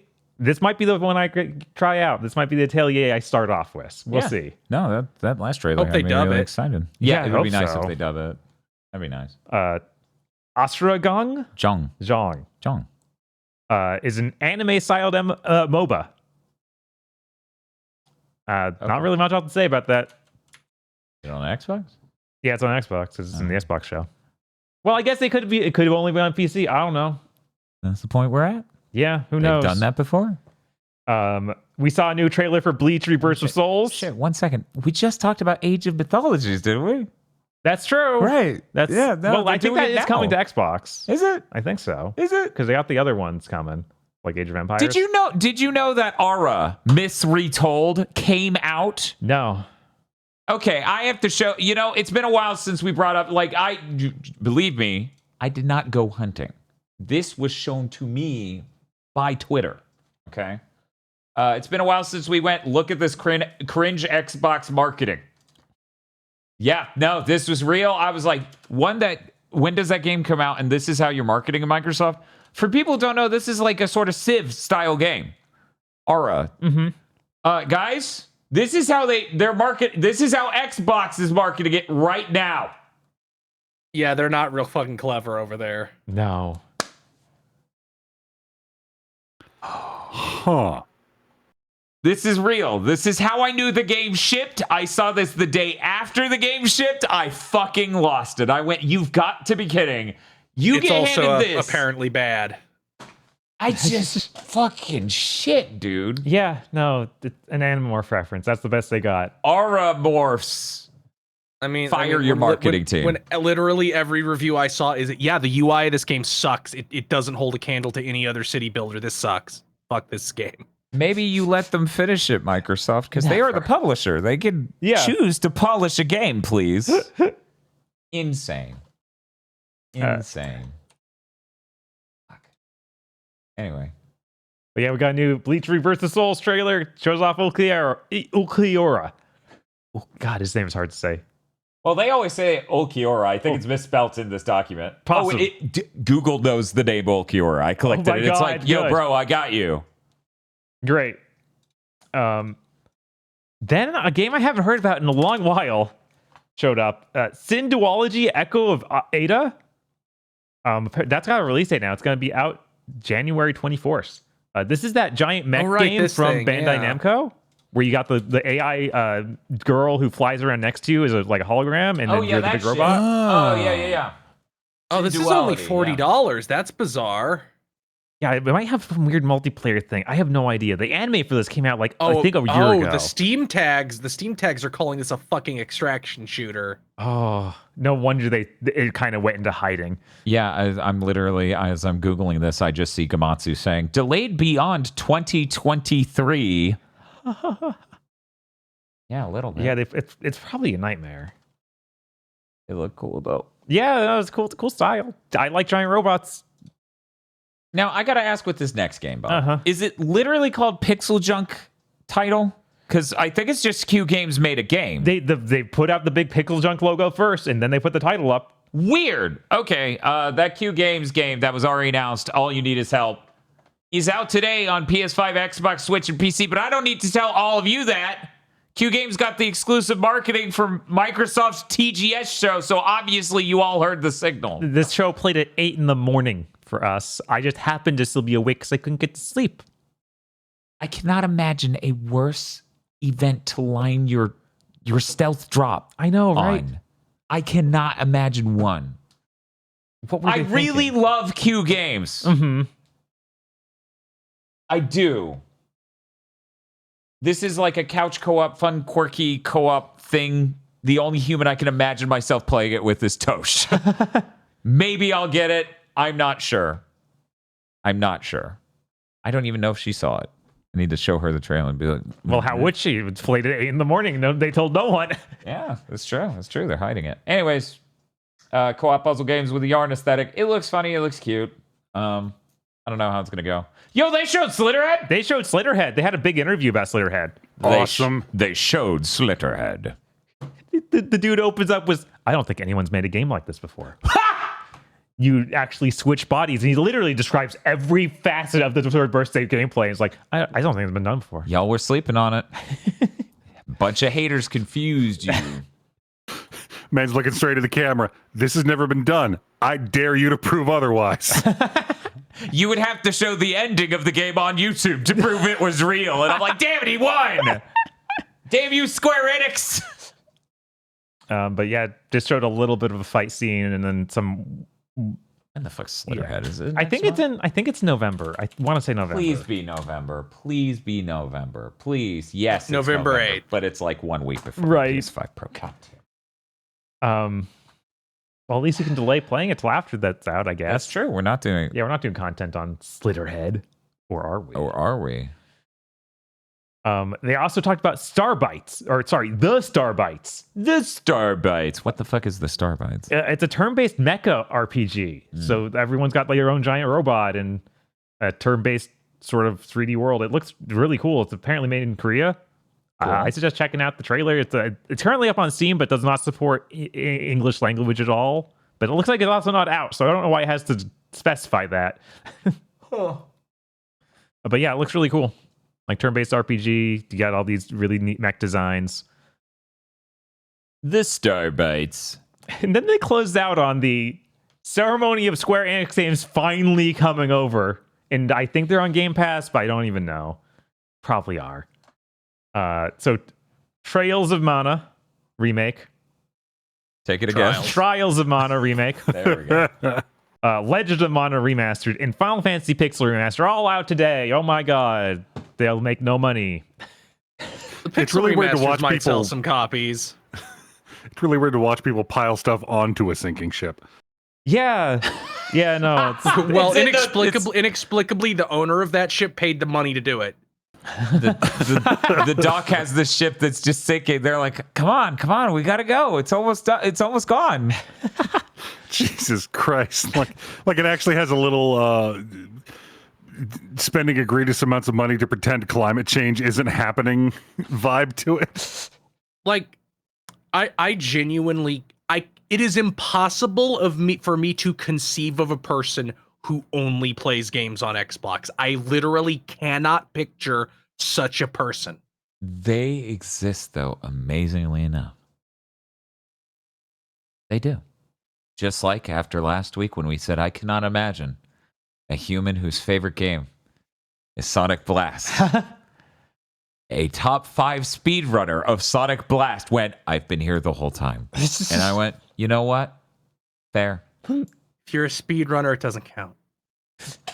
Oh, What, are you no longer human? oh, you don't actually love it if you speedrun it? Is that what you're saying? Next year, say Voxandra doesn't love Mega Man X6. That's ridiculous. She's playing it every month. It just feels like one of those situations where You know where Stewie is going to kill Lois and then he's like, I've become accustomed to her face and sings a song. That's how people feel about the games they speedrun sometimes. It's like, you're fucked up and evil, but you've been here the whole time. So I guess we're together. Kind of like Dan in Mighty Number 9. Ooh, what? No, we're never playing that again. We did every version in one stream. We're good. Sure. We're good. Did you see it on Wave 8? No, because I haven't seen Wave 8. Oh, yes, I guess I have seen Wave 8. You haven't seen Wave 8. That's just so you're not going to play it again in the Donathon. You mean the one where we owe people like 40 game streams? So obviously that'll be what we're doing for a very long time, regardless of anything else that happens from this point forward. Don't worry, I'm sure they'll be like, yeah, we don't want to end this, but we only have like an hour. Dan, load Mighty Number 9. I mean, Timer Chan's been just barely alive this whole podcast. He's had 30 minutes. Wow. I don't know. It actually was working. That was the weird part. Because I had to manually fix it earlier, and then it started working again. I'm like, ooh, all right. See, the thing is, at the end of the day, I keep track of this shit on the back sheet, so if it doesn't update it live, I still know what it is. Yeah. Anyways, that's it for news. Whew. Bob and I are playing Sonic Unleashed tomorrow. I'm very excited. I've never beaten that game. We're going to be playing the Xbox Series X version because it runs well at all. And it loads. Right. A thing we would like it to do if we're going to beat it in one stream. After that, we have other Sonic games planned, but we're running out of Sonic days and Sonic month, you might notice. Mm-hmm. The Sonic time slips through our fingers like Sonic sand or Sonic dust in the wind. This month is not long for this world. It is, in fact, the 27th.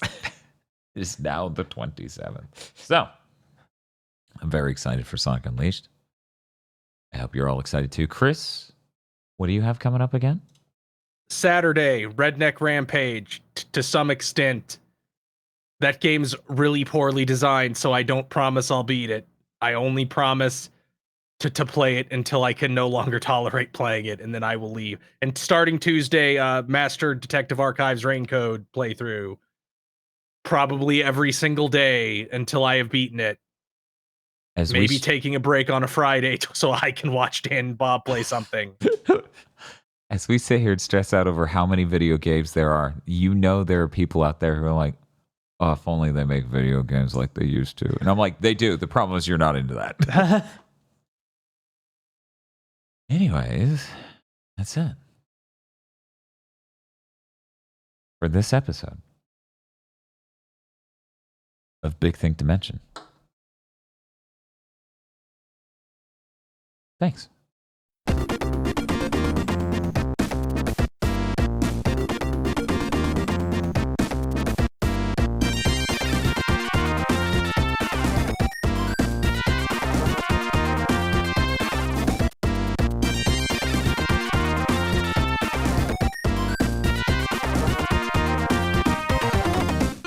Thank you very much for watching this episode of Big Think Dimension. Big Think Dimension is only possible because of you and your support over at patreon.com/gbpodcast, where you can get access to extras like Armchair Devs extras. Like, imagine we did an Armchair Devs and you want to hear more about that episode of Armchair Devs. That's where you would get it. Patreon.com/gbpodcast is where you get that. Access to the Armchair Devs extras is where that's where.